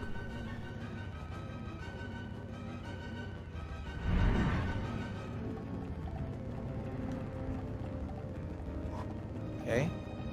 I did destroy more police cars. Here's one.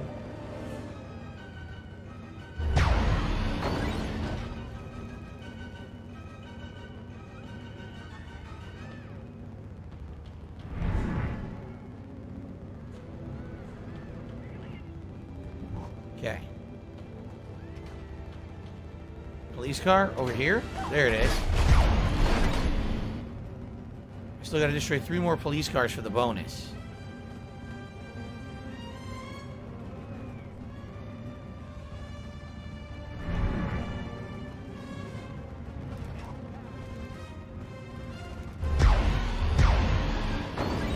Two more.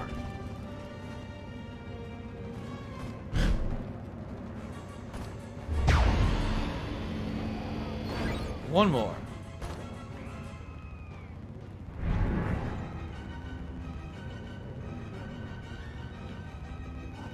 Okay.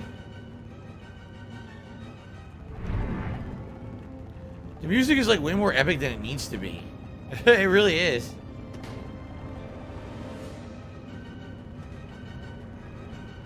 More rooftops over here.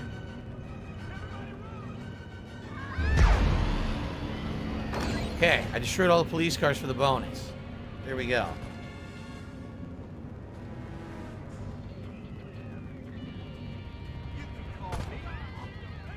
Alright, 2 more to go.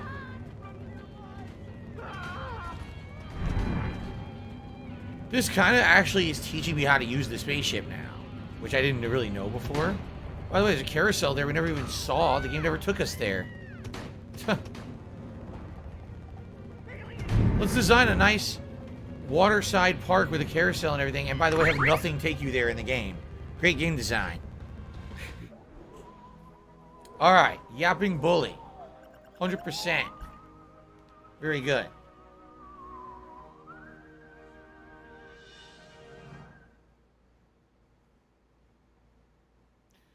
According to the designer of the vest for the movie, Deborah Lynn Scott, it is orange. Yes, the vest, the Marty McFly vest was meant to be orange. In the original cut of the movie, it's kind of neon orange in some scenes and a little bit darker in other, and it's unclear if it's a different vest he's wearing or if it's lighting. But definitely the red vest I got in my closet is not authentic. That's why I'm glad we got this one. Ark voodoo requires slaves, female slaves, preferably buxom and scantily clad. By the sacred genitalia, Why do I have to do this? heed the will of Ark voodoo. Oh my god.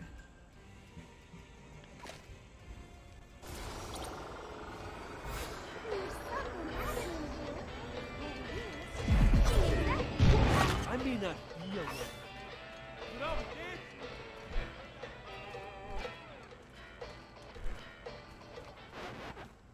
Oh God. Not the voices again. Go back to Burke. Okay. Nobody take the yellow ones. They are seriously bad news.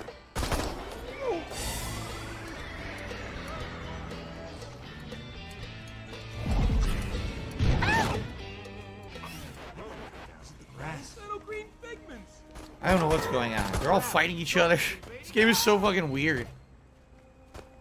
I need one more woman. Are there any more women? Or is it all just guys fighting each other now? Chakra points. And that's why I won't drop out. I think it's just guys shooting each other up. I don't see any more women.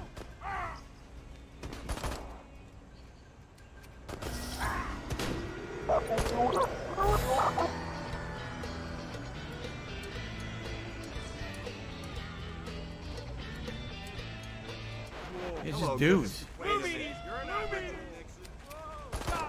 don't know. I don't see any women. I abduct another woman. I don't see any. Oh, what's that? Collectible hidden over here. Remember, this shit was all the rage at the time. The overworld or the open world game, right? Buzz, baby.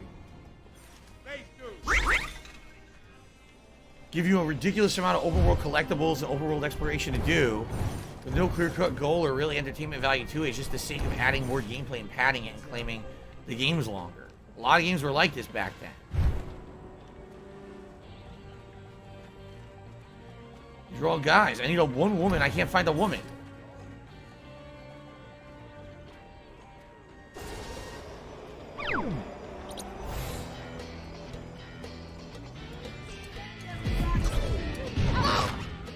Okay.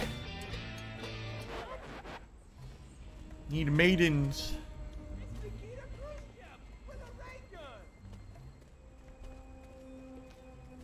I don't even know why we're doing this. I just was on it, so I decided to do it. I have no clue. These females are fly and off the hook. Well, at least now I have my saucer, right? So here we go. Call the saucer. Navicom. We can leave. You can just leave. The game doesn't explain it. You could just leave. Well, at least for the next 45 minutes, we'll be in a new location. Good lord, what a game. All right. I'm splitting apart for YouTube, guys. I will be here about another 45 minutes to around 4 p.m. Pacific time. Apologies, the game is so confusing and quite... I'll be honest with you, it's kind of underwhelming to me. Like, doesn't seem to me like it's polished. Seems like there's a lot of content, but it's not very clear what you even do half the time, so... Okay. Alright, everyone. We're going to Albion. Here we go. What the fuck view is this? Jesus Christ. We're going to Europe. That looks like Big Ben, right?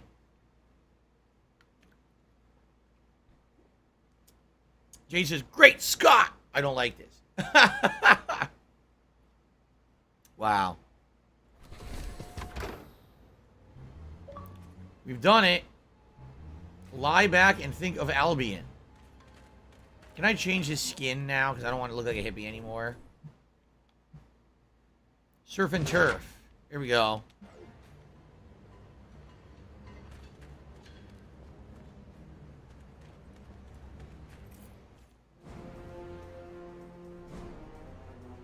Those Those documents you recovered in Bay City were most informative. It seems the Soviet spy master, Agent Orenchov, is at large somewhere in this very city. Well, he ain't here for the weather, that's for damn sure. Ask about Orenchov. So, those documents say where I might find our little buddy Orenchov?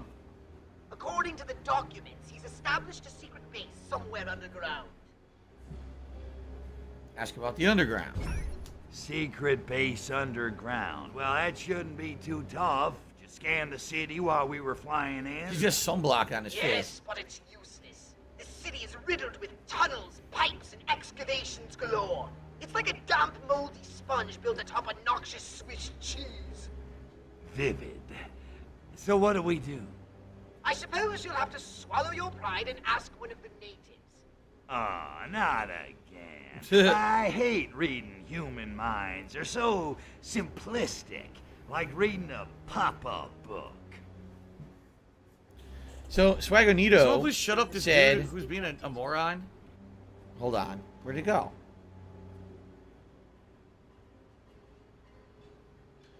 Swagonito said, it's very sexualized and crude humor. Project Hail Mary says, I think maybe 13-year-old Phil would have liked this. I mean, it really, doesn't it seem like that's what they're aiming at? It's such cheesy, cringeworthy humor. I don't even know if you could call it humor. Okay. Locate the tunnels, Hello, Derek. infiltrate them, and find Agent Orenchov. Then squeeze hard. Indeed. Happy spelunking. Oh, it's not Derek. It's a fake. So I could just ban him. There you go. Fuck you, imposter. Go fuck yourself. I will give my overall thoughts on the game when we finish today's stream.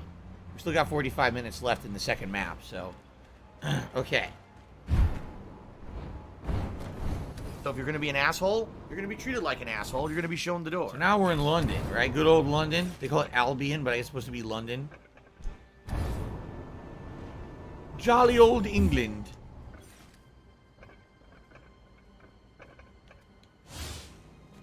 I do wish they'd reopen the old tube tunnels under Hyde Park. For the commoners, of course. I have a driver. What's going on? The tube tunnels under Hyde Park. So I guess that's supposed to be Big Ben over there.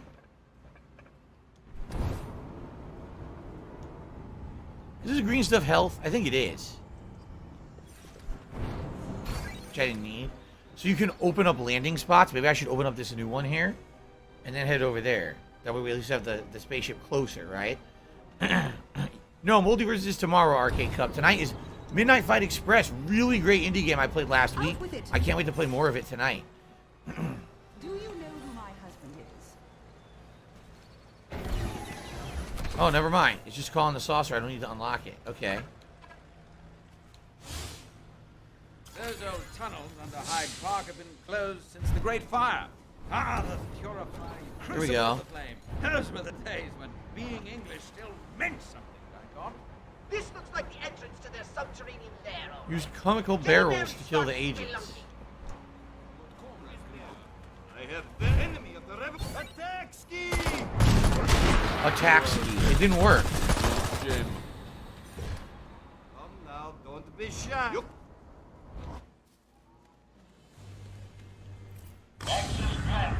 Welcome, Comrade Agent. I apologize. It's not working.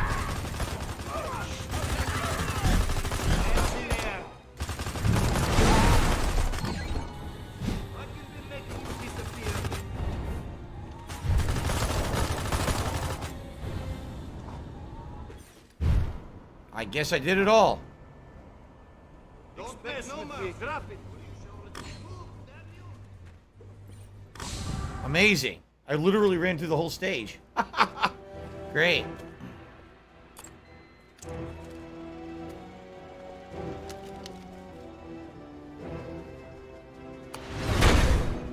Here we go again with this. We're locked in. Boss fight again? Last, the infamous Agent Orenchov. Look, Ivan, I'm kinda in a hurry, and between you and me, I'd just as soon save the ammo. So what do you say we skip the Kalinka dance, and you tell me what I want to know?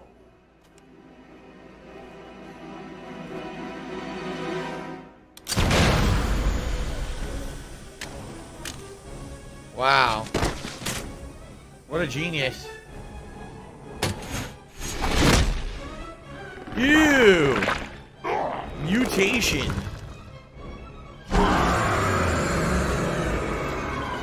Okay. Not what I was expecting. But if you think turning yourself into some kind of mutant freak is gonna stop A me mutated from creature that getting would look like it was you sitting in got a another wheelchair. thing coming. You got another thing coming.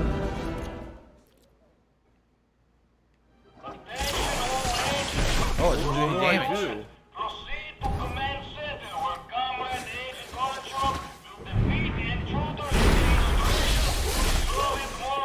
Lock and load, little lizard. What do I gotta hit him with to hurt him? Try something different. Try to disintegrate her.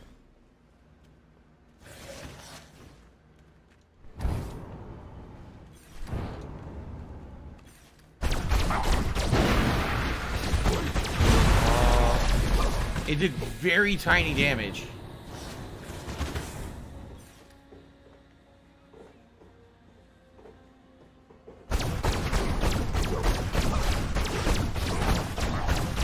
It's doing like minuscule damage, look.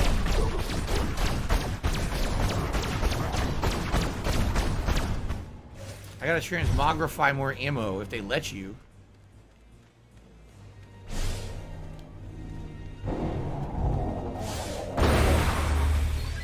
Oh, I got it. Nice. There's gotta be a more effective way to do this. I think he's just gonna be a normal enemy later.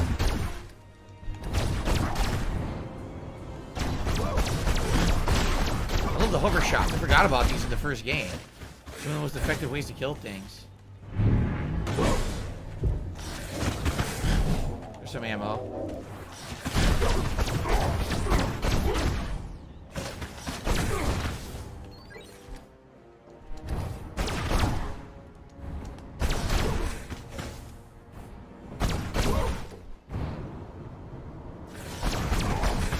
Get over here, you son of a bitch.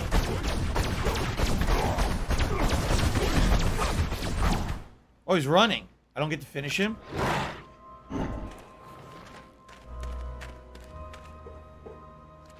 He escapes. Huh.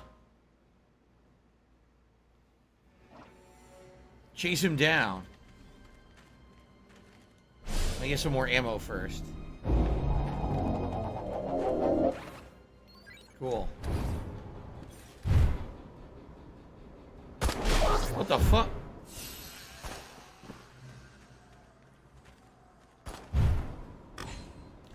New data core. What do we got? What's this one? Another new gun. Ew, puckered anus. The fuck? It's the anal prober. We got the anal prober back. Ew. Okay. So, anal probe can launch critical shots. Charge and release when the target changes color for critical hit. Critical hits will return ammo. Ugh.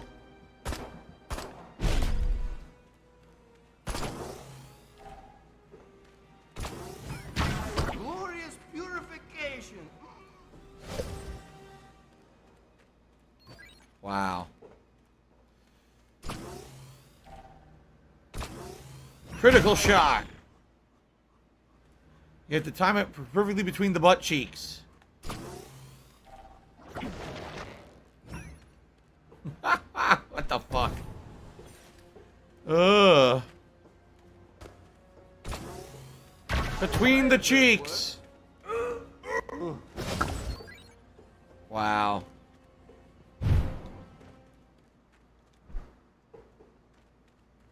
Be careful, Crypto. This chamber is emitting high levels of radiation. Just a quick peek inside, eh? I'd hate to see you irradiated. Oh yeah, just a quick peek. Quick peek inside the butt cheeks. Again? Well, he falls for that a lot, doesn't he?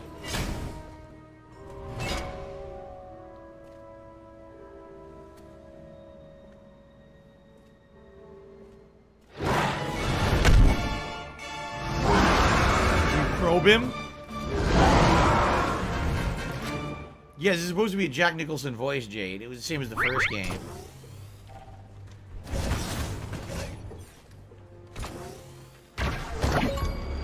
Achievement. What the fuck is that?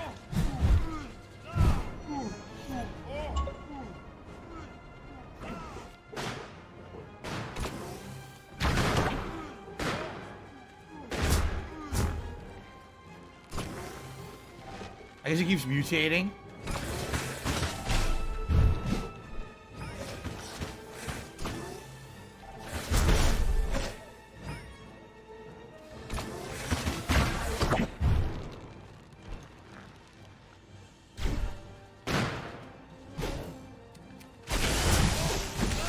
So I can hurt him normally when I pull him out of the alien body. See that?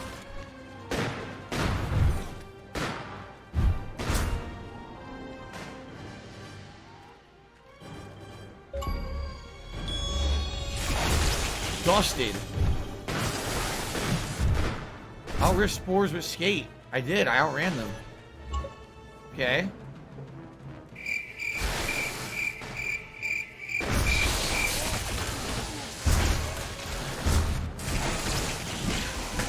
We almost got him.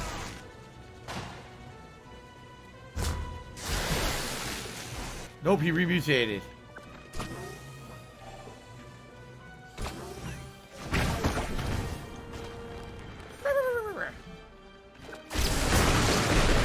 So you gotta pull the spores out of his anus with the anal probe and then kill him before the spores reinfect him.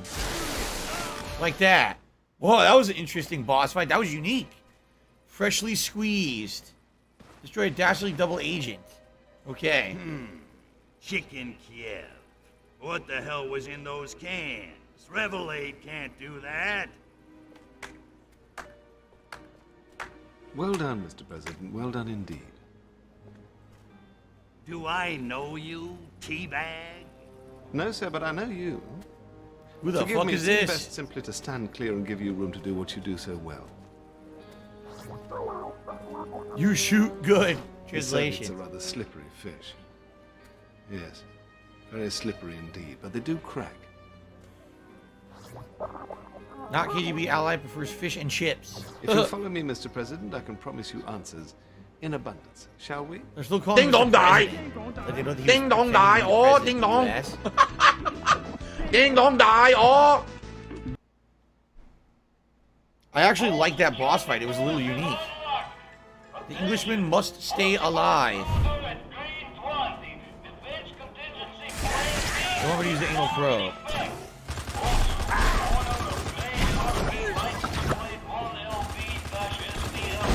Will you submit? What say you?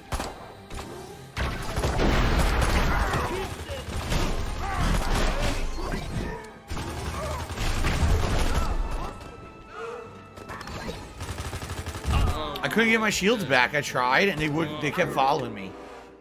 It seems like right now the problem is shields. I need to upgrade my shields because they're like really short. 51 cents from PayPal.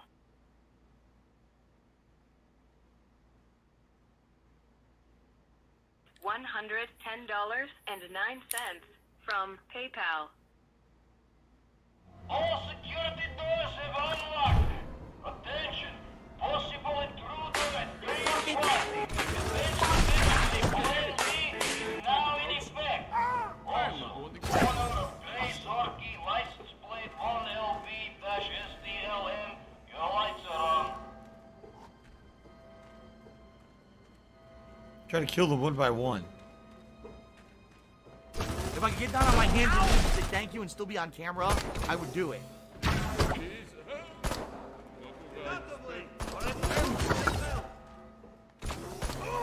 Doesn't always work when I activate it.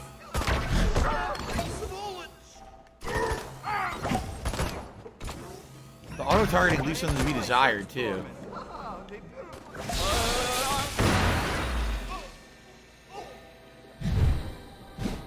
Do that again and I'll kill you. If you do that again, I'll kick your ass. Damn, they got owned.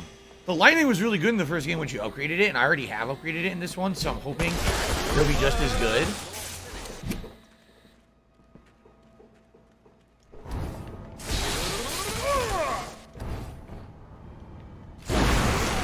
Fuck. Fell. The chain lightning is good. You kill multiple enemies at once. It's really good.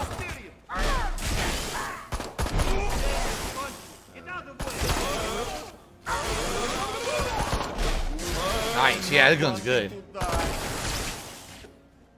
I had a feeling you would be. I used it like all the way to the end of the game of the first one.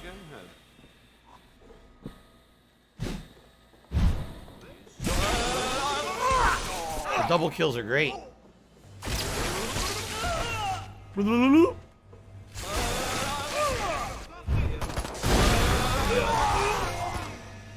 A shocking revelation.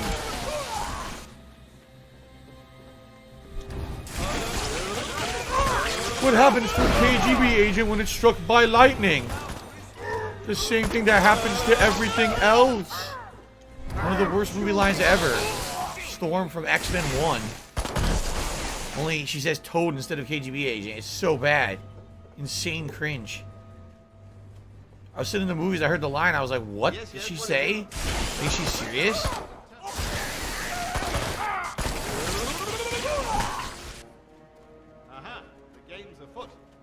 The game's afoot. What is he, fucking Sherlock Holmes? They gave him a Sherlock Holmes line.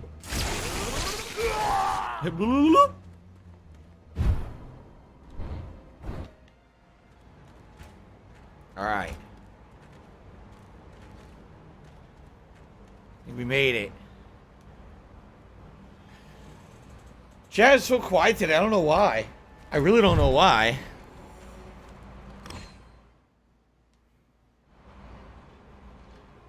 King Goken remembers the quote. I wonder if we might have a little chat now, Mr. President. Yeah, sure. What the... Hey, wait a second, Mr. President. I ain't in my presidential disguise. Nah. How do you know who I am? They don't call it British intelligence for nothing, old boy. The man to know who he is. Okay, you got my attention. Who the hell are you? Reginald Ponsonby Smythe, at your service. And Her Majesty's. Although in her case, the service is secret. I'm with M16, the Foreign Intelligence Agency. My Ruin says that line was meant to be an ongoing reference between her and Toad. They cut out all the other banter and left only the final punchline at the end, so it made no sense. You mean probably like everything else Storm says in that movie. Like seriously, like Storm is the most boring character in X-Men 1. She super boring. Okay. Alright. Let's mock his dress sense. What's with the suit? Somebody died. That's not funny. In this line of work, somebody always does. Besides, just because I'm a civil servant doesn't mean I have to dress like one, eh? Keep mocking him. Aren't you a little overdressed? As Oscar Wilde once said, one should either be a work of art or wear a work of art. And this suit is exquisite, don't you think? If you say so, I'm more the wash and wear Mylar type. So that was a complete waste of time. Demand to know what's going on. Okay. So I'm starting to get a little ticked off here. These bastards blow up my mothership, kill my boss, screw up my pension plan, and just when I track one of them down, he turns into some kind of super-powered freakazoid mozzarella monster. I sympathize. To be frank, sir, we appear to be fighting a common enemy. Might it not be the better part of valor to join forces and pool our information?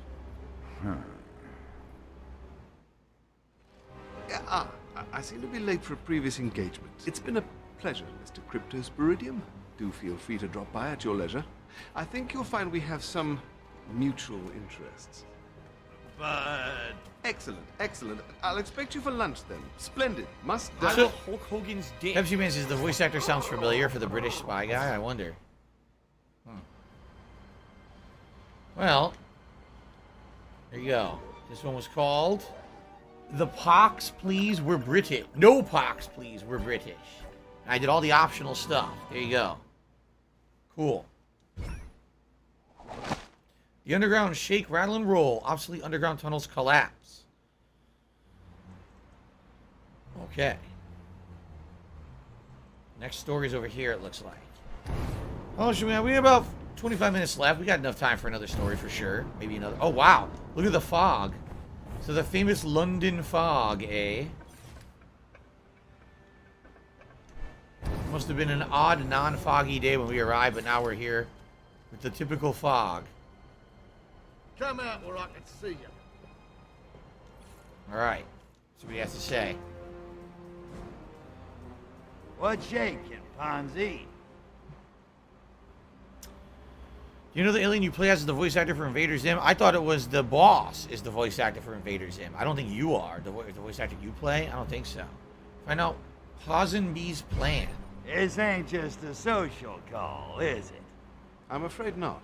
I'm relieved to see you, sir. The Soviets appear to be up to some mischief. What kind of mischief are we talking about? Because if she says she's 18, you can't just call her a liar.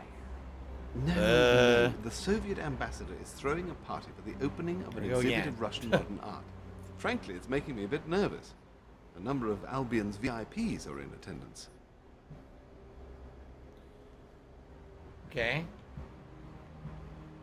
Mission goals. So, what? You want me to get over there, rough the ambassador up a little? Dear Lord, no. I just need you to mingle with the crowd and check it out. Incognito, as it were. Okay, I'll get a disguise. Wouldn't want my pretty mug to ruin anybody's appetite.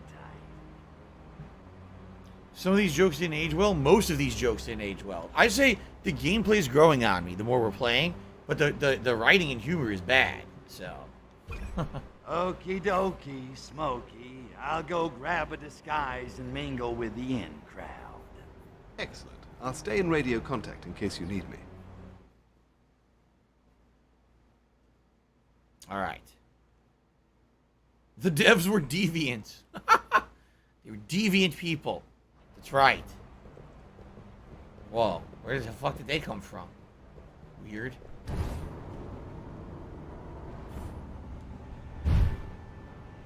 You're nearly there. Now remember, I need you to blend in with the crowd. You don't want to provoke a panic.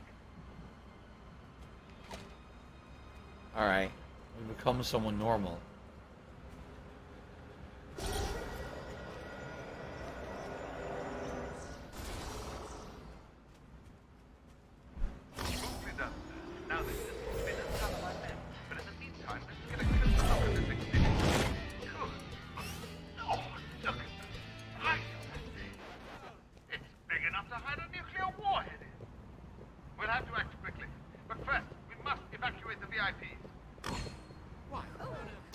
I believe you're under...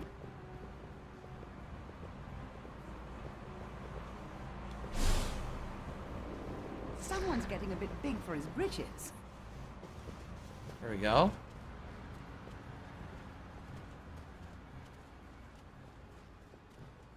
I may need another pair of knickers. One down. Where's the other one? It's only showing one.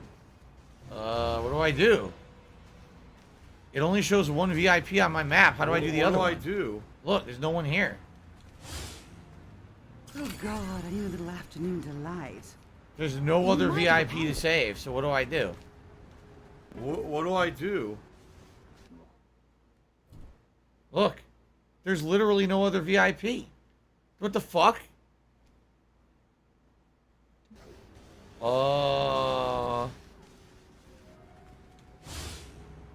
I have got to find myself a hooker.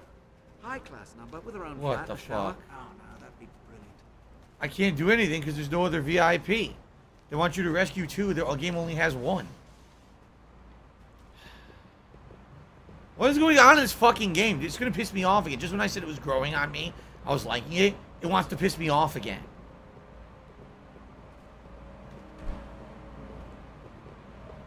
Look, there's nothing to do. Where's my holy water? I can't do anything. I'm Get fucked. away from me. Yes? What's going on? Wait, I was the VIP? Oh, shit. I was the VIP. All right, you have my attention. That's stupid little kitty shit. Somebody help! I cannot. Excellent nose.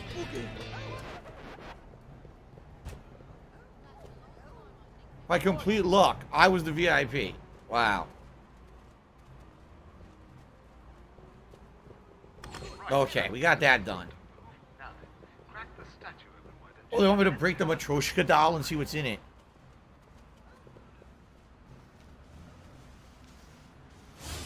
Shit.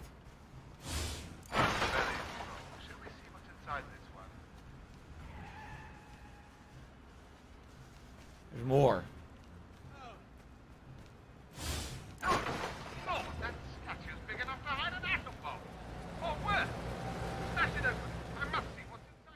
Okay. No, I never saw Invader Zim. No Sleeper Vibes. Nope. Never seen it.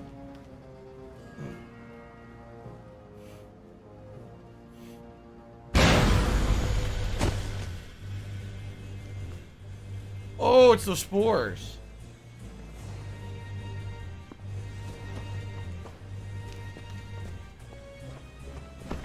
Mutate the people. Yes, because padding will stop them.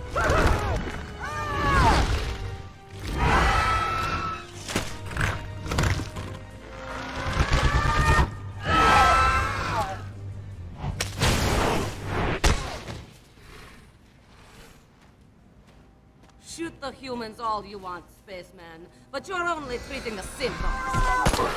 You want to get the disease. Oh my god. Spores. Lestrovia. Supposed to be Black Widow. A ripoff of fucking Marvel's Black Widow.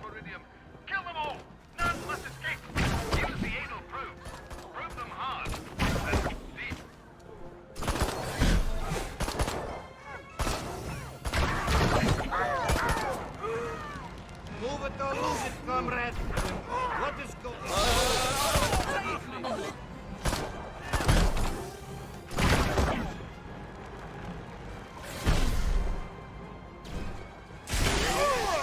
Oh no!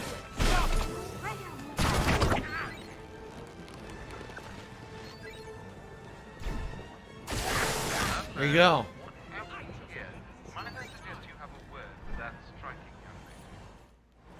Thanks, Cupcake. Always nice to meet a chick who can handle her guns. You got a name? The name is Natalia. I'm The- here to what the help fuck? you It's save Black my Widow. It's the life. same What do you name. think, Mr. President? Mr. What the? Does everybody on this dismal freaking island know who I am? Yeah, pretty much. At least everyone in my line of work.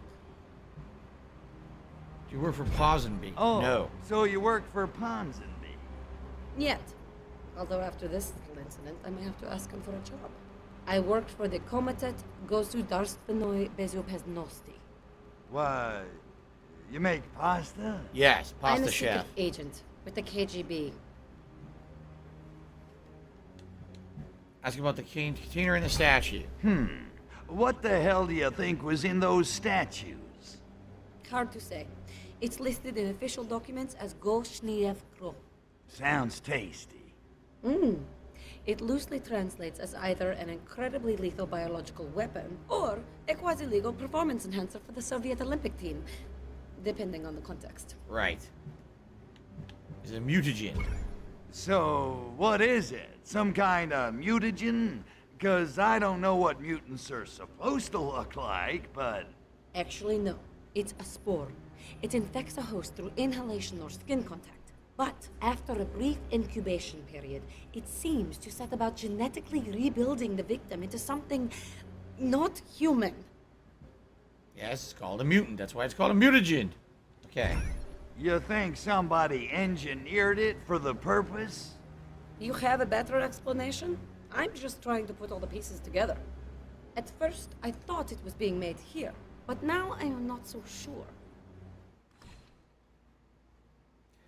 Ridiculous. Over the top nonsense. It really is. Oh, look, it's Black Widow only naked. And that's oh, it. yeah. You're just gonna waste our time Moy, again. the schedule's been moved up. They're about to shower these abominable spores all over the city. I think Black Widow's You take the Natasha. high She's mark Natalia, so investigation. it's supposed I'll to handle be the a ones in complete Soho. spoof. And spaceman, good hunting, huh?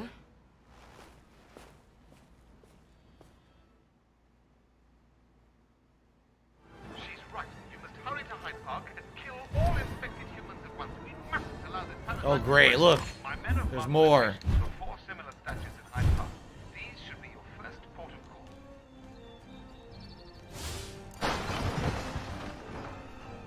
What is going on? Look sharp. Those small thingies have broken loose. There's a group of infectees moving towards the south gate. Hurry and eliminate them. Watch yourself.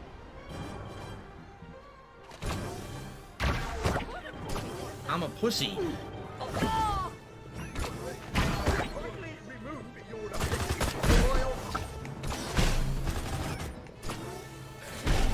Now. Of course, not working. I'm trying.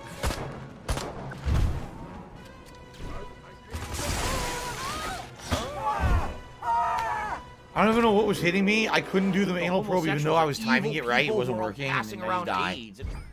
Yeah, I totally need to upgrade my shields. My shields are shit.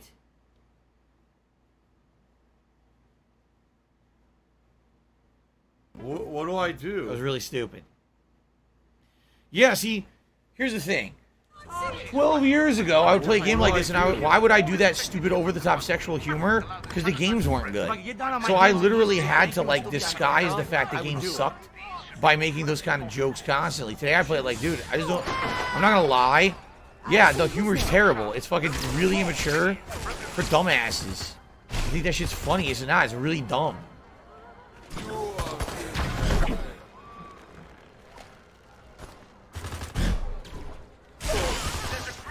Okay. Hurry and eliminate them.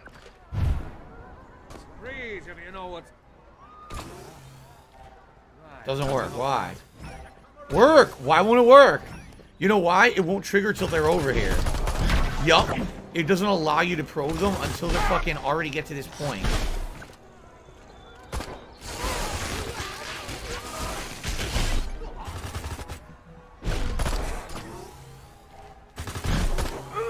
Still not working. Inexplicably won't work.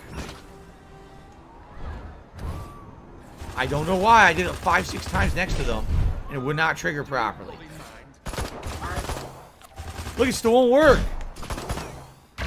Finally, it took so long.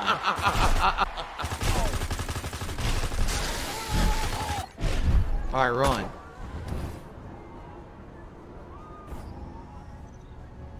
Oh, no, you didn't, you motherfucking piece of shit cocksucker.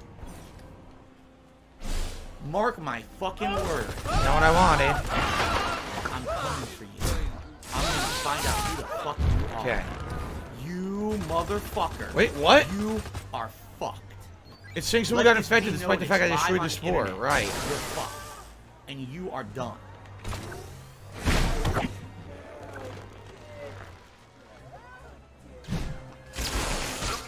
Okay. Oh my god, more? This is so annoying. The fuck out of here, piece of shit. Okay.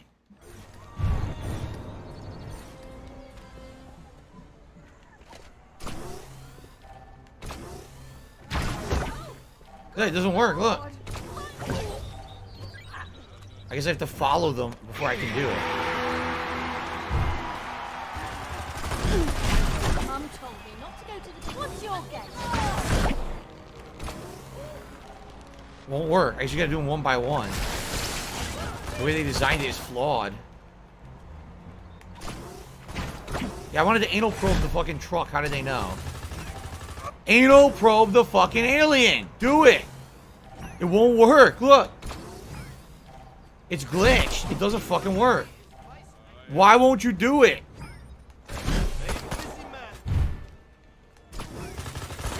Finally, I had to do it like 10 times to get it to trigger. It's definitely a glitch. What a fucking stupid glitch.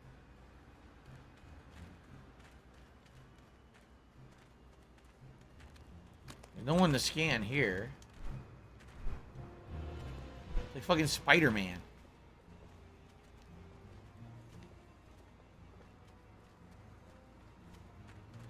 Damn, there's nobody to scan. What am I supposed to do? Terry's been so tense There we lately. go.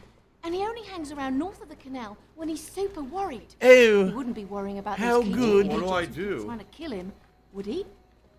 Have you ever watched The Americans? I think I want to say I saw 1 or 2 seasons a long-ass time ago when the show was, like, new. Is that a streaker? My eyes are peeled. Those Gucci print dresses Mavis wears are giving me a bleeding headache. I'm not a fan of the lower forms of humor. The ladies are something cause that to do in BC. Far out. Kill multiple agents with explosives?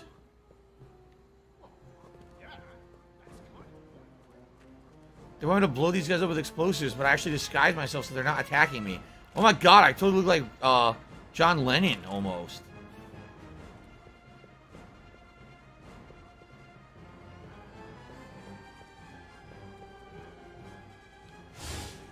Oh my god. Top that. The Soviets are after us. Terry, you've been ratted out. Head for the hills. That's him. They want me to kill him. Ah!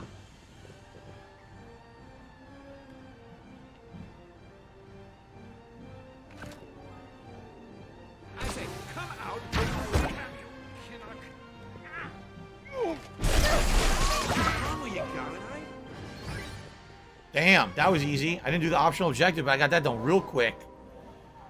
What was it? Crypto hired gun plugging Terry Squire. Oh, I plugged him all right. I plugged his butt. That was quick and easy. All right. All right, so next time around when we play this, I guess we'll continue on with the main story. And, I love Hulk Hogan. well, here's what I'll say. Gameplay elements are getting better. I'm actually liking the gameplay elements the more I play it. I like that there's multiple locations. Like, I like that we're already out of San Francisco and we're in London. This is kind of neat. But, man, the writing is shit. It's just so cringeworthy, you know, trying to appeal to, like, teens who want to fucking play GTA, and it's not GTA, but you want it to be GTA so bad with your over-the-top sexualized humor. And the thing is, GTA has it in there, but it's, like, in context with everything else going on in the world of gangsters. This is just, like, heavy-handed shit. Ultra cringe. So, all right. Anyway, thank you guys for a fun premiere stream of Destroy All Humans 2 Reprobed. We'll be playing it later on this week. I hope that you guys will join me for it. Thank you for everyone who relaxed and had a good time and interacted. Until next time. See you then. All right, guys, so here's the deal. I don't know what I'm playing tomorrow. It's either this or it's Saints Row 2. So you guys think about it and give me your feedback. What I might do is ask on my late stream tonight, and also, if we haven't come to a determination, I'll probably do an overnight poll on the community tab of DSP Gaming, where you guys can vote and figure out what you want to see on tomorrow's main stream. Whatever we don't play tomorrow, I will be playing on Friday regardless, okay? So it's either this or Saints Row 1 tomorrow on the early stream, okay? Now, what's tonight's late stream? Tonight's late stream is the continuation of Midnight Fight Express, an indie game made by one person, if you can believe it. Yes, a one-man team made Midnight Fight Express. We'll be checking that out more tonight, 6:45 p.m. Pacific time. It's a really great brawler. I had a ton of fun with it the other day. I actually can't wait to play it more, all right? So thank you guys. Great stream. Had fun, despite the cringiness. You know, looking forward to more. I hope you are too. And I hope to see you tonight for Midnight Fight Express, 6:45 p.m. Sound good? All right, guys, thank you. It's time for break time for me to eat, and I'll see you in a little bit. Peace out.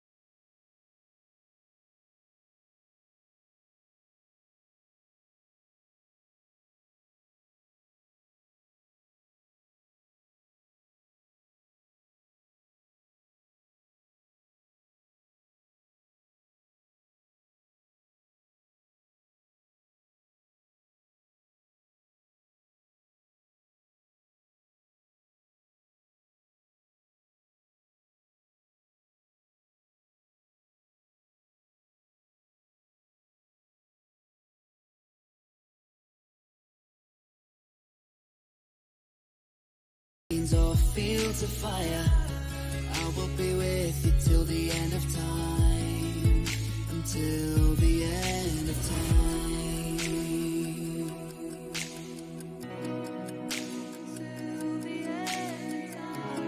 I will love you till the end of time. Oh.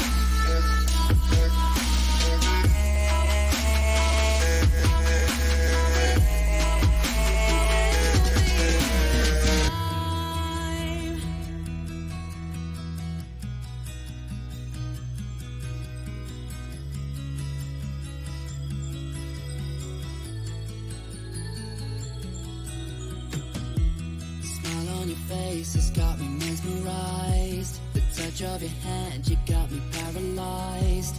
You are perfect in every way. Cause you are something of a masterpiece. You're all that I dream of when I fall asleep. You show me the way that I believe, the way that I believe.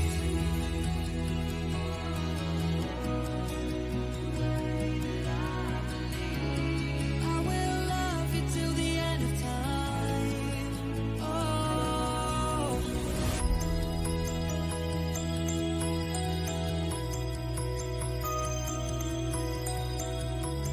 I will love you till the end of time, until the end of time.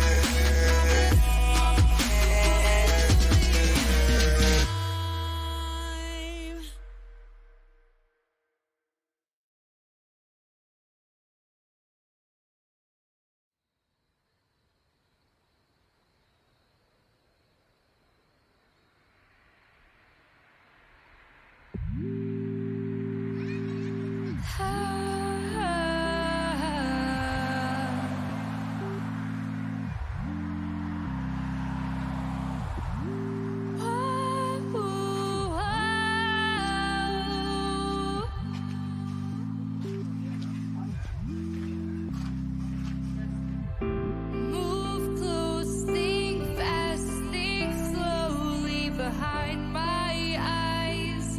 I'm in disguise. Open your heart, your mind, your eyes.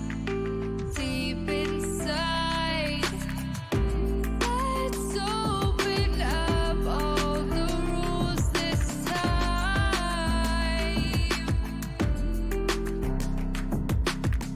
I've got something for you to keep in mind.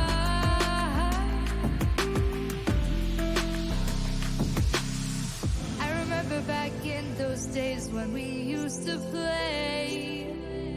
I remember back when we used to ride this sleigh. Don't move, boy.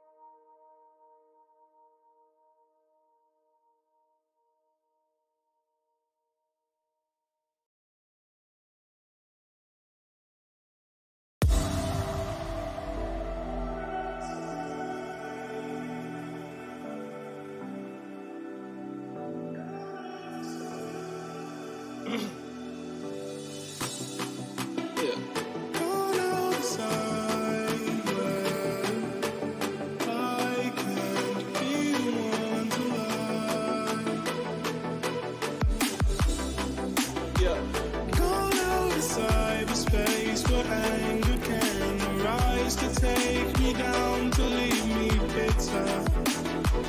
Get out my system. Get out my system. Get out my system. Get out my system.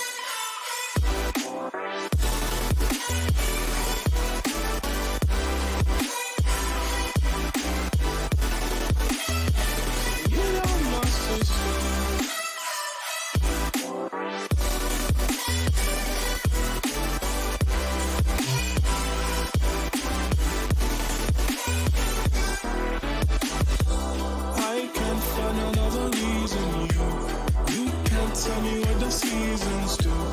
I've been running for a reason to stay alive, stay alive. I've been doing all that I can do. I just look into your eyes and look at me back, baby. Look at me back, baby.